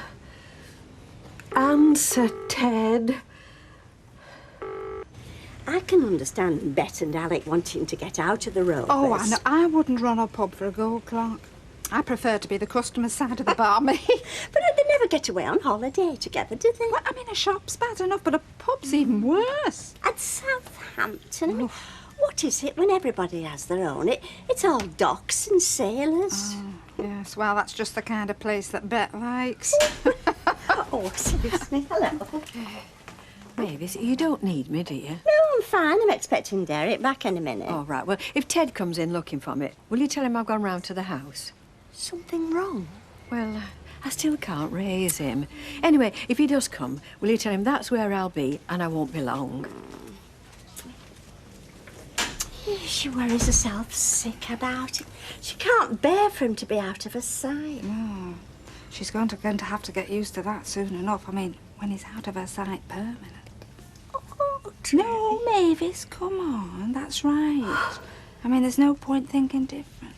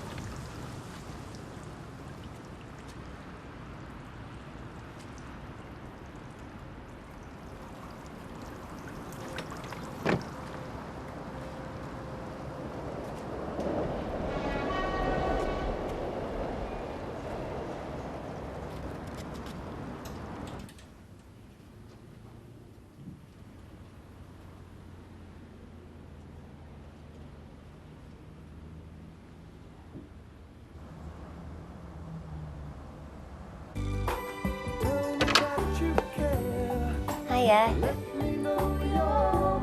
What you watching? Do you fancy a cup of tea around? Vicky, what's to do? What is it? Steve. Oh, just ignore me. I'm being stupid and childish. No, you're not, love. You're not. What's happened? He's been seeing another girl behind my back. And he's chucked you? No, I chucked him. Well, you did right. I mean, sometimes you have to. Oh, look at me and Des Barnes, eh? Gotta keep your pride, haven't you? Sometimes it's all you can do, walk away. No, you did right. Still hurts, though, doesn't it? Yeah. I'm Mrs. Taylor. Kimberly's mother. Oh, right, yeah. Did you want Curly? Who? Norman. Norman what? And he's not home from work at the moment. Yes, I know that. In actual fact, I came to have a word with you. May I come in? Yeah, come on.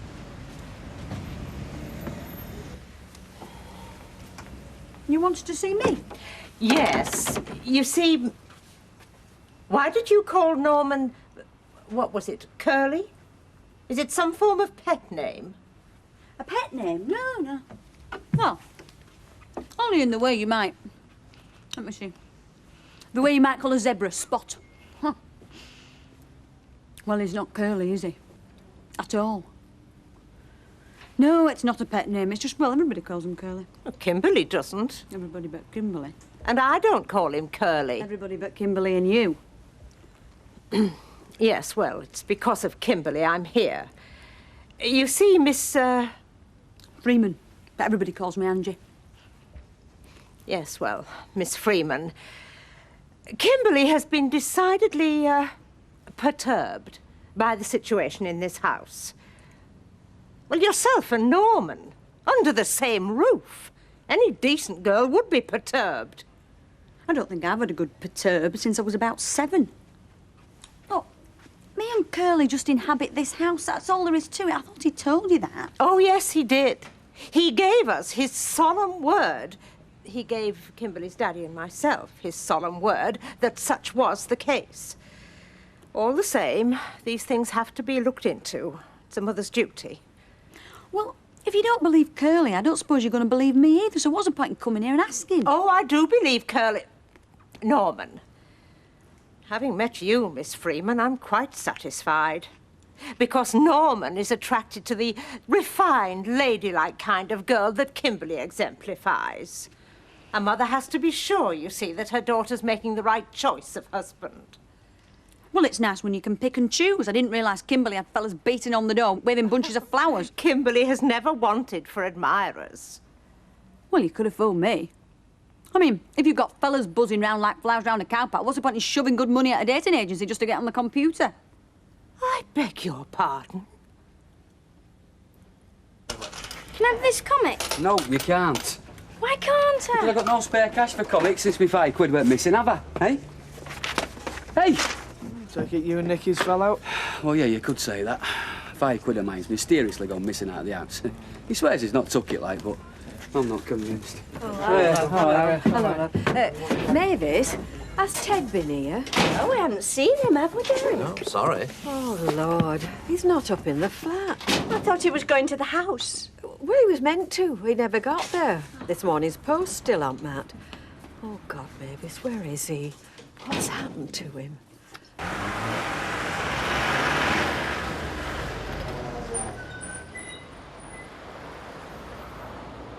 Oh, what a journey. I thought we'd never get home. Home? Look at it. It's not much to show for your life's work when you weigh it up, is it? Just another backstreet pub. All the same, Alec, it's been home to us. I shan't miss it. Will you? Oh, yeah. I will. If you want the truth, I'll miss it like mad.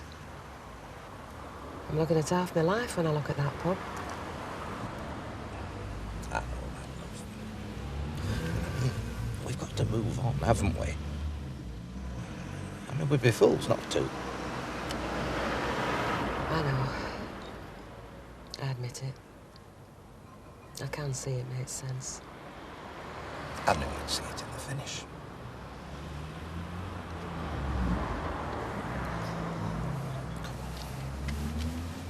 Well, what do you think? Yeah, it's all right. Who made that? You said, Louise. What? You could call it a joint effort. And Rosie helped too, didn't you? You licked the bowl out, didn't you? Yeah. Hey, I'll tell you what. Sarah Louise, she really is a good kid, you know. She's not a little bit of trouble. Oh, just as well, innit? I suppose one problem kid's bad enough when you've got three. What do you mean? Just something Martin was saying in the corner shop. Something about Nicky and some money going missing. What money? I don't know. Martin's, I think. He reckons Nicky's took it, but Nicky swears blind he hasn't. What's up? Can you remember exactly what Martin said? No, not exactly. No, why? Not word for word. Let him just make one hint. Just one hint about that money, that's all. How do you mean? I mean, if they make out that I've stolen it or that you've stolen it because you came round to the house when they weren't there. They're not going to do that, are they? They're always having a go at me about something. It's ever since I started baby minding at their house, and I'm sick of it. I mean it, Kevin. If Gail or anyone says one wrong word about that money, that's it. She can stick a job. Hello, Vicky. Hello.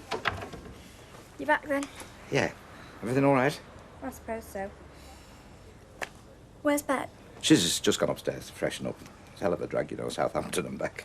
Look, before you go, there's something I'd like to say to you. I'm sorry if I upset you, you know, by telling you about your boyfriend. I mean, I'm not the most tactful man in the world, I admit. But it was all true, you know. I wouldn't lie to you, Vicky. Yeah, I know. I've seen Steve. And I didn't mean what I said about not believing anything you told me. I just said it because I was angry. It's that temper, isn't it? Runs in the family. Anyway, news for you. We are definitely leaving, me and Bet. It's official. So, how does that suit you? Suits me fine. There's nothing left for me here. Not now, anyway.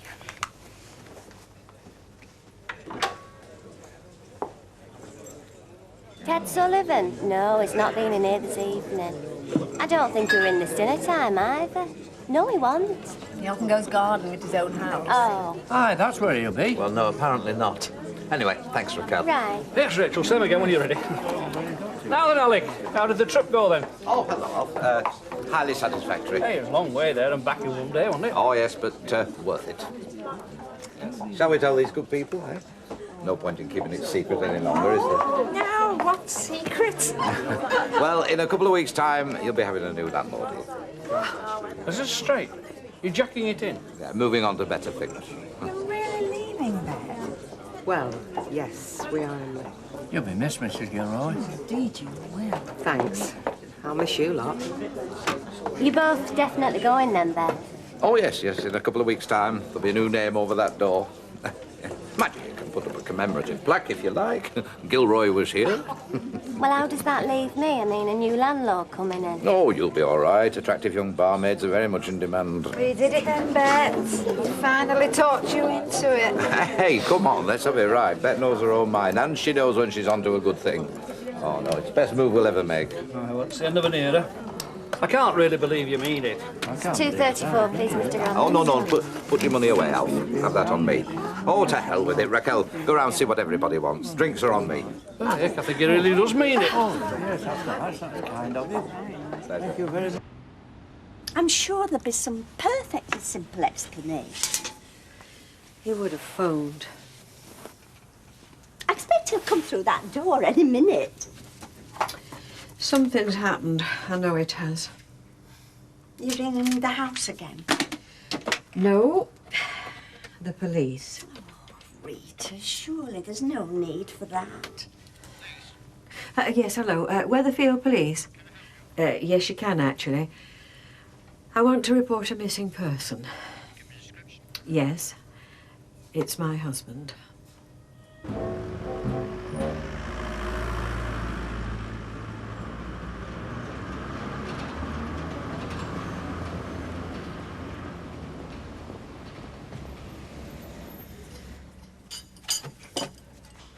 Look, if there was anything to worry about, the police would have let you know by now. Not if he's somewhere where they can't find him. Well, Derek off and takes himself. Oh, we're up, Mavis. Top it. Oh, I'm sorry, love. I just feel so useless standing here. Well, Derek's out looking. I mean, you can't do any more than you are doing, Rita. I could have stopped him going. Gone with him. I offered. I should have insisted. And he definitely said he was going to the house. Well, did you check with any of the neighbours? Oh, no, I didn't think when I saw he hadn't been there. He's probably met somebody on the way, like a friend. Wherever he is, he wouldn't stay this long without phoning me. Do you think I should give police a ring again? No, they've got all the details, Rita. Something terrible has happened. I know it has. Just me and Raquel out here, sunshine. Have you chucked it in already, or what? They'll start appreciating me when I've gone, you watch. Who? Well, the customers. You never know what you've got till you've lost it. I've lost a day. That's what I've lost. You didn't tell me Southampton was so far. Still, you liked it, though. That's the main thing. I'd have liked it better if it were nearer. Well, we could have stopped over, you know. Sun Globe would have stumped up for the expenses. We had to get back for Vicky, didn't we? Oh, aye. Yeah. Well, have a rest. Put your feet up. Well, I'm knackered right enough. I think next time we'll ask Southampton to come and see us. You know, there's very few of these I can use. They're all past it. Benny Trumpton. I think the last boat he played was Noah's Ark. Where are you going? For a bath.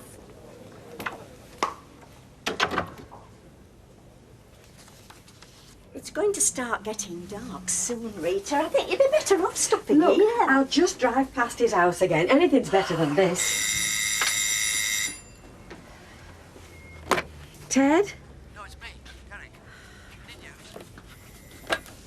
What happens if Ted rings? I keep telling you he won't. Look, be a love and stop here. I'll be back in 15 minutes. What, where are you going? Oh, I can't say here, Derek. I'm going to see if I can find Ted. But I've done a complete circuit. Rosamond Street, Curzon I'm just Street. going to drive past his house. Let her go, Derek. What else can she do? Oh, get Rita back. Hello, Rita! It's the phone. Yes, yes, she's here. It's the police.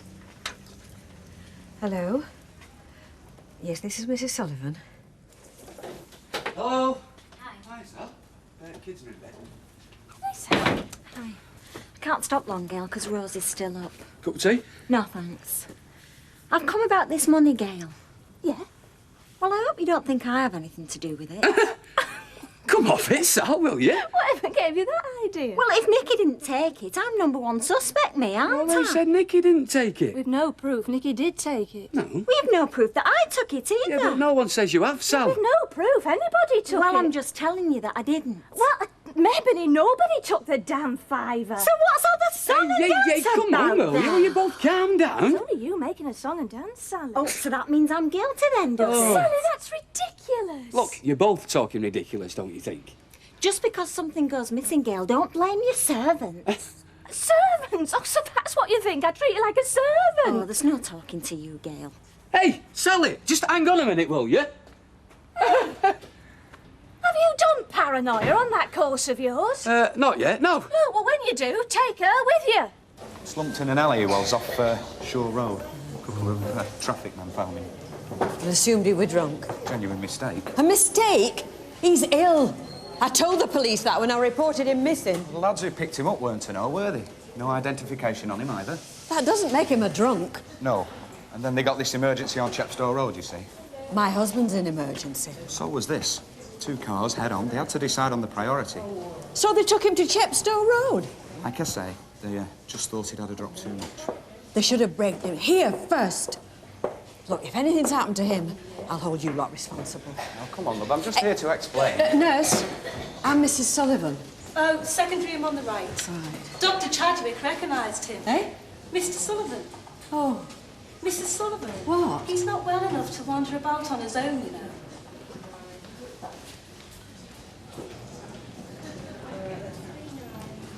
Oh. Rita, love. Who's been a naughty boy then? I've been worried sick about you. Oh, I don't know what happened. One moment I was feeling on top of the world and How are you feeling now? daft.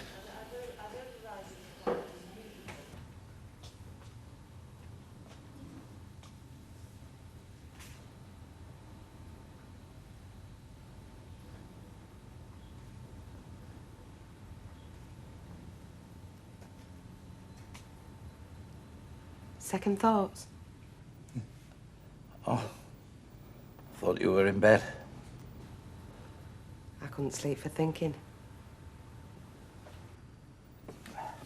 Have a glass of something. It'll settle you. No, Alec. Not much to look at, is it? Well, it's served its purpose. I've served a few customers in here and all. Memories, eh? There's no future in memories, Bet. No, it's just something you said earlier about not knowing what we've got until we've lost it. Oh, yeah, but what I meant there was... No, I know what you meant, Alec. It's just that I lost this place once before, didn't I? When you chased me to Spain. You trusted me then, Bet. God knows why, but you did. Trust me again, eh? I do, Alec. Don't be long, eh?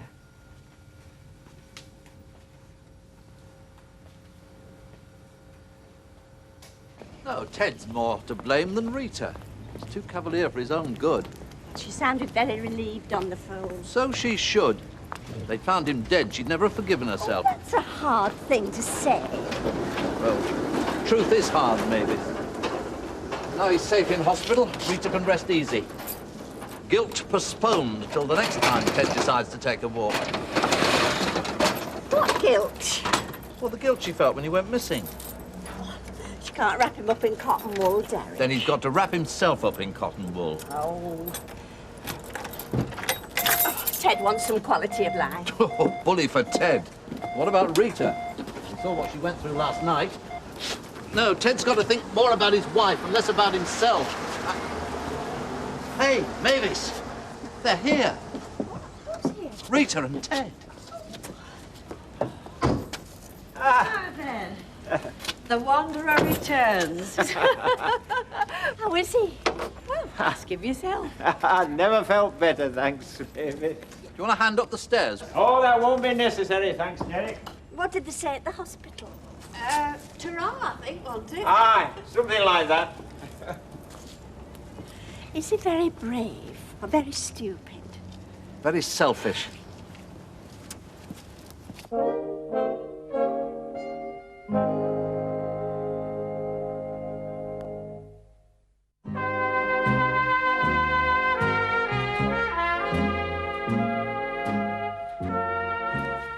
Funny how your memory blots out all the nasty bits. I suppose the last thing I remember was leaving here. Oh, there was nothing funny about last night, Ted. Anyway, you're stopping where I can keep my eye on you from now on. You say it were the police who found me? Yeah. I feel I should phone up and apologise to that young copper. Why? At the hospital. I mean, it was the police that found you, and instead of me thanking them, I gave him a right mouthful. Now, come on. You promised you'd have an hour in bed. Can I persuade you to join me? No, you need your rest. And anyway, I've got things to do. Brandy. I had a brandy, I remember that. Oh, and by the way, that bottle's nearly half empty. Brandy? There were no harm in it, were there? Eh? I mean, I wasn't taking the car, was I? What are you talking about? Well, I'm trying to sort out my day. There are too many blanks for my liking. Still, I can't think for trying, so I'll take your advice and try a bit of shut-eye. But you said you had a drink. Well, only one. Medicinal, I swear. You never drink at home. Oh, come on. You know what I'm like after them sales meetings. Oh, and love, don't let me sleep too long. I've some new clients to enter into my order book.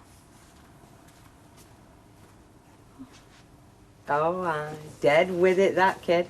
Are you taking it back to school with you? Yeah. Rachel's got one similar, only hers is a different colour.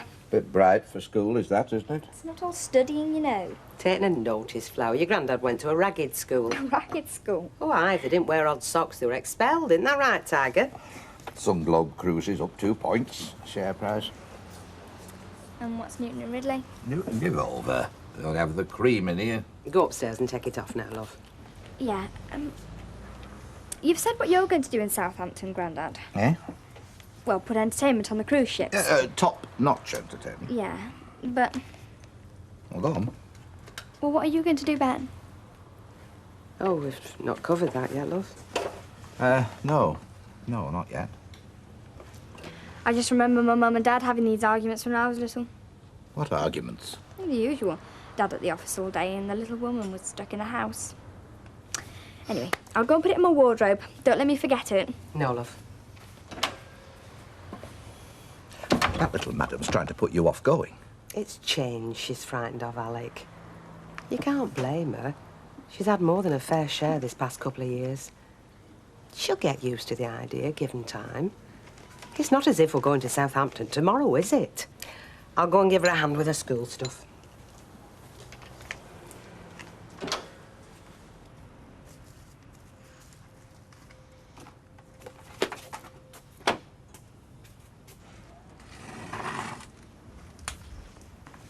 For me? Oh, I wasn't going to wake you. Here, let me take it. No. You come on through and I'll serve you proper. Oh, 5-star treatment, eh? Now, how are you feeling? Ambitious. I'd like to go out and do something daring. Not likely. You're staying where I can keep my eye on you. I know. You won't let me out on my own in case I succumb to temptation. That's it, isn't it? Something like that. I wouldn't buy it without your say-so.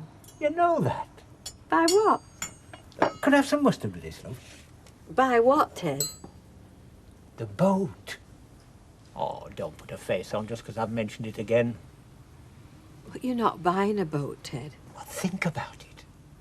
And we could moor it in North Wales, and we could use it for holidays and weekends. No, Ted. Well, we won't be able to relax here, will we? Phone's forever ringing from work. I said no, Ted. All right. Ted, you're not thinking straight, love. You don't work now. You're retired. Your memory's playing tricks with you. Well, yours is none too good either. How long ago is it since I asked you for that mustard? You lose 1 star in the Good Food Guide for that, you know.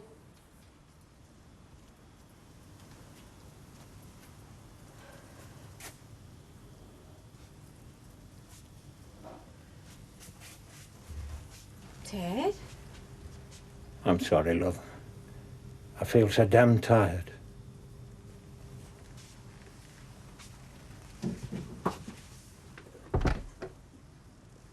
Anyway, I thought you had a job. I have. There's such things as half days, you know, Phyllis. Ah, but God didn't make half days, did he? Hey, I've heard you going out with that young lady again. What's her name? That. Yeah, Kimberly. Yeah, Kimberly. Thanks very much. Now, if you don't mind, I just want to go to. Hang on. It might be your half day, but I'm a full-time gossip. What's this about Angie being thrown out? Who said that? Well, she did the other day, chap. Well, look, me and Angie, we sorted everything out and she's stopping for now. Now, if you don't mind, I want to go to the... Hey, so that little lady won't be moving in with you then, will she? No, there's no plans for that as yet. Now, can I go now? Aye, but I'll want to question you later, you know. Give us half a laugh, give us some love about the big man, will you? Well, what are you doing, Southampton? No, yeah, all I know is how to pull pints. Well, perhaps Alec will get you a job on a ship. Hey, she won't need a Mae West. She's got her own. You what? I think she means me chest, love. All right. I got these pulling pints, didn't I? Yes, Emily. Pineapple Dewsbury's bet. Hey, you're on your own all day. It doesn't bother you, does it? Why do you say that, Mrs. Pierce? Oh, we're just talking about women with time on their hands, you know. See, you keep occupied, don't you, Emily? That's 50 love. I do indeed. It's amazing where the time goes. Oh, occupied. What weather? Percy. Hey, I'm stopping coming in here. Are you going out? Yes, there's something I forgot to do, love. I'll be back soon. Alec? No, not out there. I tell you what, girl will go mad if she knew this lot was in here. Shh. Oh, better go and get Nicky from under that escort. Don't let me in trouble, do it, Sarah. He's always in trouble. I'll fetch him. Yeah, you look after Rosie. Oh, you come here with Daddy, eh? Nicky! Eh. Don't touch anything, will you? Or your mum will be at my throat again. You and Mum friends? Yeah, of course we are. I think. Why? You were arguing last night. We weren't arguing. Well, we were, I suppose. Friends can fall out as well, just like anyone else. Might fell out with me. Is that about the money? Well, that's just between you and him, love. Do you know there's an old saying that says, tell the truth and shame the devil. And if you're telling the truth, you just stick to it. Let Martin think what he likes. Come on, let's go up and see Kevin. If I tell you the truth, will I have shamed the devil? What? Well, Martin said I stole the money. I didn't. I only borrowed it.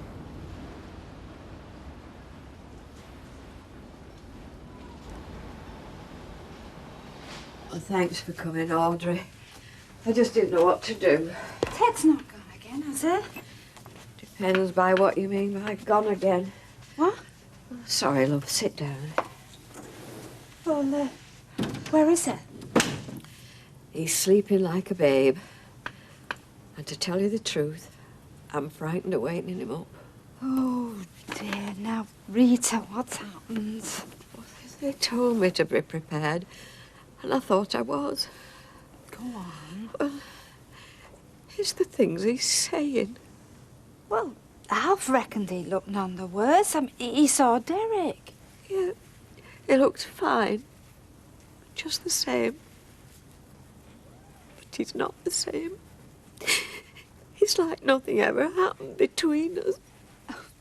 Sorry, love, what you He suddenly started talking about boats and holidays. Well, yes, I mean, that's optimism, Rita. I mean, surely that's what keeps Ted going. No. No, he was talking about his past. Him and his first wife had a boat. Oh, I see. What do I do? I'd let him just sleep the clock round. You know, it's amazing what sleep can do. Supposing it doesn't. Supposing he's still living in the past and confusing me with Doris. I think the world of him, Audrey. Oh, I know. And I'll nurse him. The Ted I know and love, I'll nurse. But if he doesn't recognise me, it'll be like living with a stranger. Oh, dear. There's no point in calling the doctor, I suppose. No. As I said, they told me. Life never turns out as you expect, does it? Or you can plan it, as sad as it makes you feel. Something always crops up that you hadn't bargained for. Something to make you think again. Now, you'll cope whatever it is. I don't think I can, Audrey. You will. Now, you will when the time comes. You took it on and you'll see it through because that's the way you're made. And, well, whoever he thinks you are, he loves you. Just remember that, right?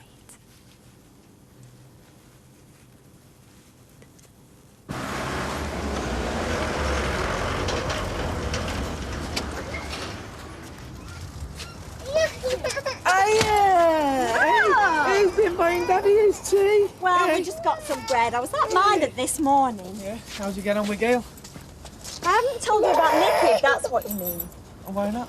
Because he confided in me, Kevin. I can't tell Gail, can I? Yeah. Well, what if Nicky tells Gail, eh? Well, better for him if he does. Yeah, but not for you, eh? Because Gail will want to know why you didn't tell her in the first place. Why else do you think Nicky told you? I mean, I'm sick of all this who told whom what and why. Because Nicky was hoping you'd tell his mam, soften the blow. Nicky, it's her problem, not mine. Oh, I can sense another row brewing here.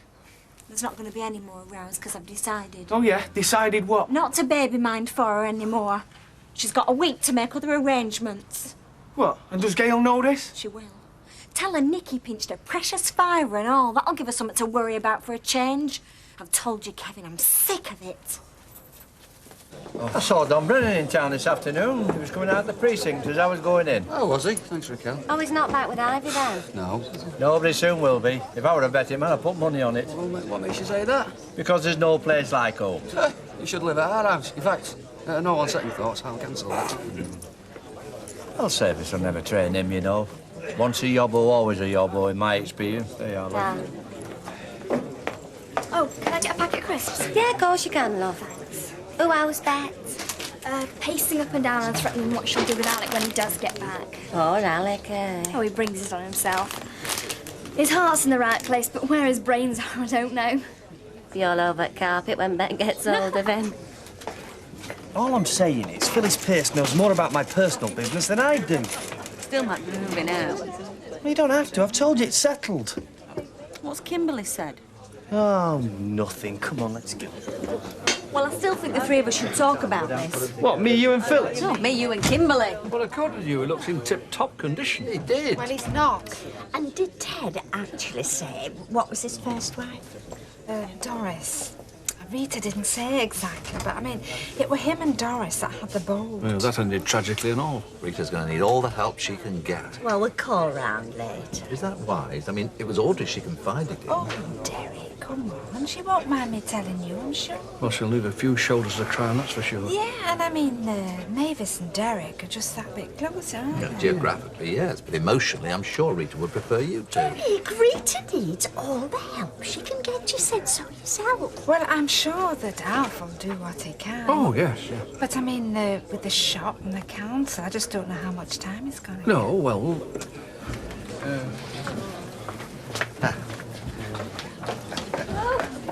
You're in trouble. Wrong, Raquel. In clover. Evening, Percy. Good evening. I wonder what's put a smile on his face. Drink. I can smell it.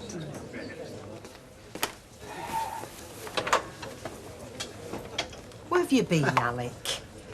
Clearing the decks. Well, you stink of whiskey. You've never driven like that. Well, I've left the car on the brewery car park. I'll pick it up in the morning. What are you doing at the brewery? Negotiating. Negotiating what? Well, negotiated, actually. Past tense as the deed is done. Subject, of course, to inventory, stock taking and signatures, etc. What have you done, Alec? I've sold it, Bet. The tenancy. You've what? To the brewery, aye. So there's nothing to hold us now. All the bridges are burned, there's no going back. We're on our way to Southampton. If I don't get this tie off, it'll flaming choke me.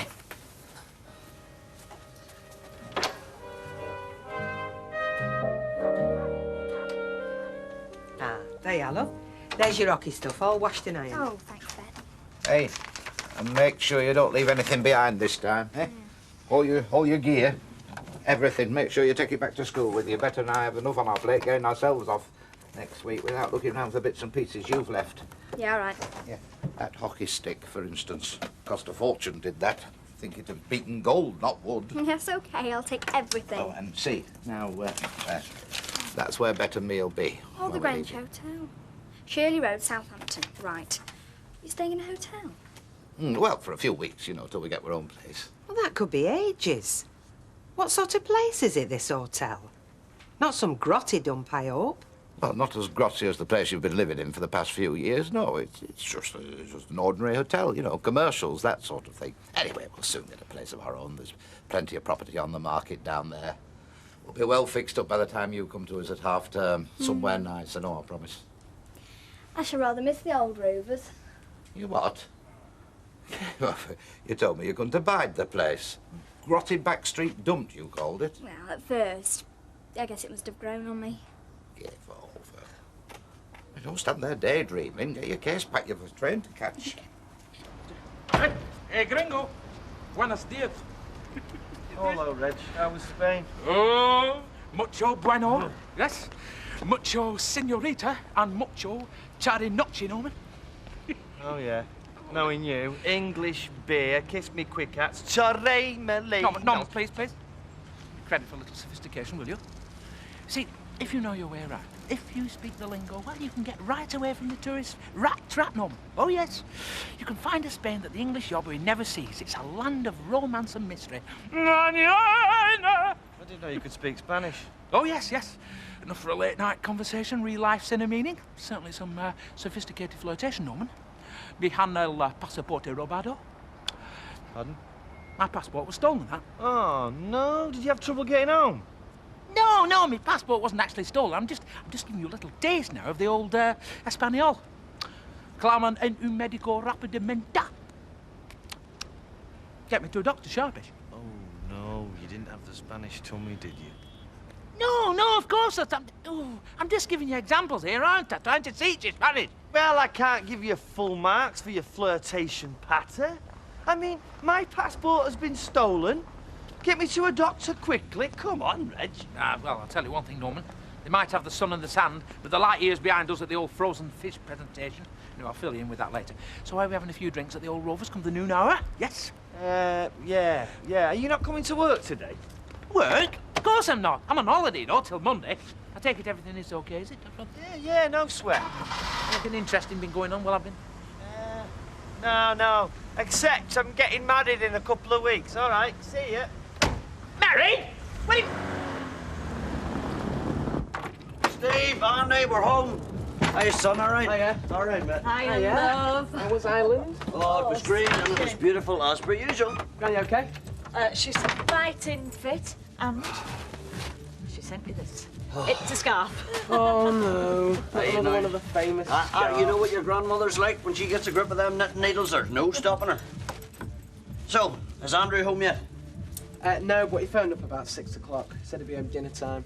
Reverse the charges as well? Oh, here, look, he's broke, but at least he's back in the country. That's something.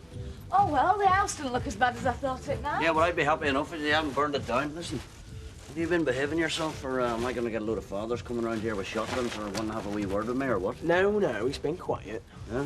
Plenty of post. Bills, mostly. Yep. Oh, hang on. There's one here for Andy. Looks like his exam results. Well, go on, get it opened. No, we agreed. Oh, come on, love, the suspense will kill me. Well, me and all, but it's Andy's letter. If he's on his way home, we haven't long to wait, have we? You know, it's this part of the job that I hate. You just ain't work full stop, you. Do you know, when you said that, you sounded just like Alvira. Mind you don't look like her, that's the important thing. Oh. No, I'm fair dues. I don't mind the pulling the pints, but it's all this humping and shifting gets to me. Well, I don't like washing glasses if it comes to that. And I don't suppose Betty's mad about wiping tables, are you, Betty? Oh, no, but I mean, I won't be doing it much longer. When I stop, I suppose I'll miss it then. Oh, do you mean? Well, I mean, this time next week, I'll be out, won't I? Are you going to pack it in when Bet and Alec go? Well, it won't be up to me, will it? Whoever takes this place over, they won't want me, so I mean, I'll be out.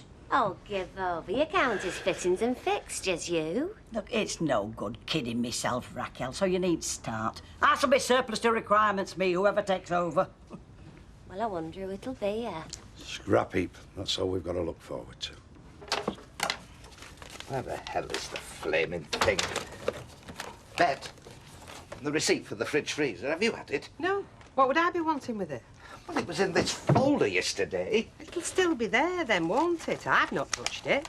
Anyway, can't you remember how much it cost? No, talk so daft. I've got to show it to the valuer. Alec, will you simmer down? Vicky's ready for off. Oh, right. Oh, there you are. Ah, you all set then, love? Yeah, I think so. Good. I'd come down to the station with you myself, and you can see how I'm fixed. The valuer could be here at any time. He's alone to himself, you know. Just descends on you to suit him, not you. Yeah, I understand. Don't worry. Taxi's here, Alec. Oh, right. Ta, Raquel. Well, next time I see you, it'll be down south, eh? I hope you get a nice house. Oh, we will, don't worry. Safe journey, love. Thank you. What's this? Well, see, that's my receipt, isn't it?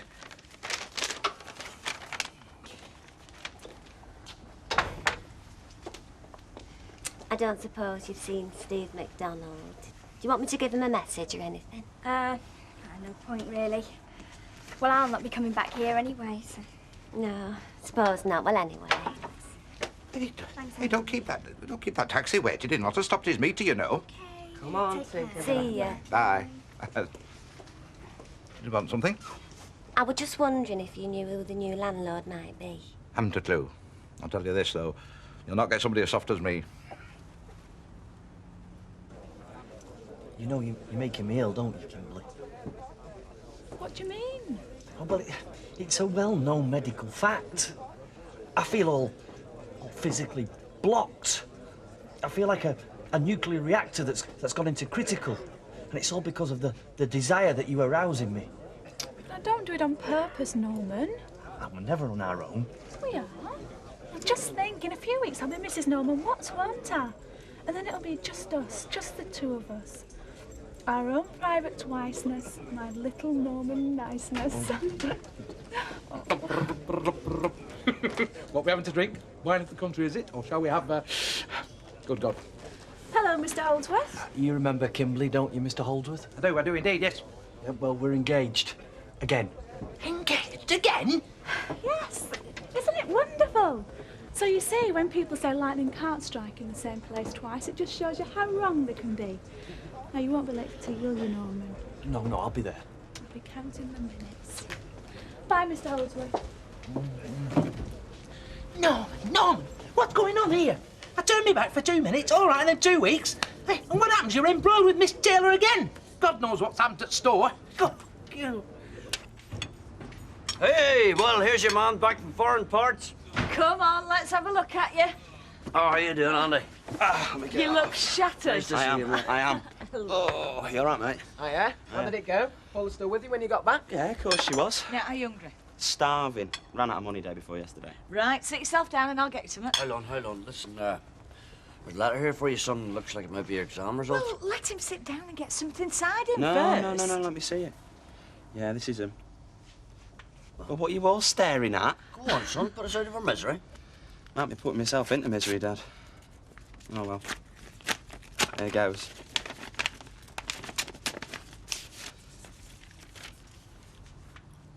Well? 2 B's and a C. Cracked it. Yeah! Terrific!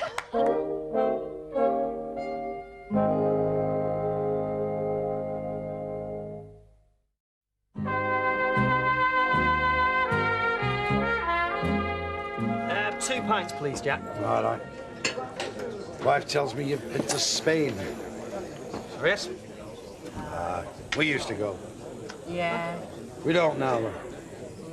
Only 'cause you won't put your hand in your pocket. That is not the reason. We don't go because you get the wrong sort of person out there. Oh. Common elements. Can't abide it myself. The best bar stools in the trade, you know these. You don't see them now. No, they're outdated. Outdated? They're antiques. I could sell all these to private collectors. Yes, well, you better do that then. Well, no, you see, I'm a bit busy, you see. Like I said to your boss, you know, one clean sweep, let the brewery have the lot, as long as the price is fair. What's going on here? Packing it in. Oh, the Gilroy's coming. Good God. Yeah, Did you excuse know me. that? Oh, yeah, sure. Mr. Holdsworth, is there any chance of our Jack a job? You know, in better buys, I mean. It's just that whoever takes over in here, well, the man gets shut of him. Well, I would have liked to have helped Mr. Duckworth, but what can we, at Better Buys, offer a man who cannot abide the common herd? Most of whom happen to be our best customers. Excusez-moi. You plonker. Dave, have you been a good boy for Sally? Yeah, he has. He's been smashing. Didn't think you'd still be here. Martin not back yet? Well, he has been here, but he's just taken Sarah Louise to the playground and Nicky's gone off to his pals playing cricket. I wanted to stay behind Gail till he got back from work, because, well, I wanted to talk to you. Yeah? It's a bit awkward, this, but... You know that £5 of Martin's that went missing? Well, Nicky told me that he took it. see. Well, actually, he said he borrowed it. He intended paying it back. Did he say what with? I think he got as far as thinking about that, but... Well, anyway, I thought I ought to tell you about it. Well, I'm glad you did, Sally. Well, I'm not glad. I mean, it's upsetting. At least I know. Well, I was thinking, you know, what if it was Rosie in a few years' time? I think I would really want to know about it, and... Well, I'm sure Nick is very sorry. I'll make sure he's sorry. Well, thanks anyway, Sally. You know, if you didn't look after the kids for me, I don't know what I'd do. I think this family would fall apart. I can't give the kids enough time and work at the cafe all day. I mean, I've learnt one thing. I'm not super mum. Who is? If you didn't have Davy for me, I don't think I could cope. Well, I was thinking about packing this job in, Gail. I mean, I love having Sarah Louise and David, but... Well, you have to admit, we have had our problems these last few weeks. Yeah, I know. It's my fault, not yours. I'm sorry. And I hope you'll carry on. Yeah, I will. Another tomato, Norman? No, thank you, Mrs. Taylor. I've plenty here. Delicious, though. Are these yours, Mr. Taylor? They are, Norman, yes. Bumper crop this season. I'll take you down to the greenhouse if you've had enough tea. Yes, great, thank you. Sit down, Randolph. Norman doesn't want to see your old greenhouse again. Oh, right. I stand corrected. In any case, we've got things to discuss. Important things. Kimberly? Mummy says we have to postpone the wedding. What? Kimberly's exaggerating.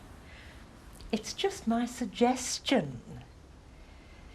You see, Norman, the problem is Mr. Taylor's...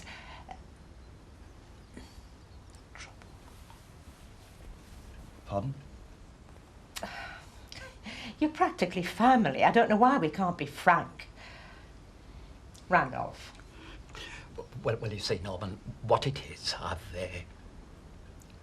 got I've got a rupture. It's a hernia. He's got a hernia, Norman, and he's waiting for his operation to put things right. As far as they can be. Anyway, until then, well, I don't want to see him walking our Kimberly up the aisle. Not the way he's been moving at present. I mean, a bride wants some dignity at her supreme moment. I'm sure you'll agree, Norman. Well, yeah. There you are, Kimberly. I told you Norman would understand. They've asked us to pencil in January for his op. So you see, by the spring, he'll be a new man again. And Kimberly can have the fairy tale wedding she's set her heart on. Haven't you, Kimberly? Yes, Mummy. And there again, a spring wedding. Oh, and it'll give us all so much more time to plan. I mean, there's 1,001 things to organise. That's another good reason for not rushing it. Well, I wouldn't exactly call October rushing it, Mrs. Taylor. Oh, but there are those who would, Norman. Oh, yes. Kimberly's wedding's all rather a rush, isn't it? That's what they would say. Well, we don't want that, do we, Norman? Especially when there's no need. You've convinced me, Mrs. Taylor. We'll postpone the wedding till spring. And in the meantime, we'll go on holiday. Holiday? Yes, the week after next. I've got some time due, and I know that Kimberly has. It'll make up, you know, for the disappointment. I want to know why, Nicky. Why did you take it? I don't know. We don't keep you short. You get your pocket money, and if you want anything else, you come to me or Martin and you ask. You do not steal it. I was only borrowing No, it's not borrowing, Nicky. It's stealing when you take something without asking. You know that. Well, at least I thought you did. I thought you knew better. I'm very disappointed. I'm sorry. Yes, I hope you are, Nicky. And it's not to happen again. Never. All right? Yeah. All right. Go on up to bed. But it's our bed. All right. Hi, Nicky. Hey, did you win? Oh, not bad, was it? What's up? First ball or something? Sarah, go upstairs and wash your hands and face, darling. You can do that, can't you? What's going on? That money you lost. Nicky took it. Ah, you see, it wasn't my imagination. Yes, all right, Martin. Right, I shall go and have a word with Master No. Nicky. Not tonight. Tomorrow if you want. Not tonight. I've said it all right?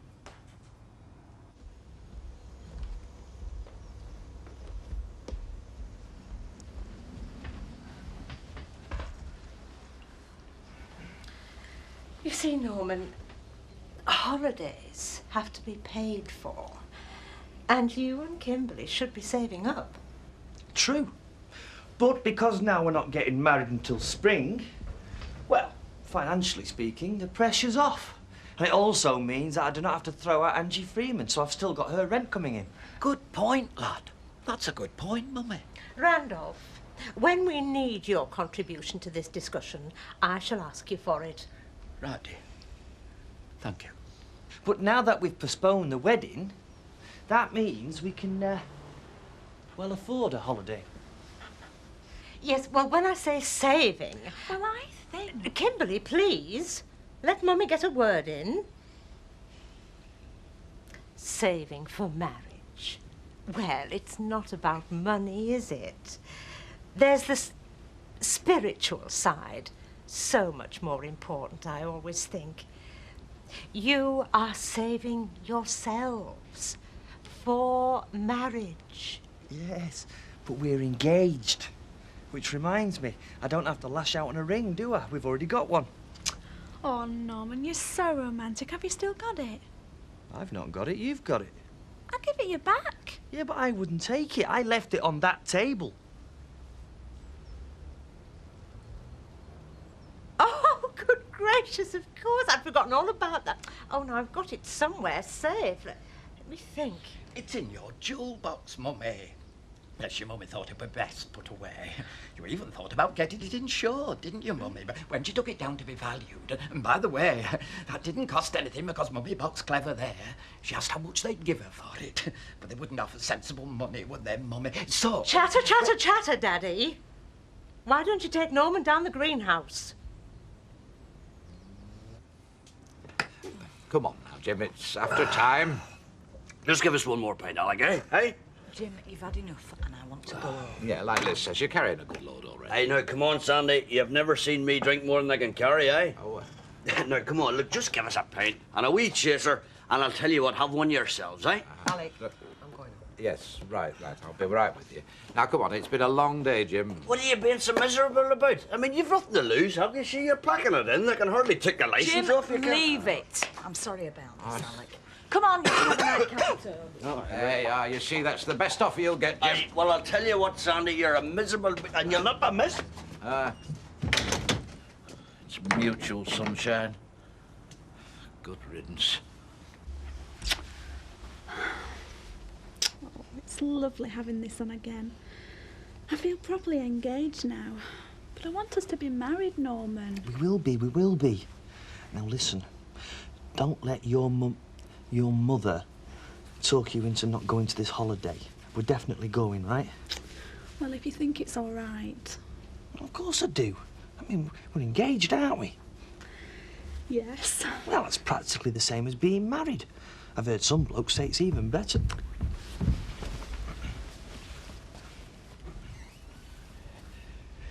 Your mother said, don't keep Norman up all night, Kimberly. No, Dad, Norman's just going. I'll say ta-ta then, Norman. You played a blinder in there tonight, Norman, about the holiday. Put me in mind of myself. Mind you, this is before I had the rupture. I don't know. Let's sup it till it's running out of the ears, someone. Oh, I've put up with it all this time. Me, I can't wait. There's been nothing but Russian aggravation today. I don't know. I'm jiggered.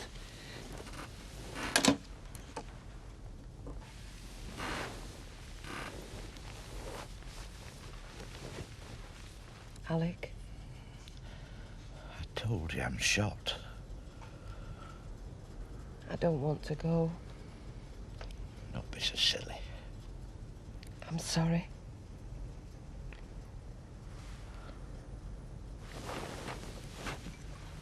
Now what are you talking about? It's all settled. I've told them I'm taking the job. I've done the deal with the brewery. We leave here on Friday. I mean, you've agreed everything all along the line. I know I did. Well then, let's have no more of this silly talk. It's all settled. Alec, listen. I know what we said. And I know what I agreed to. But I don't want to leave here.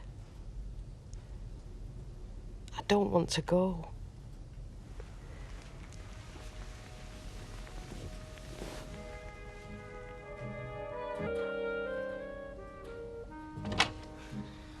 Hey, it'll be nice to live in a place with a proper shower instead of that rubber contraption you have to fit on taps. Is another new frock, love? No, I bought it in Torremolinos. Sort of thing you buy in a place like that and you never put it on your back again. Torremolinos, eh? Where I finally met my fate. My bolt hole in the sun, you mean? Me and all the other Costa crooks. You only flit out there because things got on top of you. And you came out to rescue me, eh, Tiger? My knight in shining armour. With a rover's tenancy in one hand and a marriage licence in t'other. It's not worked out so bad, has it? It's not worked out bad at all. I'm happy here, Alec. You'd be happy in Southampton. There's no law that says you can only be happy in one place, is there?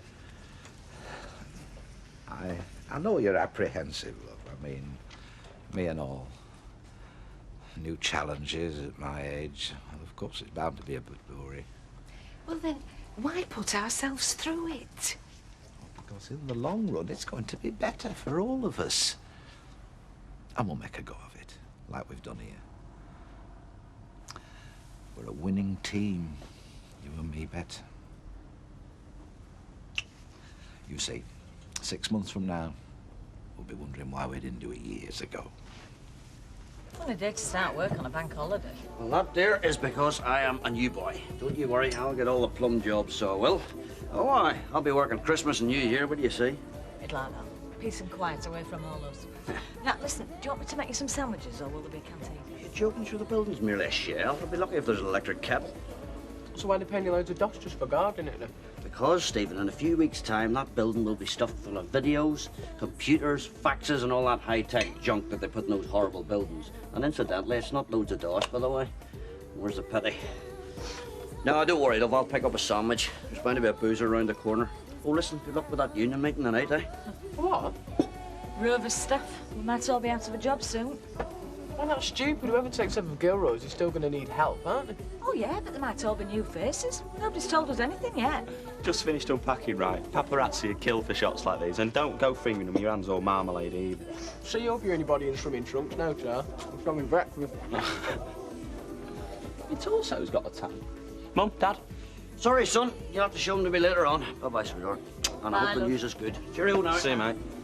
See if any of that lot's any use to you. Why are you going red? Well, it's what I call me hopeful lord. I kept hoping if I lost a few pounds, I might squeeze back in 'em again. Oh, did you used to be slim then? Do you know, chicken, if they ever advertise a job in the diplomatic service, I wouldn't bother applying. Oh, it's a good excuse to have a clear out and moving, though. Get him to treat it an all new wardrobe. For once in my life, new frocks aren't my main worry, Flower. Well, I don't blame you not being keen on moving. I mean, in my view, pastors new are very overrated. A young girl like you? I would have thought you'd have had your sights set on Malibu at the very least. Oh, no, tried that once. Not Malibu, London. I mean, I toddled off full of big ideas, and what happened? My little legs couldn't carry me back here fast enough. Why is that, love? Well, I couldn't get no decent work, and the only blokes I met were fully paid up rats. But it wasn't just that.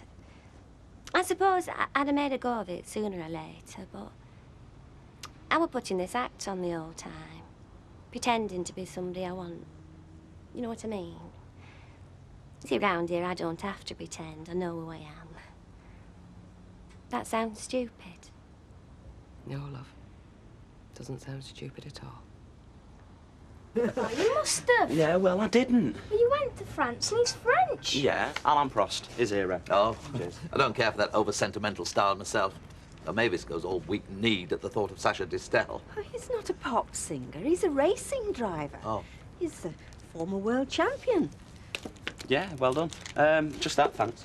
And well done you, I hear you got into university. Yeah, I got round fast. Hub of all information here, you know. We've got a sub-branch of MI5 in the back. Congratulations. Where will you be going? Sheffield, yeah, and my girlfriend's got in there as well. Oh. I'll see you soon, okay? Bye.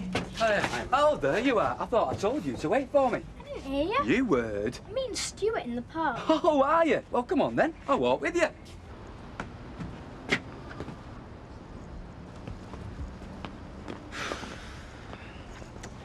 So your mum gave you a rollicking, did she? Over that fiver you nicked. I only lent it. I never meant to keep it. You borrowed it, not lent it. Lend is when you give it to someone else. So why didn't you say that instead of fibbing when we asked you, eh? Look, we all do wrong things sometimes, Nicky.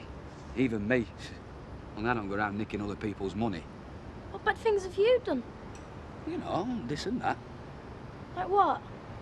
Look, we're talking about your little failings, Sunshine, not mine. All I'm saying is, no one's perfect. Hmm? Not me, not your mum, not no one. Only when we make mistakes, we can own up to them. Hmm? We don't lie. We don't go around blaming it on other people, which is what upset your mother more than anything else. Sorry. Oh, I'm glad to hear it. Now listen, there should be no more repetition of this, okay?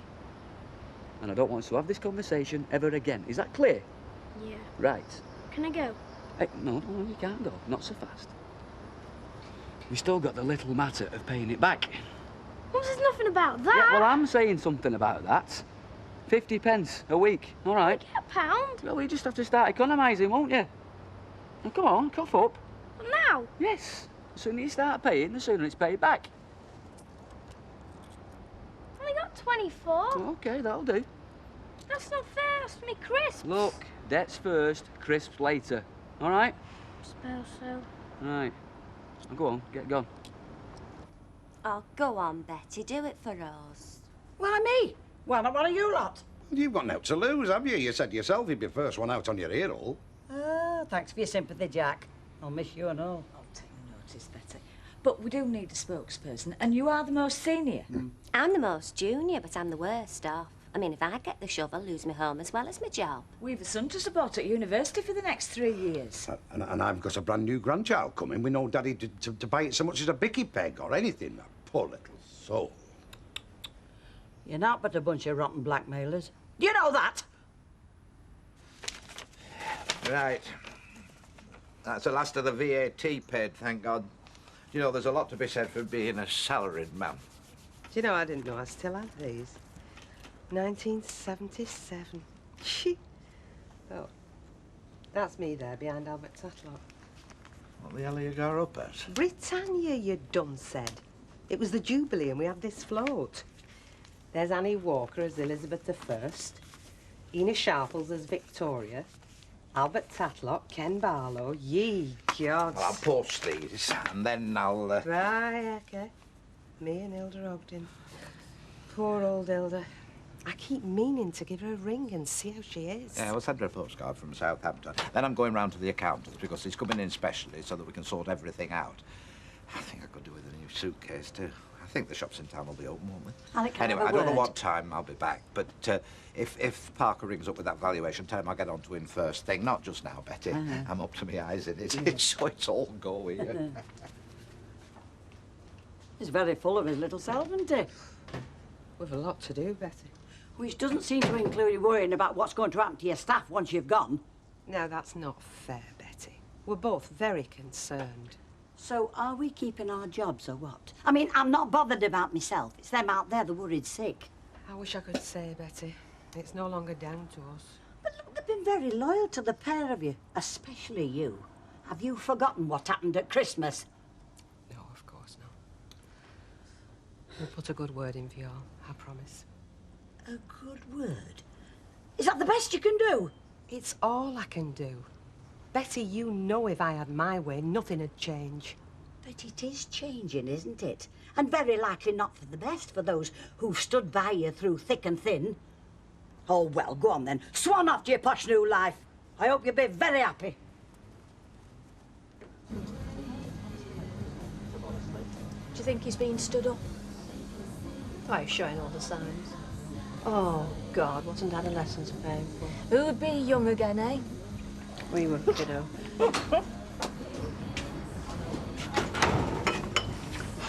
Sorry I'm late. You had a lot of talking to do. To your mum and dad, you said? Thing is, decided not to go to Sheffield. Been on to Manchester. They've offered me a place. You're having me on, right? I mean, you can't phone today. It's bank holiday. I phoned on the off chance. I was lucky somebody was in. Lucky. I'm sorry for messing you around. We were going to Sheffield together. That's what we both wanted. Well, I've changed my mind. Your mum and dad have changed your mind, you mean? It was my idea. They didn't even know about it till I told them. I am capable of making my own decisions, you know. Well, obviously, yeah. Don't get this. We go away, we have a brilliant time, make plans, get back, and now you're chucking me. Will you shut up and listen for a minute? I'm not chucking you. But we're only 18, Andy. We need to open up our lives, have new experiences, make new friends. So why don't you just say, you want to see other blokes? I want to meet new people, and so should you. Well, I do, fine, but can't we do it together? But that's the whole point. It's not the same when you're in a couple. It'll be Andy and Paula right from the word go. Sounds all right to me. Well, it doesn't to me. Look, we can still see each other. It's weekends and holidays. We'll have a lot more to talk about. You might want to see other guys, but I don't want any other women. All I wanted was you. I loved you. Shows you what a mug I was, doesn't it?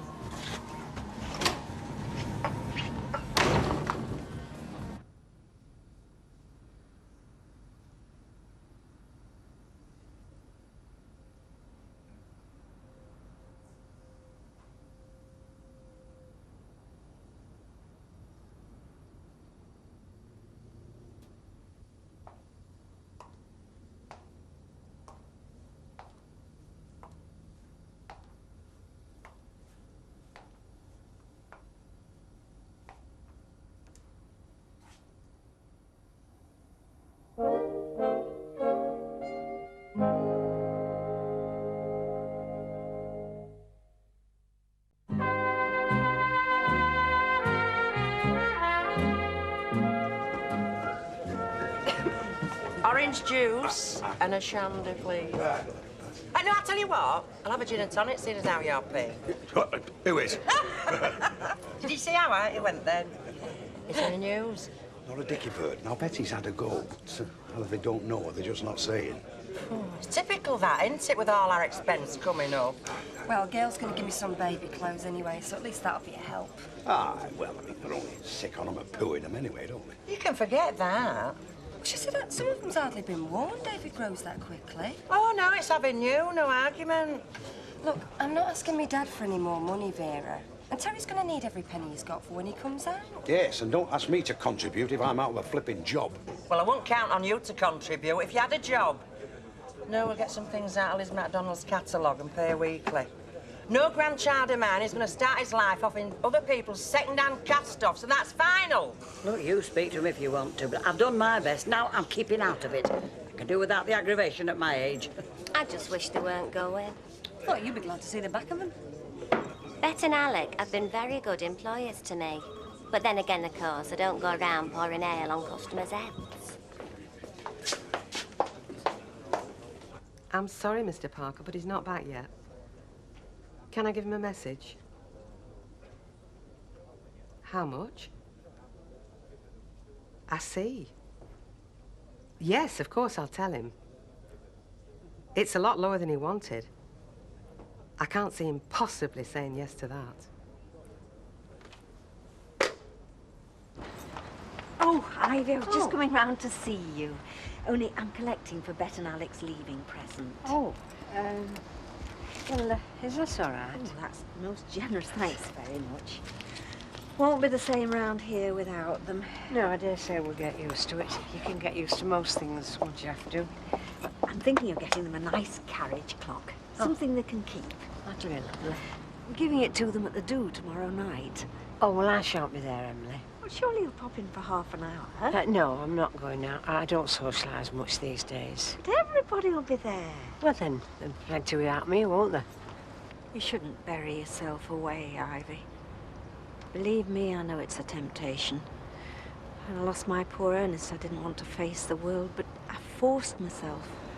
The difference is that he didn't choose to up sticks and go, did he? No, but the pain was the same. Oh, Emily, I'm sorry. Oh, that was totally uncalled for, love. It's just that, well, I miss him. I miss doing daft things from like ironing his shirts, listening to him snore. Well, not a snore really, more of a snuffle. Oh, and it is quiet at night, Emily. I can't sleep. I miss cooking for him. I miss his shaving brush on the bathroom. Mind you, most of all, I miss him and Nicky playing with the toys, you know. Well, at least he still keeps in touch with the children. You must be pleased that he went to Martin and Gail's the other night.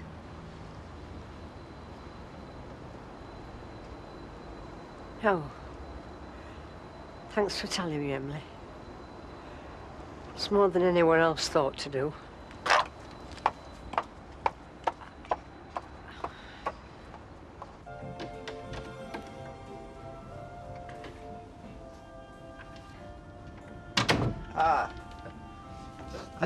Had you given me up, love? Only I bumped into Charlie Clough. You remember old Charlie? Alex? Yeah, you do. He used to run a Ventag, you know. Charlie and Chad, the cheeky chimp. He's retired now, though. He's running a theatrical B&B in Whalley Range. Anyway, he insisted I went for a farewell jar with him. I couldn't say no. Parker rang. He's left his home number. Good. Good. We're on the last lap now. What did he say? He's offered 25. Flaming cheek. It's an insult.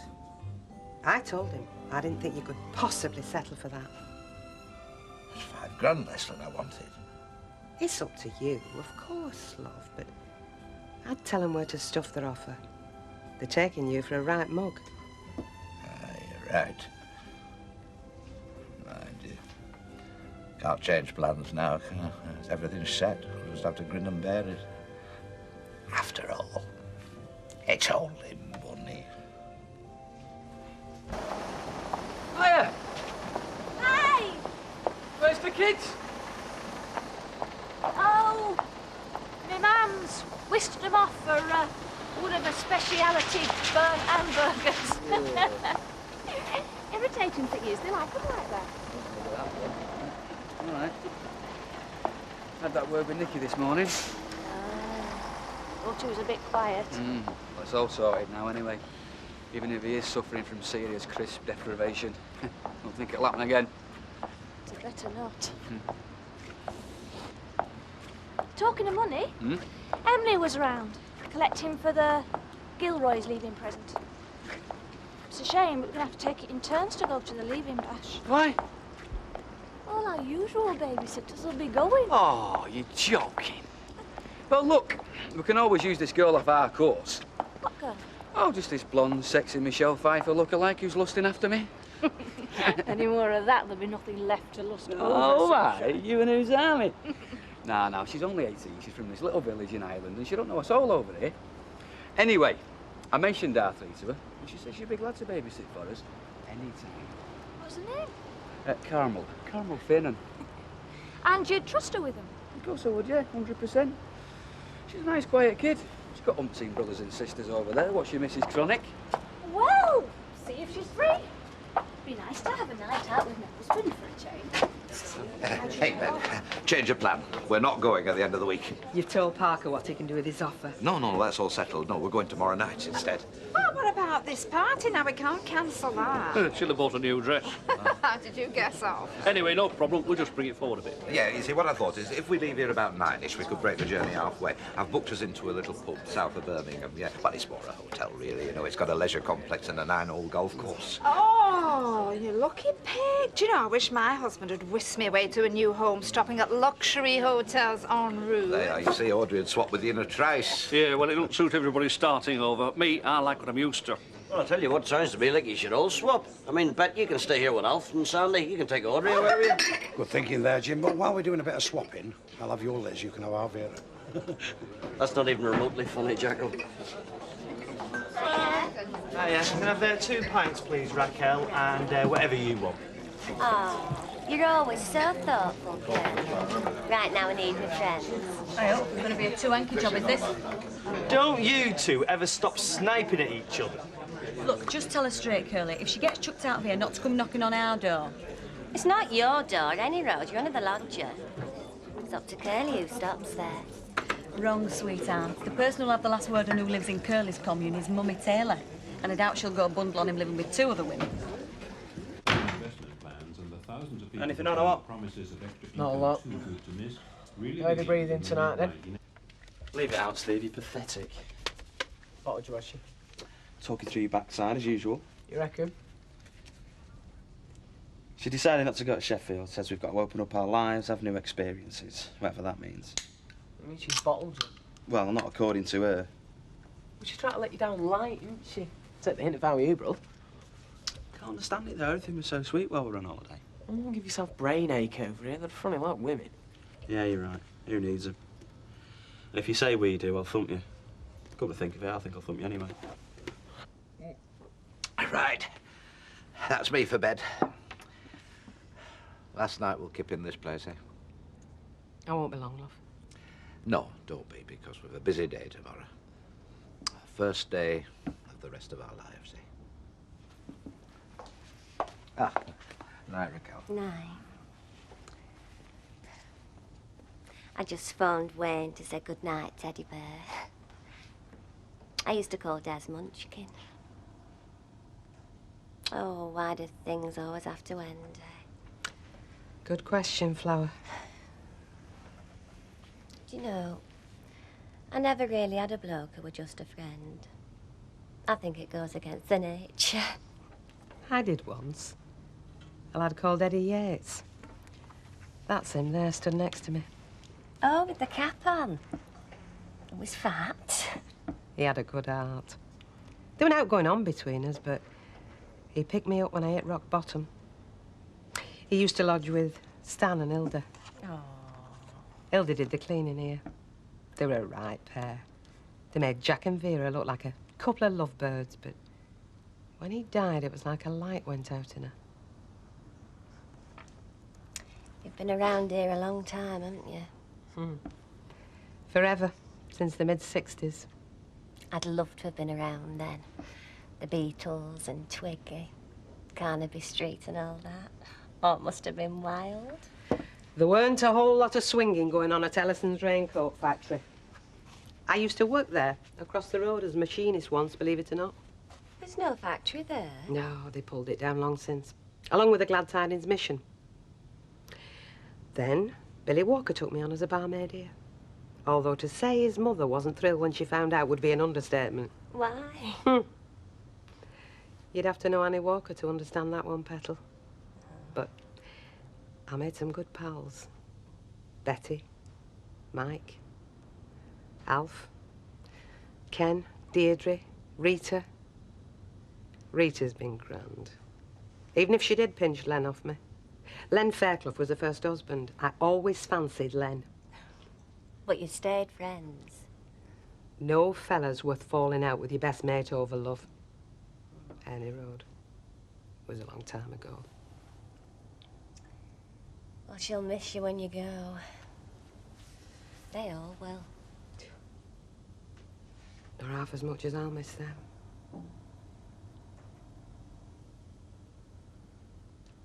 If I go. What do you mean? If.